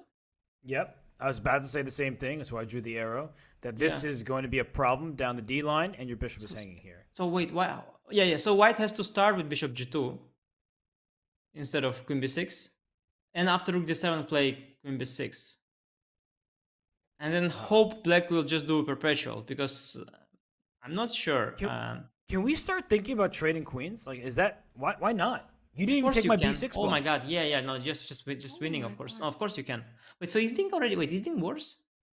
Ding is in trouble. I mean, rook e2 after f5. What is his plan? And here comes Jan. He is going to play f5. Why is Jan the bar? I thought he was. Why is the bar He does still it. equal? He does it. He finds it. It looks really good for black. And you can't avoid the queen trade after queen d7. There's just no way to avoid it. You can't allow the queen to penetrate on the d file.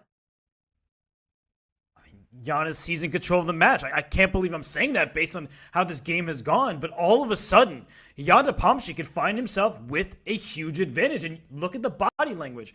Ding grabbed his head before in disbelief.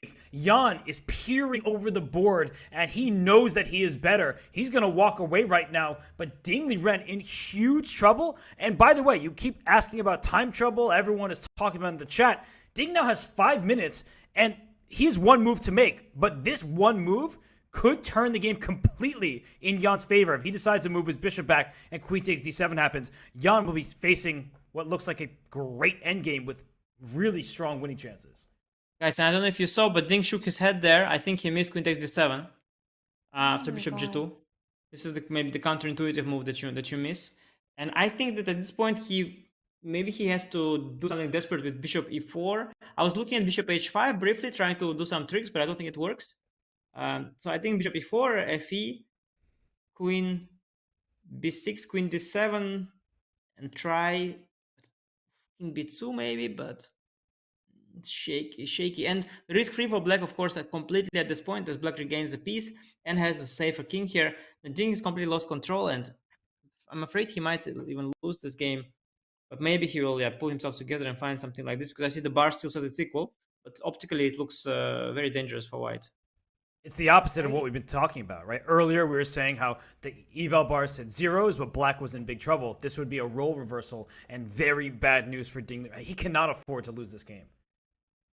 Yeah, that would be a 2-point deficit for Ding, and that also coming from the position that he did. Completely commanding opening, middle game, brilliant play, and then these last few moves, one inaccuracy with the bishop falling back to f3, and it looks like the position has turned around. Jan Nepomniachtchi finding a brilliant knight after sacrificing the knight to take over the initiative, and now he's the one who's pushing.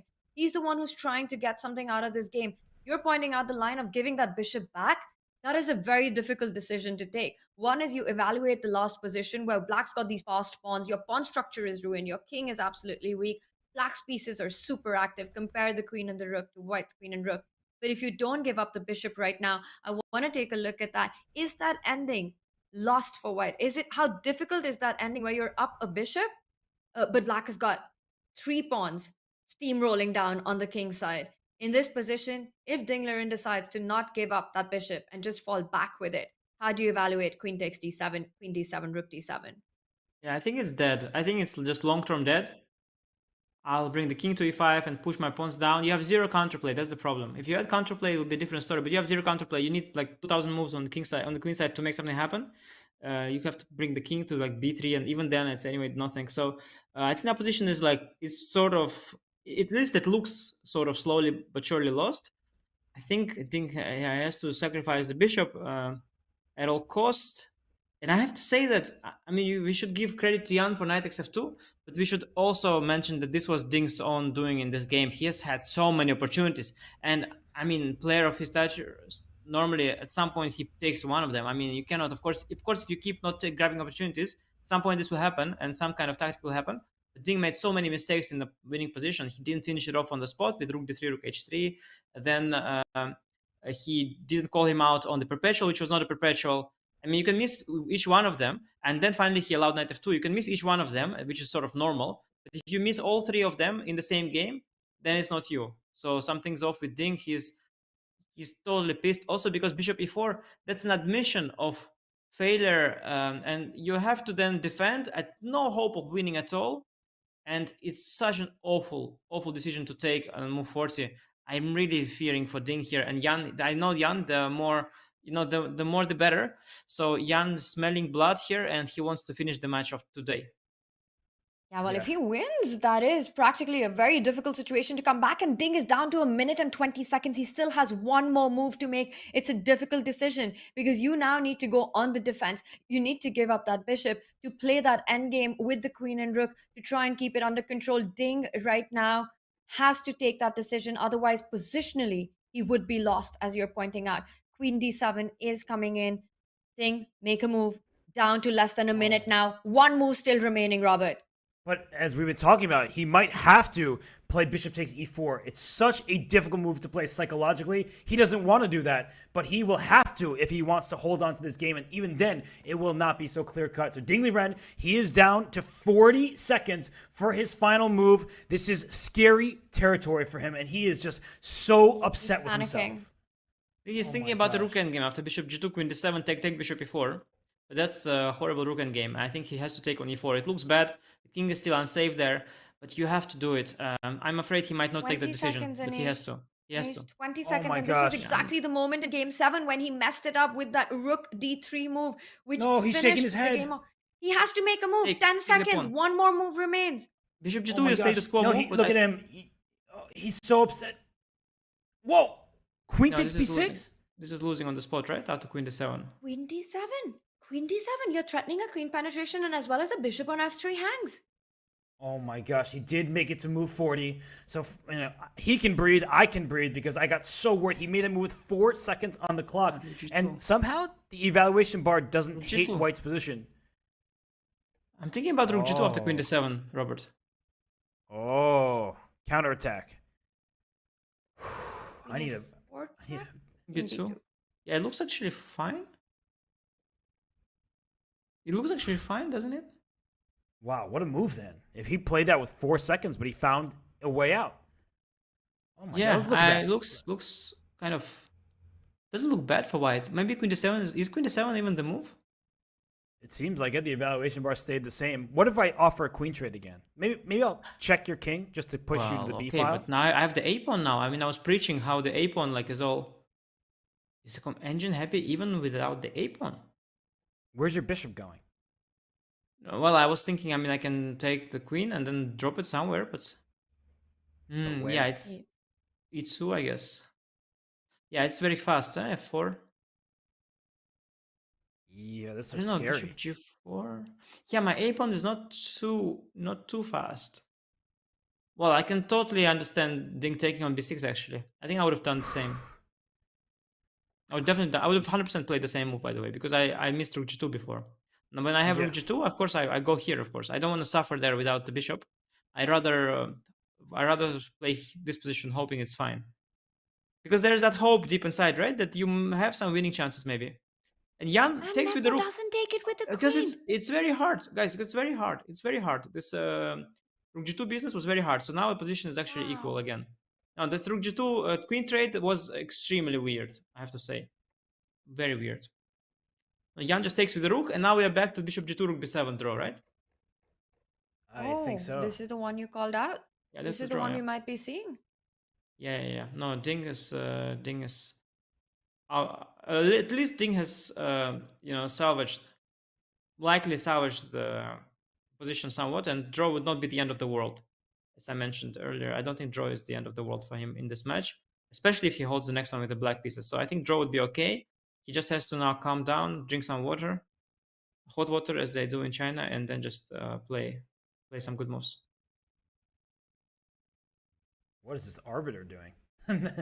Just walking around, getting on camera there. But yeah, that was unbelievable stuff. I'm still wrapping my head around what just happened there. Ding Liren making that move with 4 seconds left, but now he has time to consider his options. Yeah, and with that, the players get an additional 60 minutes on the clock for the next 20 moves. The dust, the madness has settled for the moment. The players are in the restroom just getting their thoughts together. And while they do that, we've seen incredible action in Game 8 so far, and it continues. We will be right back.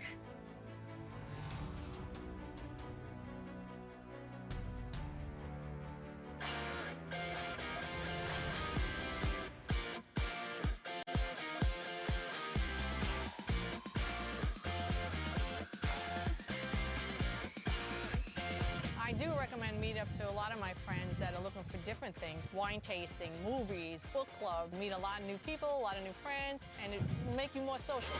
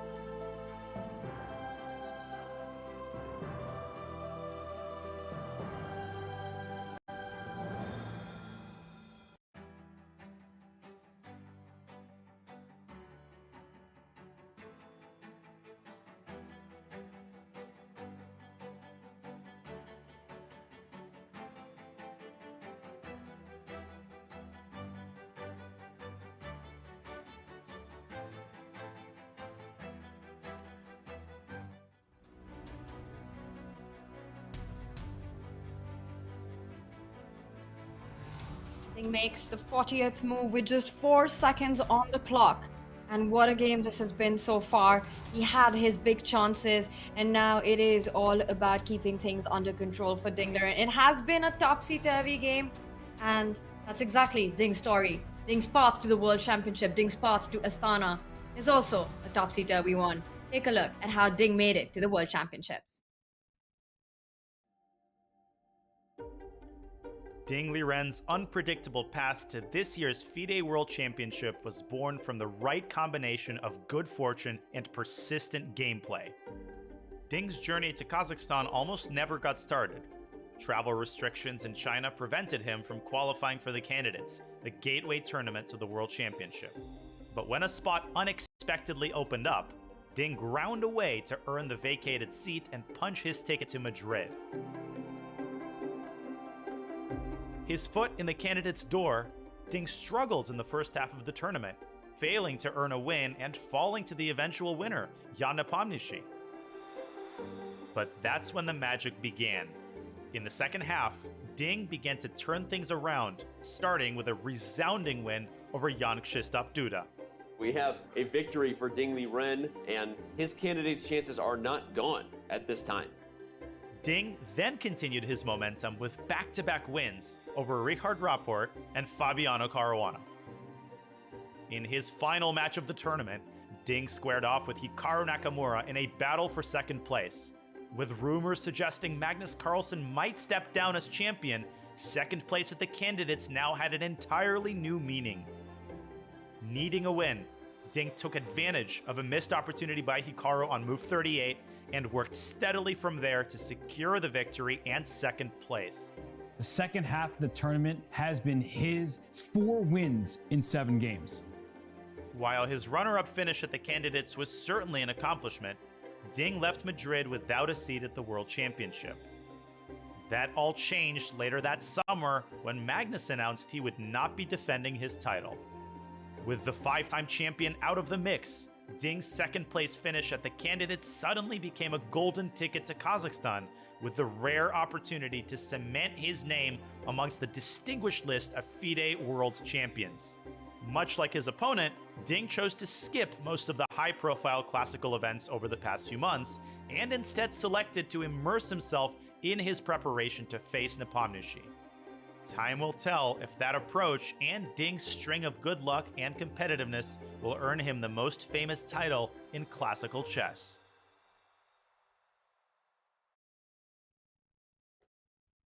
Ding's path to the World Championship has been one for the movies. It has been filled with emotions and so much drama on the chessboard. We've seen him take his own destiny into his own hands to get to where he is right now. And currently he trails the match by a point after he lost game 7 going into game 8. The current one that is on, Ding makes the time control with just 4 seconds on the clock, and he's fighting to keep the game alive. He's fighting to keep the game going. We see that with his last move, making sure that the queen can indeed come out of the trouble spot on the queen's side. Ding Liren, he needs to win this game to equalize this match. Anish, what are the chances of that happening? Yes. He has an extra piece. No, I mean the smarter chess prediction, you know, the one that easily hands out this 97% stuff, I think it would give Ding like a 0.2% chance of winning here. Because I think the last move, I think the idea maybe is not to play for a win. Maybe the idea is to force the draw with a move like Rook b7, Queen c8, Rook b7, Queen b8. Because at least with the queen on the 8th rank, you maybe threaten Rook h2. So maybe he's trying to just force the draw even more than with a move like Bishop g2. Because Bishop g2, maybe he's worried that Jan will play some quiet move, you know, or somehow reposition his Rook and the Queen and start the attack. I could easily imagine that, yeah, this Queen b8 is not necessarily a winning attempt. But we will see. We'll see. Could also be that Ding wants to bring the Queen back. But I think after Rook b7, bringing the Queen back, that's very dangerous because Black has all sorts of different interesting options to try and penetrate and start the attack. So I think you have to be careful with White, and I don't think the winning is on the menu here for Ding. I think he should be happy that after missing so many opportunities in this game, that at least he can get away with half a point. And as I already mentioned multiple times earlier, I think if he holds the next game with the black pieces, he's still in with a decent shot. Yeah. And Robert, we saw this whole path to the World Championship for Ding. It's been something that we haven't seen in the history. We saw him kind of carve his own way to the candidates, and then Magnus withdrawing from the World Championship, deciding to not defend his title, and then Ding gets a spot. And now here he is. He's the first Chinese player to have surpassed 2,800. He is the first player from China who is fighting to win the FIDE World Championship. It's such a big moment for him, which also, of course, adds up to all the pressure and the expectation. How much do you think this means to Ding? It is, of course, every chess player's dream to become world champion. But there is so much that has happened to get here for Ding, and it's such a big moment for him. Yeah, it seems borderline overwhelming for him. We've heard him talk. He has been very emotional. And if you think about the match as a whole thus far, he's actually had an advantage for a good percentage of the time. He has won several games, and the game he lost in the seventh game right before the break, he was the one who was kind of ahead. He was outplaying Jan Nepomniachtchi. Here in Game 8, he was outplaying him once again. So I feel like the result doesn't necessarily reflect the level of play he's shown overall. You wouldn't expect him to be down in the match based on how well he has played. But I do think that the emotions are getting the better of him, and he will need to get them in check ASAP, because there's not much time remaining in this match. And if he does not win this game here, and let's say this 8-game ends in a draw, he'll have to come right back tomorrow with the black pieces. He has not fended Jan Nepomniachtchi off well when he is at black. Yeah, you know, Robert, I also am sensing some trust issues there in case of Ding. I think he trusts Jan too much. I think Jan's body language tricks, they work on Ding, because I keep noticing that they impact Ding in his thinking process, in his decision making. Today, he trusted him on the perpetual. Of course, if he did his calculation, the line, okay, how to say? If you put the position after Queen H4 and you ask me again in a second, is this a perpetual or not? I'll tell you it's a perpetual. This is not the point. The point is that when your opponent plays a move like Queen H4, you are supposed to, as a professional, of course, do your check, do your calculations, and you're just going to calculate. And as we had seen, you just keep calculating the force line, and in the end, you are shocked to find out that you are winning. I mean, it's a shock. You're shocked, but you just get there if you do the right procedure that you are capable of. But of course, the moment you start trusting your opponent, the moment you start doubting your time spending, is when you start playing, taking these weird decisions, and you basically scan this line. You think, okay, it's a draw, because also the guy probably looks there, confident, and he's always with Jan's constant faces. By the way, it's a thing. Like, you make a good move, and Jan makes a face, and you doubt your move because you think, okay, maybe I made the wrong move, And I've experienced this a lot, of course, and you have to learn to resist this as well. I mean, nobody's immune to that. So it's not like I can do it on demand either, but you have to resist the stuff, and you have to trust yourself. You cannot trust your opponent. And I think also in the previous game, I saw it's the one that he lost. Jan's body language has been very misleading that game as well. He was making all these faces when he was getting outplayed. Basically, Jan was getting outplayed, missing every strong move, and every time Ding would find a strong move, Jan would make a face.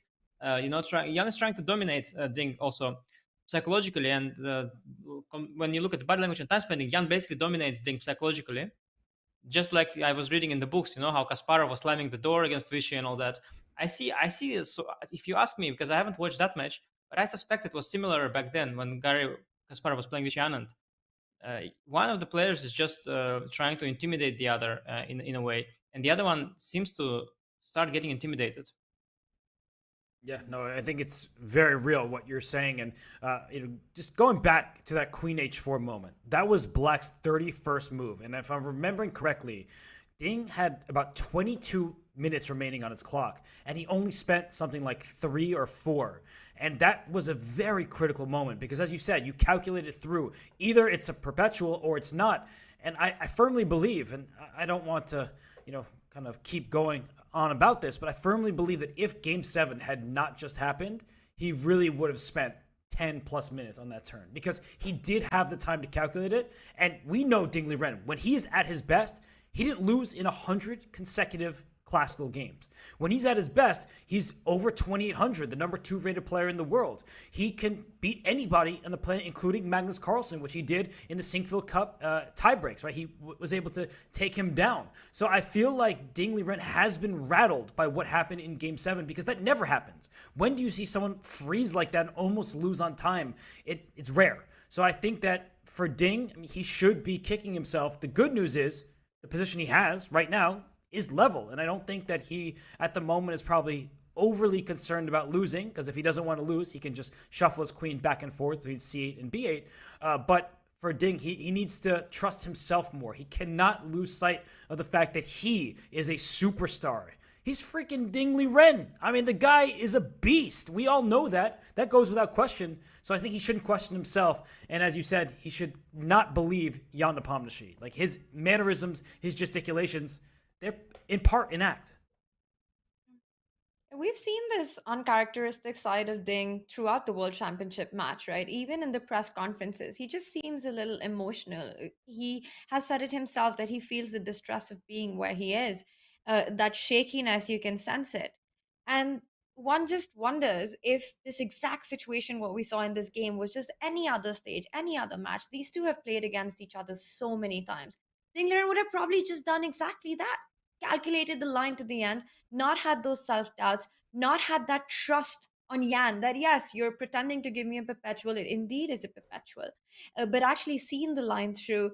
And how much of that has to do with the fact that this is the biggest stage, the fact that this is the World Championship, the experience that is required to deal with the pressure here, and how easy it is for even a player like Ding to sometimes just choke under that pressure. And maybe if it was any other stage, any other elite level tournament, absolutely anything else in the world, he would have called out Jan's bluff at that moment. Yes, and Ding has mentioned before at the start also that he in the interview before the tournament also that he was trying to get mentally ready for the for the big stage, and it's really hard to do so. But I think yes, he also had to probably take into account the opponent he plays and specifics of playing Jan, because indeed if we look at like the pure quality of the moves, at certain parts of the game, you don't get the impression that Ding is an inferior player by no means. But the practical aspect of chess, the time spending, like you can be a slow player, but sometimes you waste time when it's already clear what the best move is. Like if it's so clear to all the commentators that there's only one move, and then he's still thinking, that means okay, he's just doubting himself. And being practical, not falling for these body language tricks. These kind of things that are also very much part of chess, actually, part of practical chess. In that kind of game, Jan is far superior so far. At least that is the case to me. Even if you just look at Jan, the way he sits, I mean, he's just, he's just sitting there. He owns the stage. He owns the board. He is now playing with the pawn. It's like, who gave him permission to play? But he took the permission to play with the pawn there. It's his board, and he's sitting there on the table, putting all his weight. It's just different with Ding. He's and it doesn't matter for many players, but sometimes it really makes an impact, and it translates into the moves. If it doesn't translate into the moves, it's all good. Sometimes it translates into the moves. And then you see that, okay, you end up trusting that guy, you end up questioning yourself. And I think with Ding, I see that, he, in the last few days, he's been lacking some of that confidence that he needed. And that is an issue. And the problem with today's game, even if it ends in a draw, I mentioned before that draw is fine, but I realized that, it's not just a draw. He will come back to his hotel room. And first of all, the hotel room is too big, as he already said. That's already an issue. And the other issue is that he'll come back to that hotel room, and then he will realize he was winning. And he realized that he just had to take the rook and game over. And he'll, of course, get very pissed at that. And he has to recover from this blow as well, because if he had come back, score would be equal, and that would be a very different story. So another psychological blow today, even if he makes a draw. So bad situation for Ding, a very unpleasant situation. today's game is not a plus for his psychological mindset.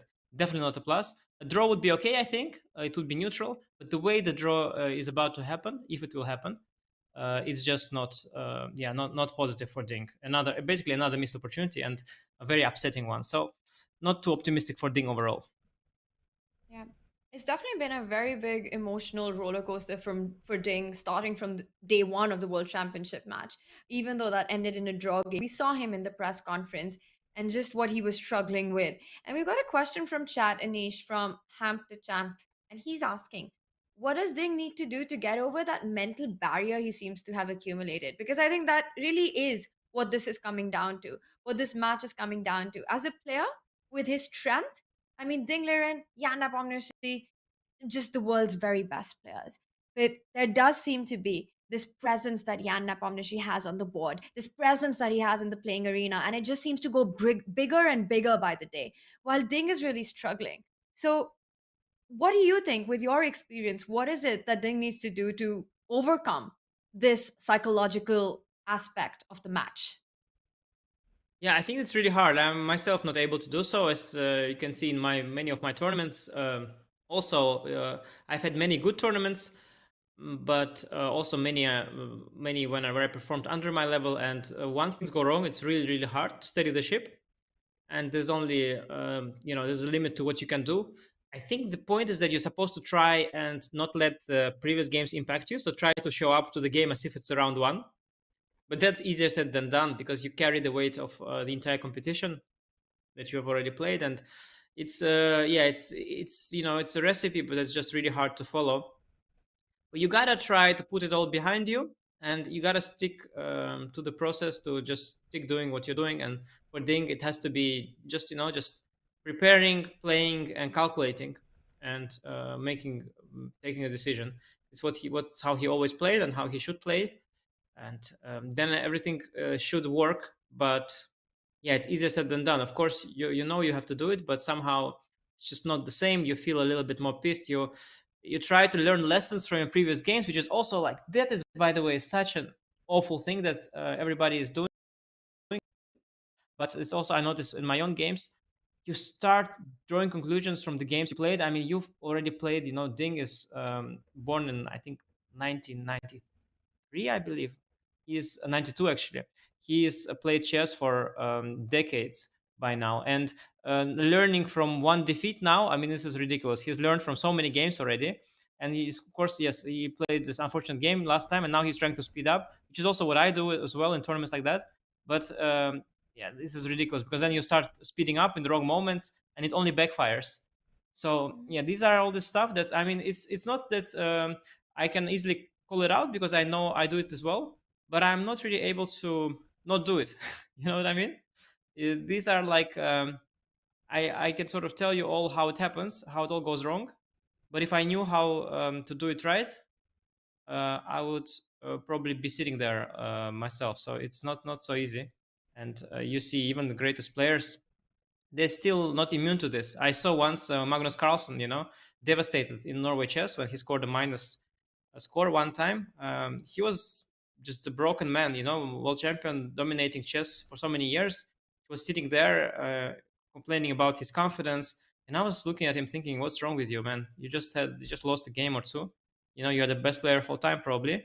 He was like genuinely heartbroken. And it just showed me that, it doesn't matter who you are and what you've accomplished. When you're down, yeah, you need help. Yeah, and I guess these are the moments that you really need your support system around you as well. You need the people around you to somehow get you out of it, to say those right things, as you mentioned. And there's a blurred line between what's the right thing to say and not. And it's such a difficult moment. But this is part of being at the world's biggest stage as well, right? It is part of being the world's best. It sort of seems to come with the territory, the pressure of it. We can only imagine it. I can only imagine what it must be like. It's just even hard to imagine really what it must be like.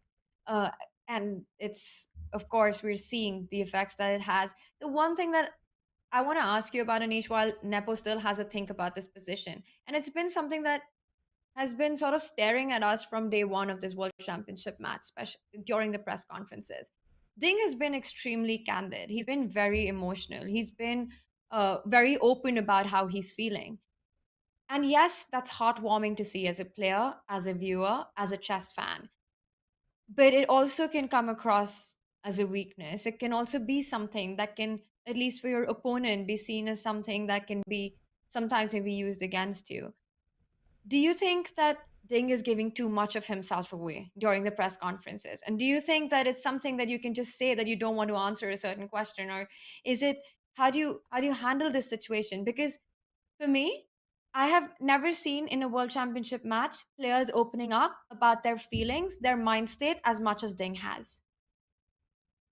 Yeah, I guess he's trying to stay true to himself, which is very sensible. And I think it would all be fine.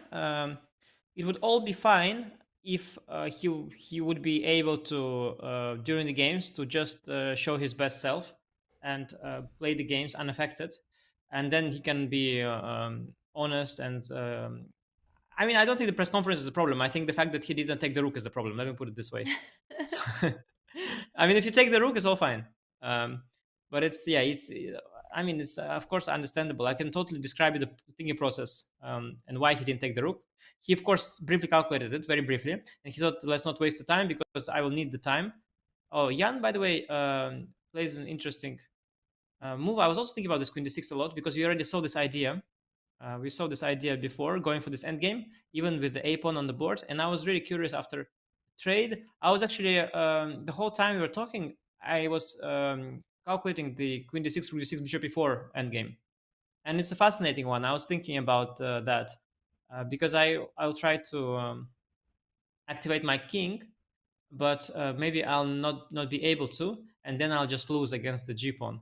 So yeah, it's this interesting approach by Jan, and I like this because I think this endgame only black can win that one. I think black is actually pretty safe there.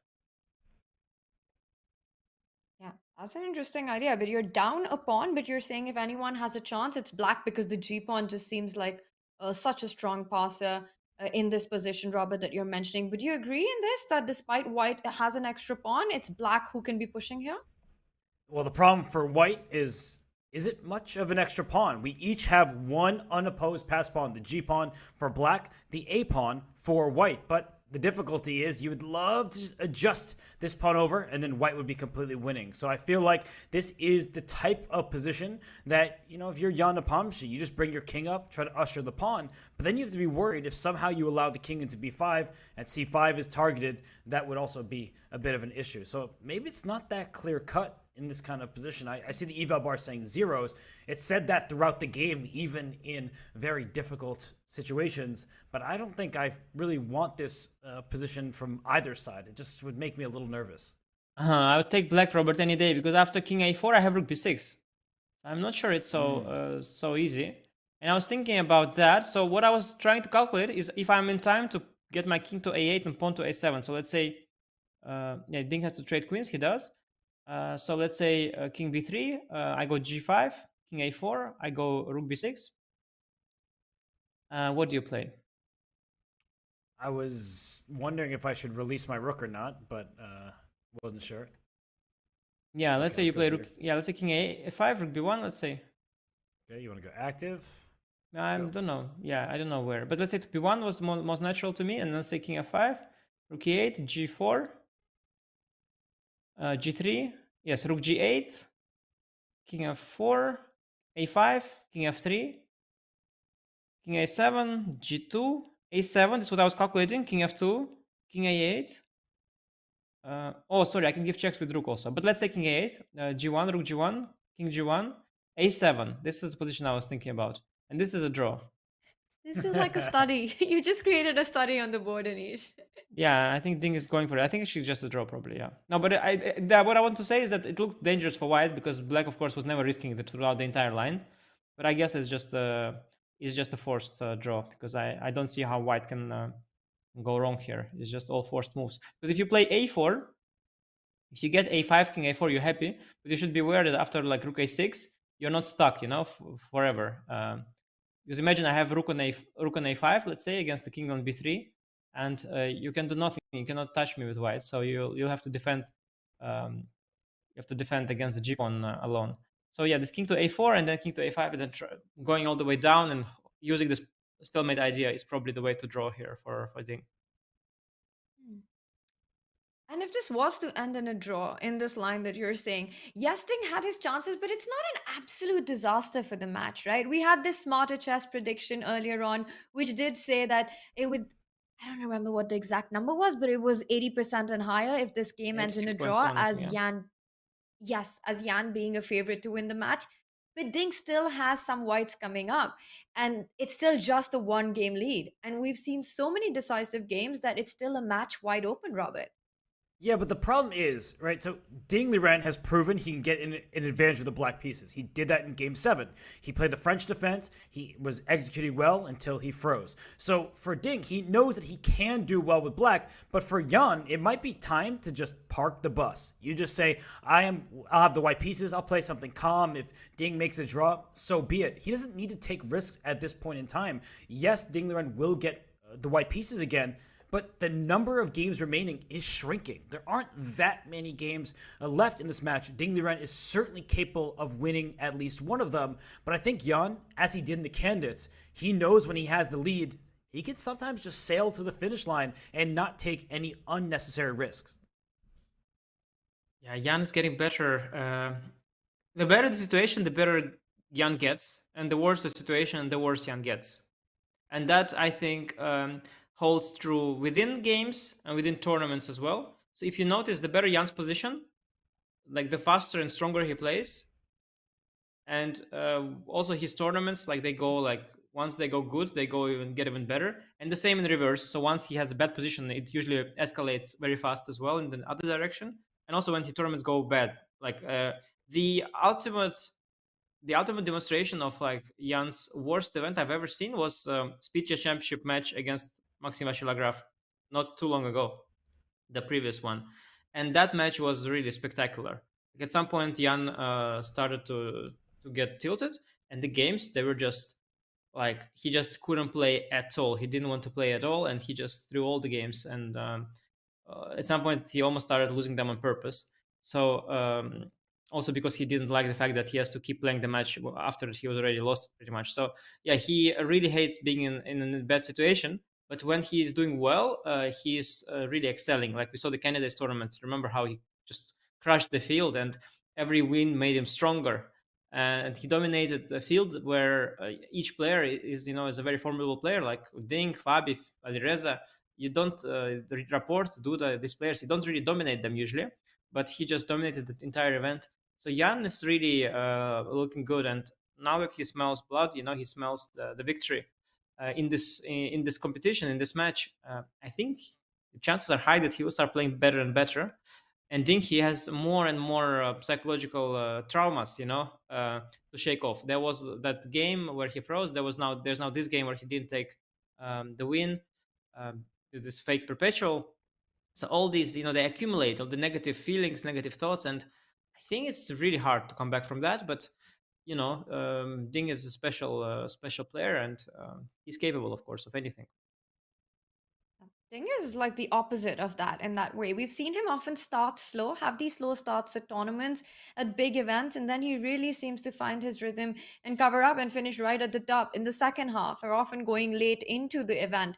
So two very different players, world number 2, world number 3. We've spoken so much about this on the broadcast that their playing strength is so similar, but their playing styles are so apart from each other. And that's what this World Championship, it is truly a clash between two of the world's best players in each and every way. Their personalities, their personas on the board, their approaches to the match. It's been a very fascinating one to watch. And we see the end game. It's developing the way you said. King to f6. Ding now thinking about how to proceed in this position. He has this extra a pawn, but the black's g pawn is marching down the board. You pointed out that line, which is a study-like finish at the very end. Is there any other idea, any other plan in this position, in this rook pawn ending, which perhaps gives Ding a little bit more hope to try for something here? I just don't think he has anything. I mean, he can bring his rook activated that way and try to go after the c5 pawn, but the g pawn runs fast. And something you just said, I think, about the clash of styles, I wanted to touch on that a little bit, because Ding Liren, he went 100 classical games without a defeat. If Jan Nepomniachtchi did like a quarter of that, I think we'd be pretty shocked because he's a very combative player. He's super duper strong, don't get me wrong, but he's more likely to win a bunch of games and then maybe lose a couple. Whereas Ding Liren, I mean, just the guy is really hard to beat when he's on his best form. And he did, in fact, play Rookie 8. He wants the activity rather than sliding his king up the A file. But I think that Jan has become a more settled down player, and it's been to his benefit. It's allowed him to win consecutive candidates tournaments. I think in the past, he used to take more risks. He was a bit impatient. He would kind of just, play often too quickly in critical moments. But I think we have seen a new Jan Nepomniachtchi, at least in the last bunch of candidates and even the 2021 World Championship. But Ding Liren has taken him out of his element. I mean, this has not been, and there's a draw agreed, fair result, but whew, what a match we have. Yeah, handshakes. And this one ends in a draw. Well, it looked like that was the most, the outcome that we were expecting, but so quickly while the players decide to call it a day, we see both of them analyzing. And Robert, just what you mentioned about their styles, but just to follow up on that, when you're trailing the World Championship match by a point, the opponent that you want in front of you is a player like Jan Nepomniachtchi because his style is so exciting. You know that he will perhaps just stylistically choose more interesting options, combative options that's going to give everybody a chance to try for a win. Like you said, you'll have more decisive games when Jan is playing. So for Ding, it's definitely something, a big missed opportunity, but not an absolute disaster. The game does end in a draw. He did have his big moments to take this one. Anish, how would you sum up this finish and this abrupt handshakes that we just saw right now? Yeah, no, I just realized while Ding played Rookie 8 that there are lots of different ways to probably make this draw. You could also indeed start giving checks to the king and then pick up the c5 pawn in a favorable version and then eventually return the rook for the g pawn and promote your own. So there are all sorts of different ways to make a draw, and the players just decided to not waste each other's time. It's been a very eventful game, and at this point, it's basically the intrigue has died out. And I like Ding's body language now in the post-game analysis. He's quite interested, discussing the game, talking about all sorts of different things as well. So, but the problem for Ding is I think he doesn't realize yet what kind of opportunities he missed. I think he's feeling quite fine now, but once he will see what he missed, he's not going to feel this fine any longer. Well, they're pointing to various parts of the board, and my big question is, after spoiling what was a promising and winning position, some players would be so upset they would just storm out of there. And Anish, you said you like his body language. He's just analyzing the game. Do you think he needs to just get back to the basics of chess, just like loving it, having fun, rather than feeling the pressure? And is that why he's sitting there and talking it through?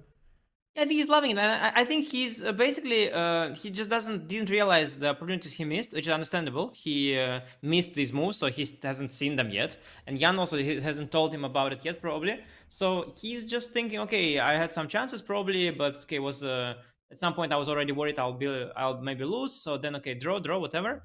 He thinks it was maybe an interesting game, maybe it was not so bad. But when he will see that he missed, a win, that's when he'll probably have a moment of devastation. Of course, he will try to come back from that, but I think right now he's feeling fine. But I think the reason he's feeling fine is that because he just didn't know, he doesn't know what he missed yet. That happens. I mean, I also have it very often. I play the game, I think, okay, it was an interesting game, all fine, and I feel fine. Then I'll come back and I see, oh my god, I had a direct win, and then you feel bad. And right now he's feeling fine because I think he didn't have the time to think about all the possibilities that he had, and he didn't have the time to realize that there was a win. Because we saw the win, of course, we were there with the computers and we already know it, but he didn't, and Jan also probably didn't tell him. Probably Jan also didn't see it. So they discussed something, some options, this, that. But I don't think that he's aware of exactly how big an opportunity this was. Yeah. You say that he doesn't realize it, but Anish, I had the feeling that right after the game, he did look a little unhappy with the result, a little dejected about how it had gone. Maybe not realizing the exact opportunity, but there's little doubt that he felt it, that he knew that this was his big game. This was his big chance to come back into the match to equalize the score. And what a game he played, right? From the very start, starting with the opening, creating chances. Ding Liren could have equalized the match. But Jan Nepomniachtchi is such a sneaky player, and he just knows how to keep things under control. Very resourceful, take it away, Anish, and show us the big moments.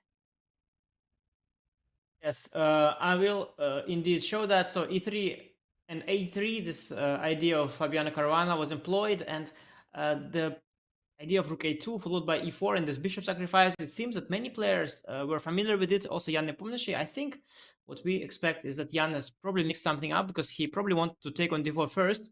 But after g6, Ding got this opportunity of going e5 and d5, which is not possible had the pawns been traded because the position would be too open. But now with the position more close, this was an interesting way of playing for Ding. And Jan had lots of interesting possibilities. I think if we click through the game, all options on each move for both sides, but the crucial point was around here. Jan had different options. He could take here. He could also sacrifice a piece, which was interesting. The way he played, knight h4 was also playable. Here, rook h8 was the best move according to computer, but I think still under a lot of pressure he would be. But after bishop e4, Ding found a brilliant idea, rook d2, this queen g5, queen e5, f6, queen to h2, rook h8, and this sacrifice. Let me just show it because it was extremely beautiful. This idea that Ding has found, which should have yielded him a win, but unfortunately, Jan resisted very well. Unfortunately for Ding, here this would be a win. Jan resisted well here. He tried rook h8, and now Ding had a couple of solutions. d7 was possible. Also taking, and rook d3 was very clear cut. Difficult move, swinging across to the h file, but a very clean one. I think here I can't imagine Jan putting up a resistance, although he would of course have tried. But after what Ding has played, Jan was back in the game until this remarkable moment where Jan bluffed him with queen h4, hoping that after queen d8, queen e4 there would be perpetual, but there wasn't one because white could run away, and the run starts here.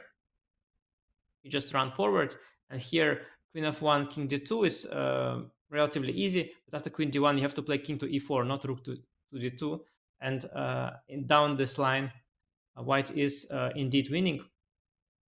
I think the line went like this: queen f6, queen, and black just doesn't have perpetual here. A few more checks, but at the end of the day, here or here, the king just walks away. So a long line, but a pretty forced one.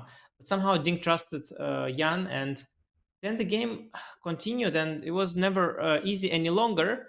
And here, yes, the decisive mistake by Ding. He could still have a winning position had he gone for bishop c6, kept the d pawn. This counterplay is there, but it's not as scary as it looks. Instead, he allowed this knight f2 sack, and this position was already very difficult for him. If anyone, it was black who was in the driver's seat, with Jan regaining this d pawn.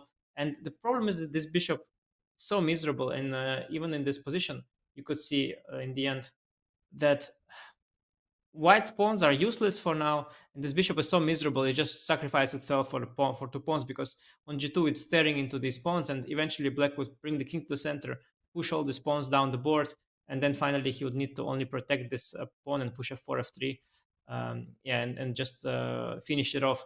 So the bishop was miserable, and Ding had to make a draw. A few really decisive moments there. So a missed win by Ding on multiple occasions.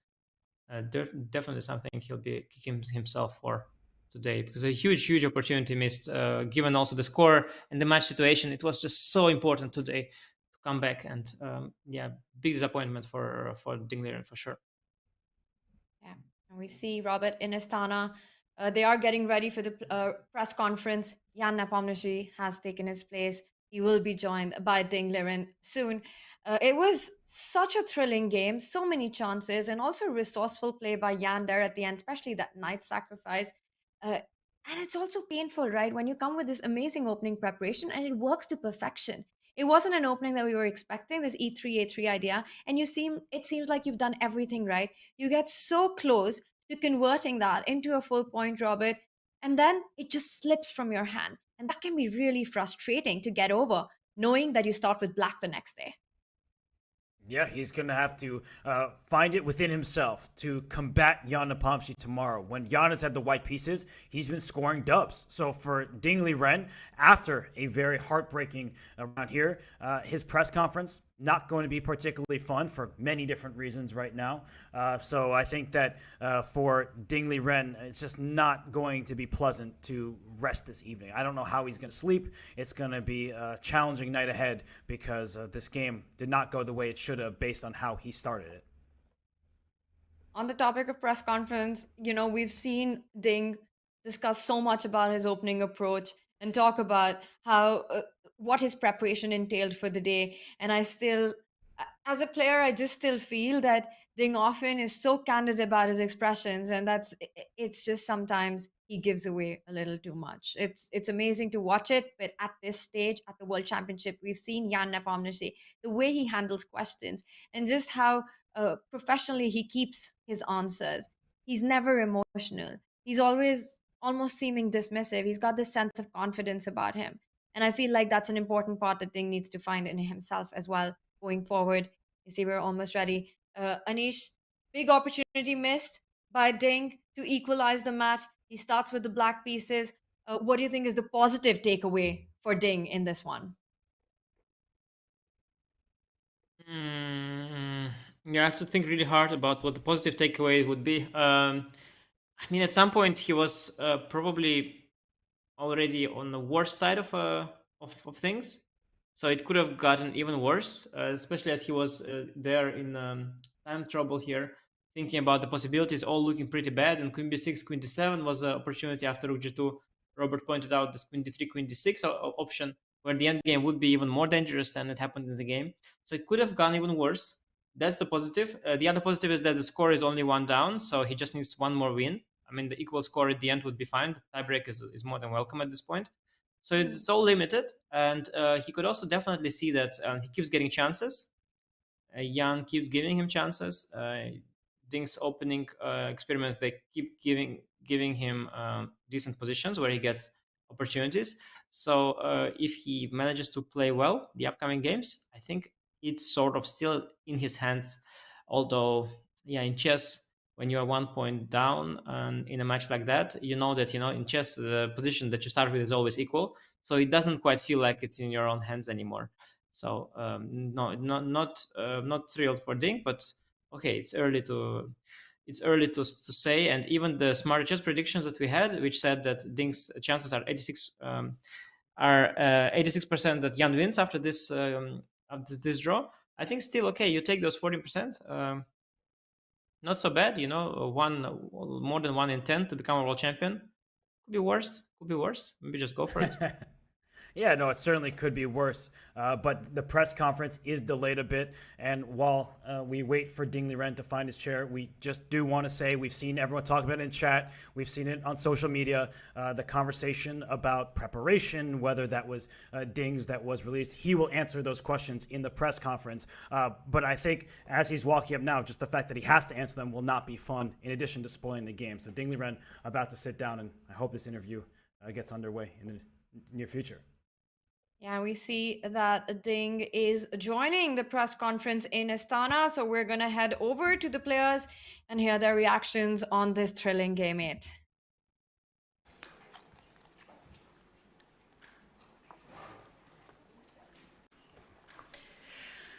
Hello everyone, welcome at the press conference of round 8 at FIDE World Chess Championship. The game has ended in a draw and the current score is 4.5 to 3.5 in favor of Jan Nepomniachtchi.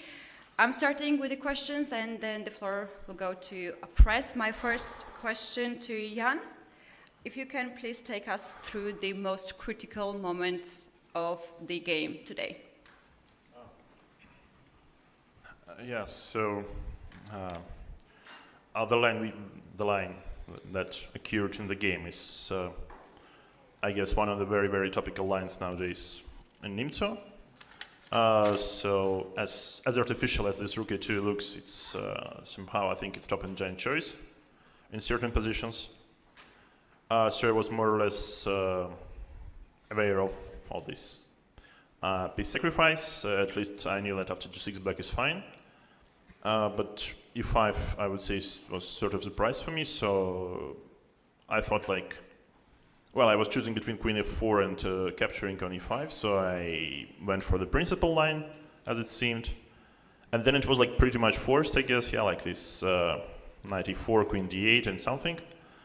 And then, I don't know why, but I felt like over-ambitious, and I think I made like some awful moves, which almost cost me the game, yeah, so at least half a point. So, like, it was a simple choice, I would say, yeah, to, I guess after rook h3, just to capture on e4, capture on d6 with the queen. Rook d2, queen c7, takes on f5, takes on f5, and this should never be worse. Like, okay, these 3 pawns, and all right, like I just push my pawn on e4, and okay, I guess it's never worse. But also I could go principal, but I completely forgot, yeah, like play rook h8. Also was smart, but I just completely forgot about the move rook d2. And after rook d2, suddenly I think black is lost, but yeah, I was very lucky. And then I guess, yeah, I was very lucky to bluff with this queen h4 move. I think in fact white can capture, and then I saw this, okay, it was, I mean, maybe after queen f8 the position is bad, but at least it's not lost by force. But indeed, after king d1, queen g5, I mean, practically I have some very nice chances to escape. And well, I guess it was a lot of mess in later in the game, yeah. But yeah, I guess yeah, this knight h4, knight e5 maneuver, like instead of some normal position, just nearly losing. Yeah, this shouldn't go to my credit. Right, Jan, you mentioned about this queen h4 and you called it a bluff.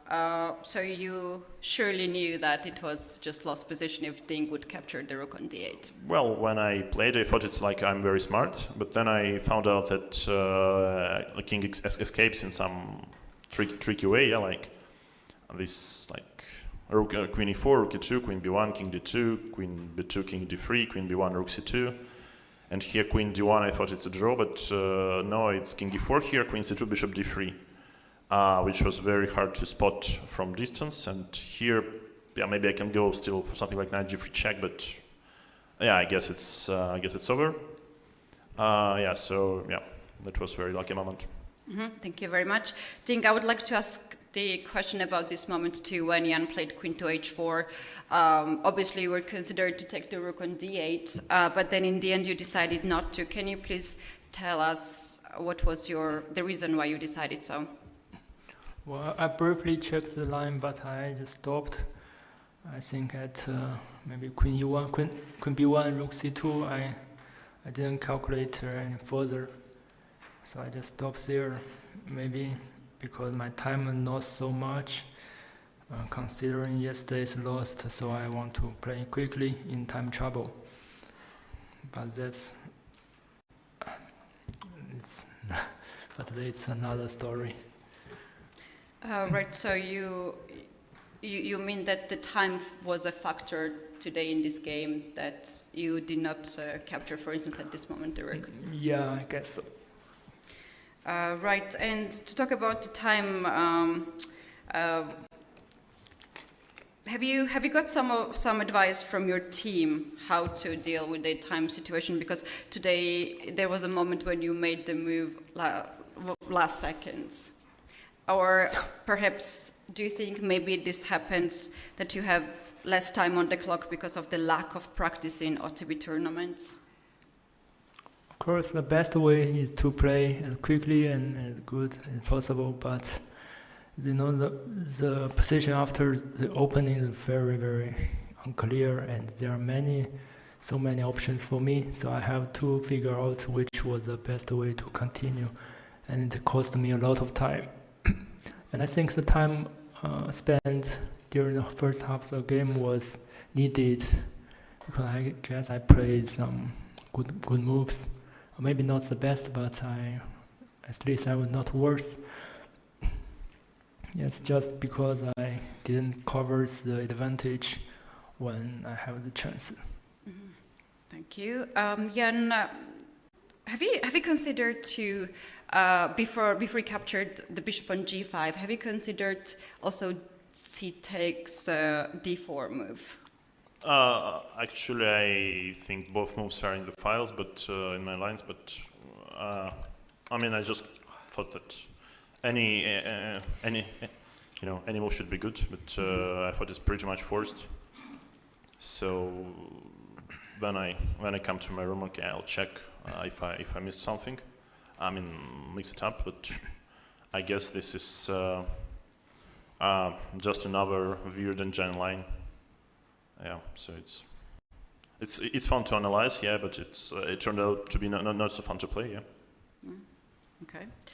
And Ding, one last question before I go to press about the opening and also about this rook to A2 idea. Were you happy during the game of your opening choice today? And if you can just take us through the moment you played rook to A2, what is the idea behind this move, rook A2? This idea, I consider this as some kind of cannonball in my opening preparation because can be very powerful, and it's very long preparation.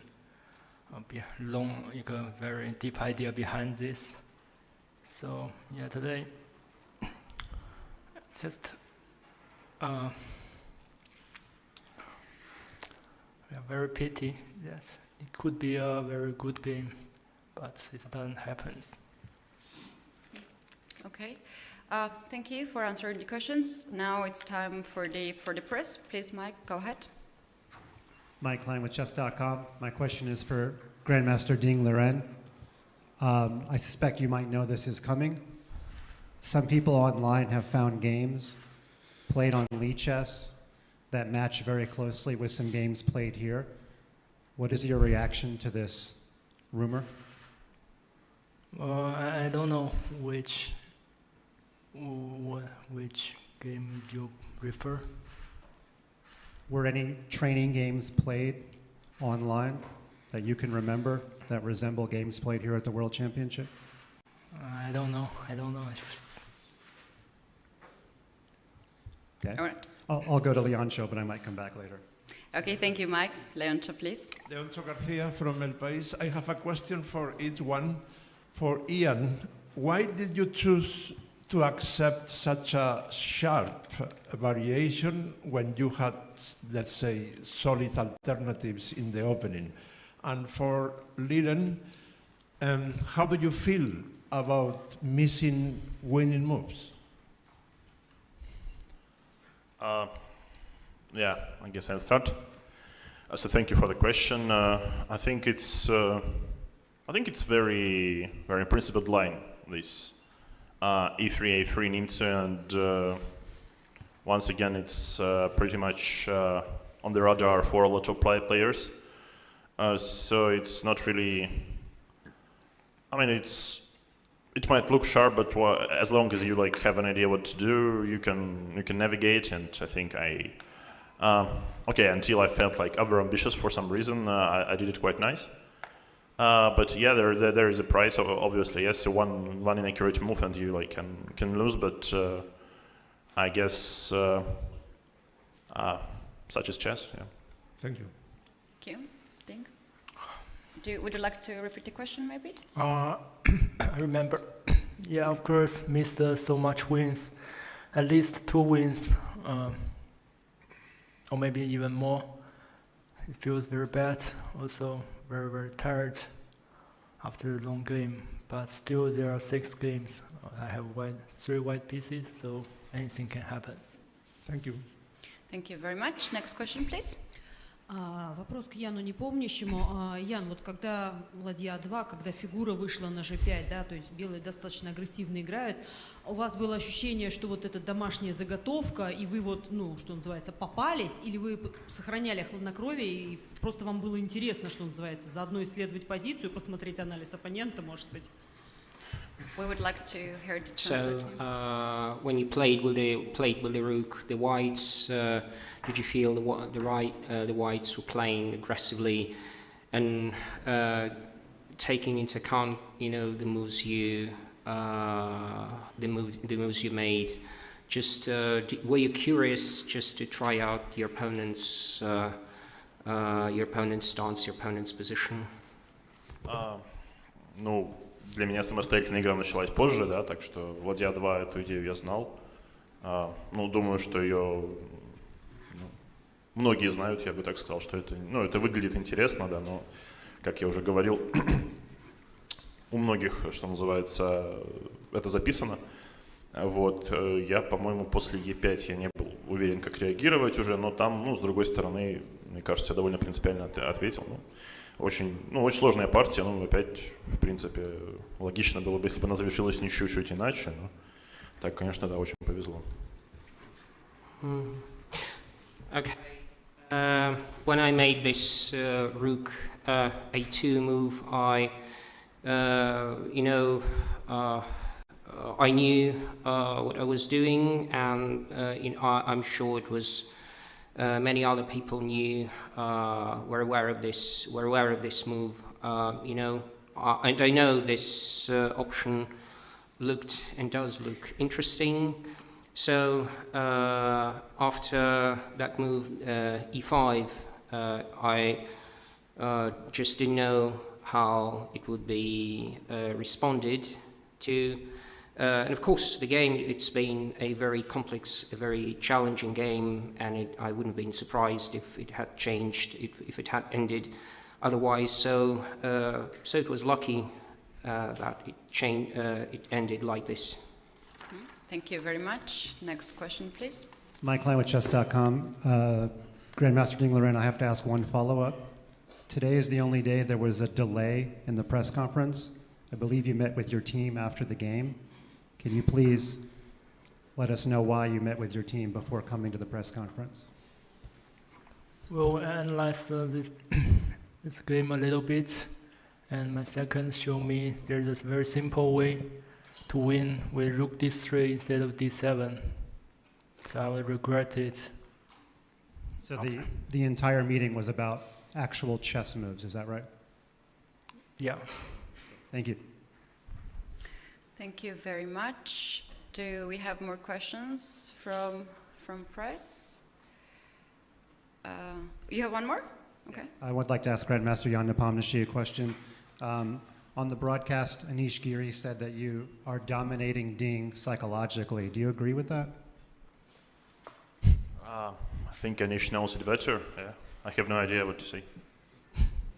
Thanks. Thank you. Now it's time for the questions from Twitter. So Jesse will take over from here. Please, Jesse. Hi, Jesse February here. My first question was for Ding. Did you take any inspiration from Fabiano Caruana this game?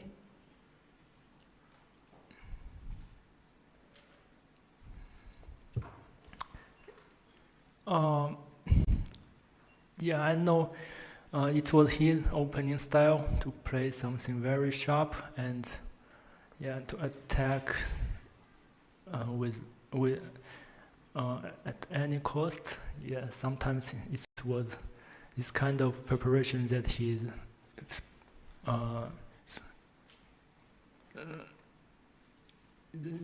kinds of preparation. Yeah, but today this idea was not his idea. All right, thank you. My next question for Nepo from Agat Matur. Was Queen H4 a bluff? What was going through your mind at that point? Actually, Queen H4, I thought it's just a brilliant way to save the game. But when I spent another minute calculating, okay, maybe it's good, it was too late, but maybe... anyway, it has been played. I noticed that in some critical lines, king escapes from the perpetual check. But it worked like a charm, but yeah. But I guess practically it turned out to be a great chance, but yeah, because Queen e8 and Queen e7, perhaps I can try to hold this, but I think the position is quite ugly. Before you ask the next question, Jesse, Ding, we heard you giggling when Jan made a comment about Queen H4. Do you want to add something at that point? When returning to a board, I saw Queen H4, and I just briefly calculated the line after Queen D8. I became very disappointed. because I missed his idea to check on e4 and b1, so I didn't calculate carefully and try to play for a win, but which was not so good back in d1. Thank you. Please, next question, Jesse. All right, this one's from Chess Society for Ding. How often do you disagree with Rapport when he suggests a line or opening? Oh, many times. All right, thank you. And the last one is from Chess Best. Why do you spend a lot of time in the opening when you're the one who chooses the variation or line often? Because on each move, e5, here I have some alternative, for example, rook d2, or even queen g4. Also, on d5, I have other option by knight e4. Also on d6, I also have knight e4. So there are always many options to choose between. So that's why I take a lot of time on each move to decide which was better. Thank you. Thank you very much. Do we have more questions from press? This can be the last question. If there is no more questions, I will go with my last question. We are very much curious, as this particular game was indeed very tough.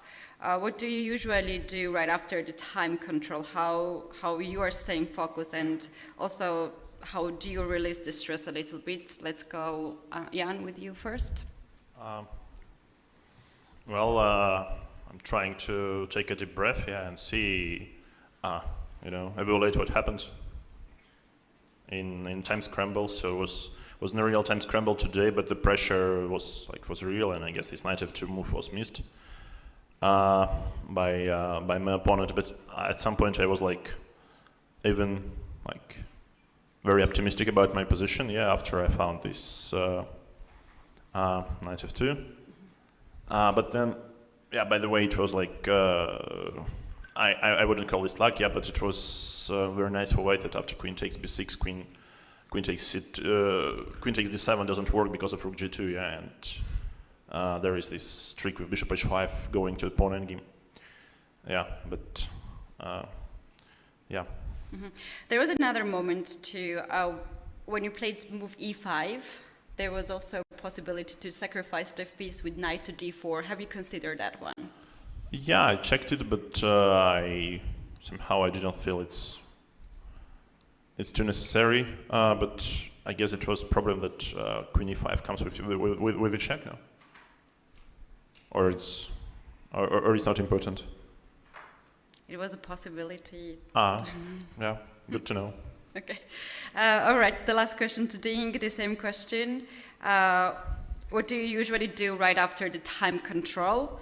How you're still staying focused on the game and also trying to release your stress a little bit? Today I eat a lot of food to maintain my body shape, and yeah, that's what I did after I reached the 40th move. Right. There was a question in public. What players have in the players' lounge? What kind of snacks? What is your favorite in this tournament? What you're usually getting? Usually it's banana and chocolate. All right. Makes sense. All right, I don't have more questions. I see there's no more questions in the press as well, so we can conclude today. The round 9 will start tomorrow at 3 p.m., so thank you very much.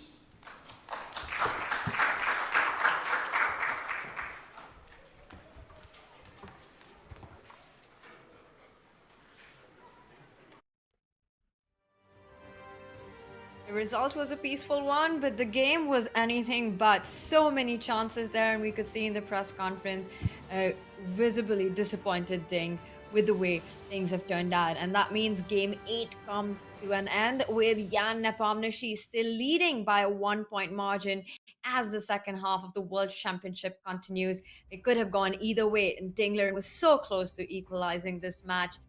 Anish, so many variations and critical moments were discussed during the press conferences. Many of them we had looked at during our analysis. Was there a line or a moment that surprised you about their reaction?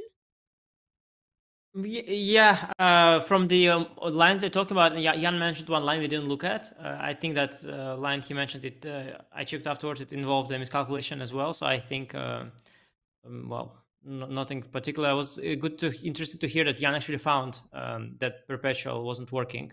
Because I would think that he would, he might skip. But of course, if you think, keep thinking during opponent's move, you might, because as we saw, if you just keep thinking about the line, at some point you might figure out that actually, surprisingly, you are winning there with white, or losing as Jan was black. But no, of course, the players, they have a lot of thoughts that we are having here. Also, of course, we are assisted with a computer sometimes. Sometimes they have other thoughts. Sometimes we have other thoughts, and that's what makes chess beautiful. Everybody has their own thoughts about the game. Yeah. And there was especially that moment. There were so many moments actually where Ding had this chance to convert this game into a full point, but that Queen H4, where the perpetual is not really there, seemed like the most direct one, where you simply pick up the material, call out the bluff, and Jan Nepomniachtchi himself mentioned that he played the move and immediately realized when he went back into the rest area that in fact it wasn't a perpetual. So we saw Ding fall for it. Now, Robert, that miss, it's a really big one at this stage. How do you see this being weighted out, and how does one get over it? Because it really was a clear path to victory for Ding in game 8. I was glad to see Ding laugh at some points during the press conference, because at first he looked devastated, and he should be. He let an advantage, a winning advantage, slip out of his grasp. He should have won the game. I think if this were not the World Championship, he would have won the game. And I especially think if Game 7 hadn't just occurred, then he would have won even in the World Championship. But it's good to see him smile. It's good to see him analyze with Jan after the game. He is going to be, trying to figure out how to answer the question of what do I do with the black pieces against Jan Nepomniachtchi. But I think what we saw from Ding Liren was a very determined player, someone willing to play an offbeat opening that hasn't really been tried that much, someone who knew that there were a variety of ways to move forward, but was trying to calculate and conserve time for the rest of the game. So I do think that there are some good takeaways, despite the fact that he really did botch what should have been a win to even up the score. He's going to be disappointed. He's going to have to get over the initial hurt, but he's still in this match. A single win in the next bunch of games will get him back to a tie. Yeah, it's definitely the smallest of margins as Jan goes into game 9. And Ding himself mentioned, right, that everything worked out well. He was happy with the opening. He was happy with the position that he got out of the middle game, but he just was not able to convert it. But otherwise, quite a brilliantly played game there by Ding Liren. Many positive takeaways, but yes, he does trail the match. Now, for me, during the press conference, one of the dramatic moments were Mike's questions when he brought up the preparation and the rumored leak of preparation. It reminded me of what we saw in the 2018 World Championship match with Fabi's video leak that happened. I wanna start by Anish on this one. That what do you make out of this whole episode, and how distracting can this be for Team Ding? Yeah, I didn't study that in great detail. I also heard of some sort of potential leak. I think nowadays, especially, often you play with cards on the table. Jan was aware of today's line, Ding was aware, and it's just about choosing the right thing. So I think the damage nowadays of having your prep leaked is relatively limited. I also suspect it's so deep into the match, we've already seen most of Ding's preparation. I saw some tweets mentioning some h3 move, but h3 we already seen, so you can leak that as much as you want. And I wonder if at this point in the match so far and so deep, with Ding showing already so many different game plans, if Ding actually had prepared more before the match. I guess he mapped out certain things, but you're not going to work out. I doubt you're gonna work out like seven ideas for why.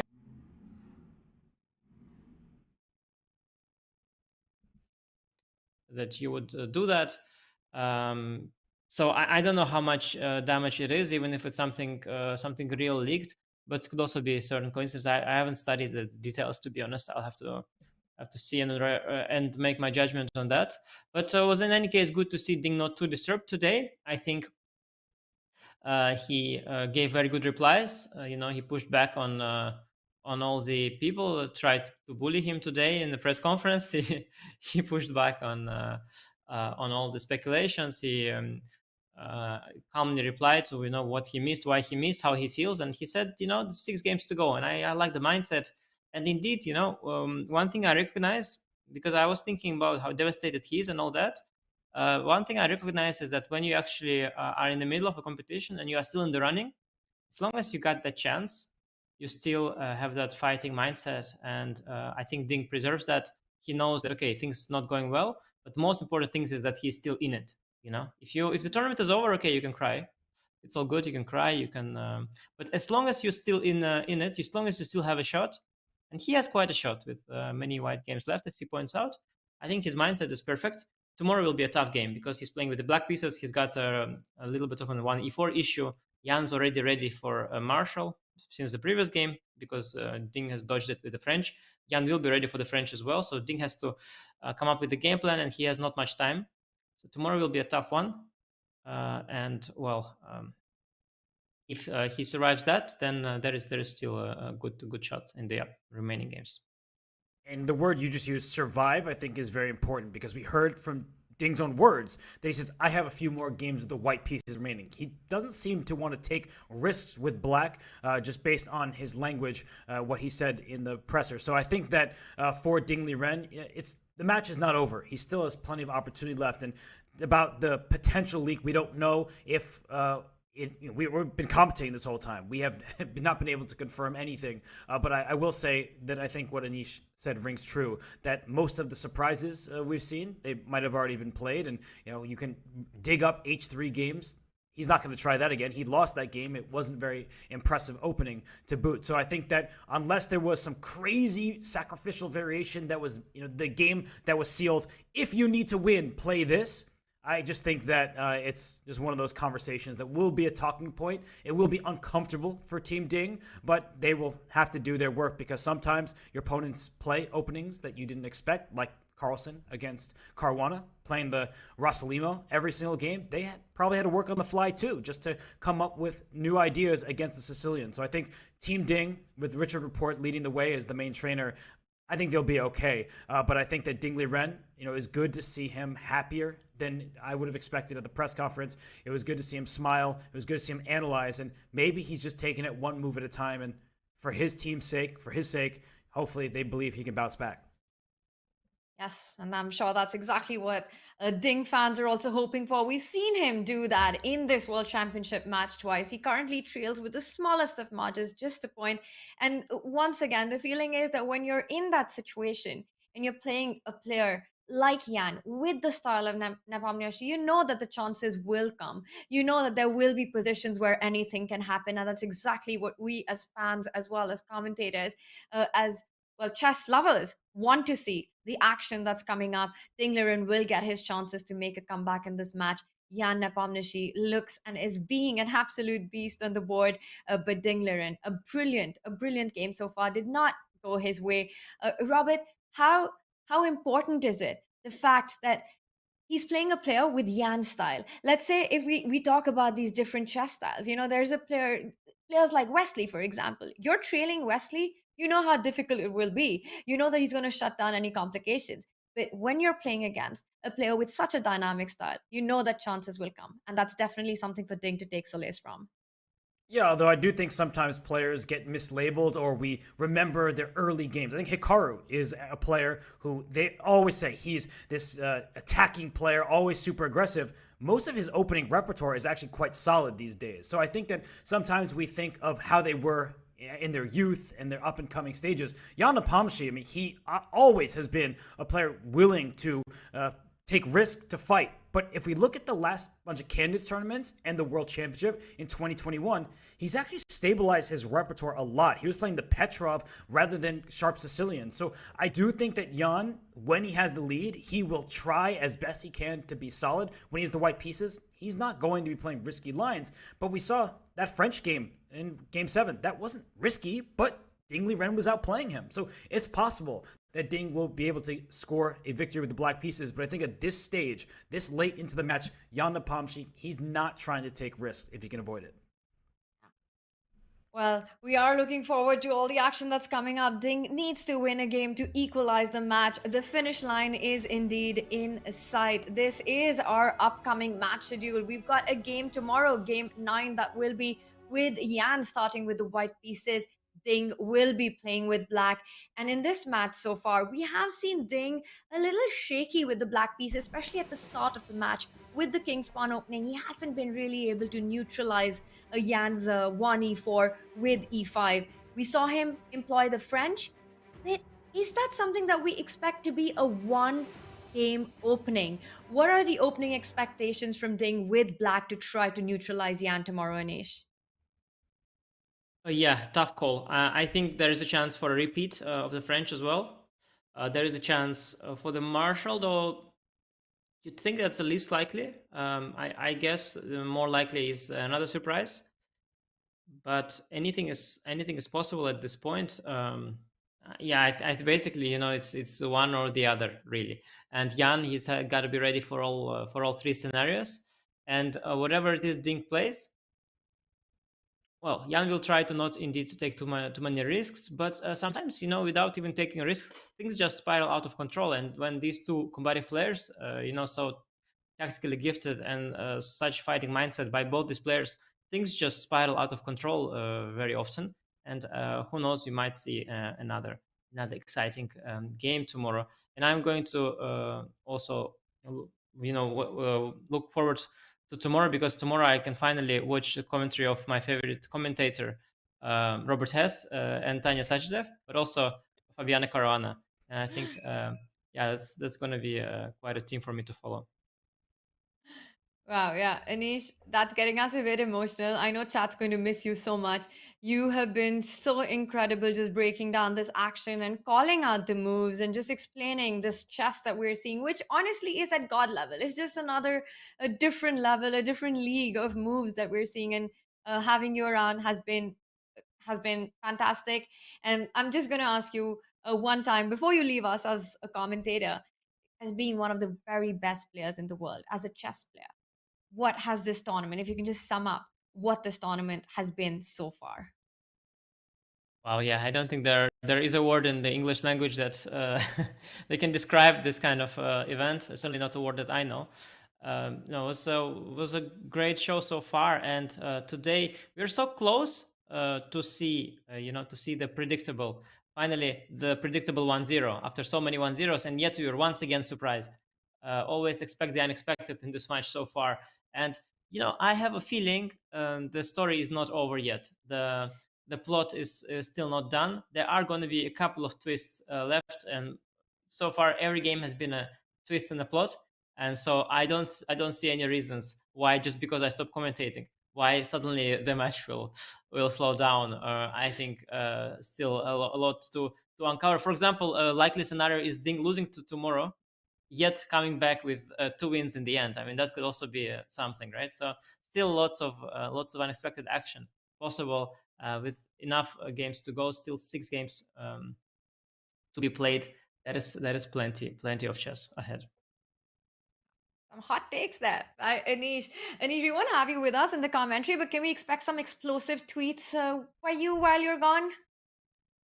Well, I have to work a little bit on my own chess as well. As an experienced player / commentator, I know the moment you start feeling that you are playing better than the people that you watch, this is when you lose touch of reality, and this is when this is a bad sign for you as a player. As a player, you should always realize, the chess is hard, and so I'll take a moment to prepare for my upcoming events. Because when I'm watching the events this big, I always have a FOMO, and it's not even a FOMO. It's, I think, a little different. It's more. I'm not sure. It's even more than that. I really feel motivated and inspired, to try and get all the way up there as well. And for me, I need to work a lot achieve that. So unfortunately, I'm not able to commentate forever, but it's been so much fun. I wish it had lasted longer. But again, I'm really looking forward to follow. Of course, stay tuned for the tweets, but mainly you guys enjoy the commentary. Fabi is such a smooth commentator. He possesses the knowledge of chess and all the qualities a great player has, but he is able to say so much more with so many less words. Something that I'm really jealous of. So I'm looking forward to that. Absolutely, Anish. And Robert, big shoes to fill, but if anyone can do that, it is Fabiano Caruana. We're so excited to have him join us for the remaining of the World Championship match. He's your good friend. You must be really looking forward to it as well. Well, I'm also a little upset. I joined for one day, and then Anish immediately says, "You're not done yet," and then he leaves. So I don't know if I have to send him a playlist of Nicki Minaj. I don't know how I'm gonna, restore this friendship. But Anish, man, way to desert me like that. Okay, Robert. It's been really a thrill. I think I haven't been commentating with you a lot before. Ever. And ever, yeah. No, and immediately you'll probably notice. Yes, I was so impressed with your today's performance. I think there are many highlights of the game, but the highlight of the game, from commentator's perspective, was the move Rook H3 that you found. That was an insanely difficult and brilliant idea, and Ding also found that. Credit to him, but so did you. And definitely, you're getting there. You're getting there. I think with Fabiano by your side, you will at some point reach the heights of Daniel Naroditsky. I think at some point you'll get there. Wow, that was really so kind at first. I thought something was wrong for a second because you were being so complimentary, but then I knew that you were going to stab me in the back as soon as your compliment ended, so I appreciate it. No, it's definitely. Don't get relaxed. Anish, it's been so much fun. Robert, today, what an incredible game we had, and just so thrilling to watch, and just also the way it ended with Nepo keeping things under control. We go into game 9 tomorrow. It's been a fantastic day of chess. I've had a blast covering it with you, Anish, and with you, Robert. Chat, big shout out to all of you. Thank you so much for joining us. It's been so much fun. We will be back with game 9 tomorrow. For now, this is a rewind of the thrilling action that we had in game 8. See you tomorrow. If Ding can win in round 8 after rest day, we might see a new player entirely. Well, no London, as we were saying. 2c4 has been played. Rook a2.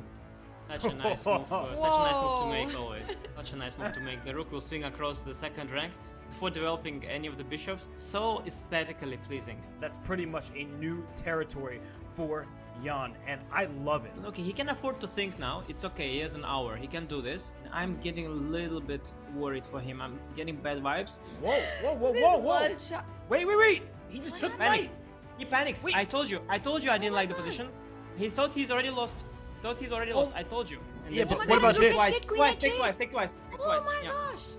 There it goes. He gives up his queen to get a new one, and the monarch will reign. And unfortunately for Jan Nepomniachtchi, I mean, this is just lost at this point. And Ding buys into it, by the way. Robert, no, but it's so easy to buy into it, by the way. Yeah. It is so easy to buy into that. But he's back in the game. Oh, he bluffed him. He didn't find it. He didn't find it. Wow. He doesn't go knight d4. And the Evalbar shoots right up. It's again Ding Liren in the driving seat. Can he play king b3, king a4? He's trying to force the knight back to f6, but it's a blunder, yeah? But Jan does it. He does it. He goes for it. He finds it. And that deserves the double exclam. He's let Jan back into the game. It looks like things are not going his way at all anymore. No, he's shaking his head. He has to make a move. 10 seconds. One more move remains. Bishop g2 is status quo move. Look at him. He's so upset. Whoa. Queen takes b6? This is losing on the spot, right? After queen d7. He can breathe. I can breathe because I got so worried. He made a move with 4 seconds on the clock. And somehow the evaluation bar doesn't hate White's position. But Ding Liren has taken him out of his element. This has not been, and there's a draw agreed, fair result. But whew, what a match we have. Yeah, handshakes. And this one ends in a draw.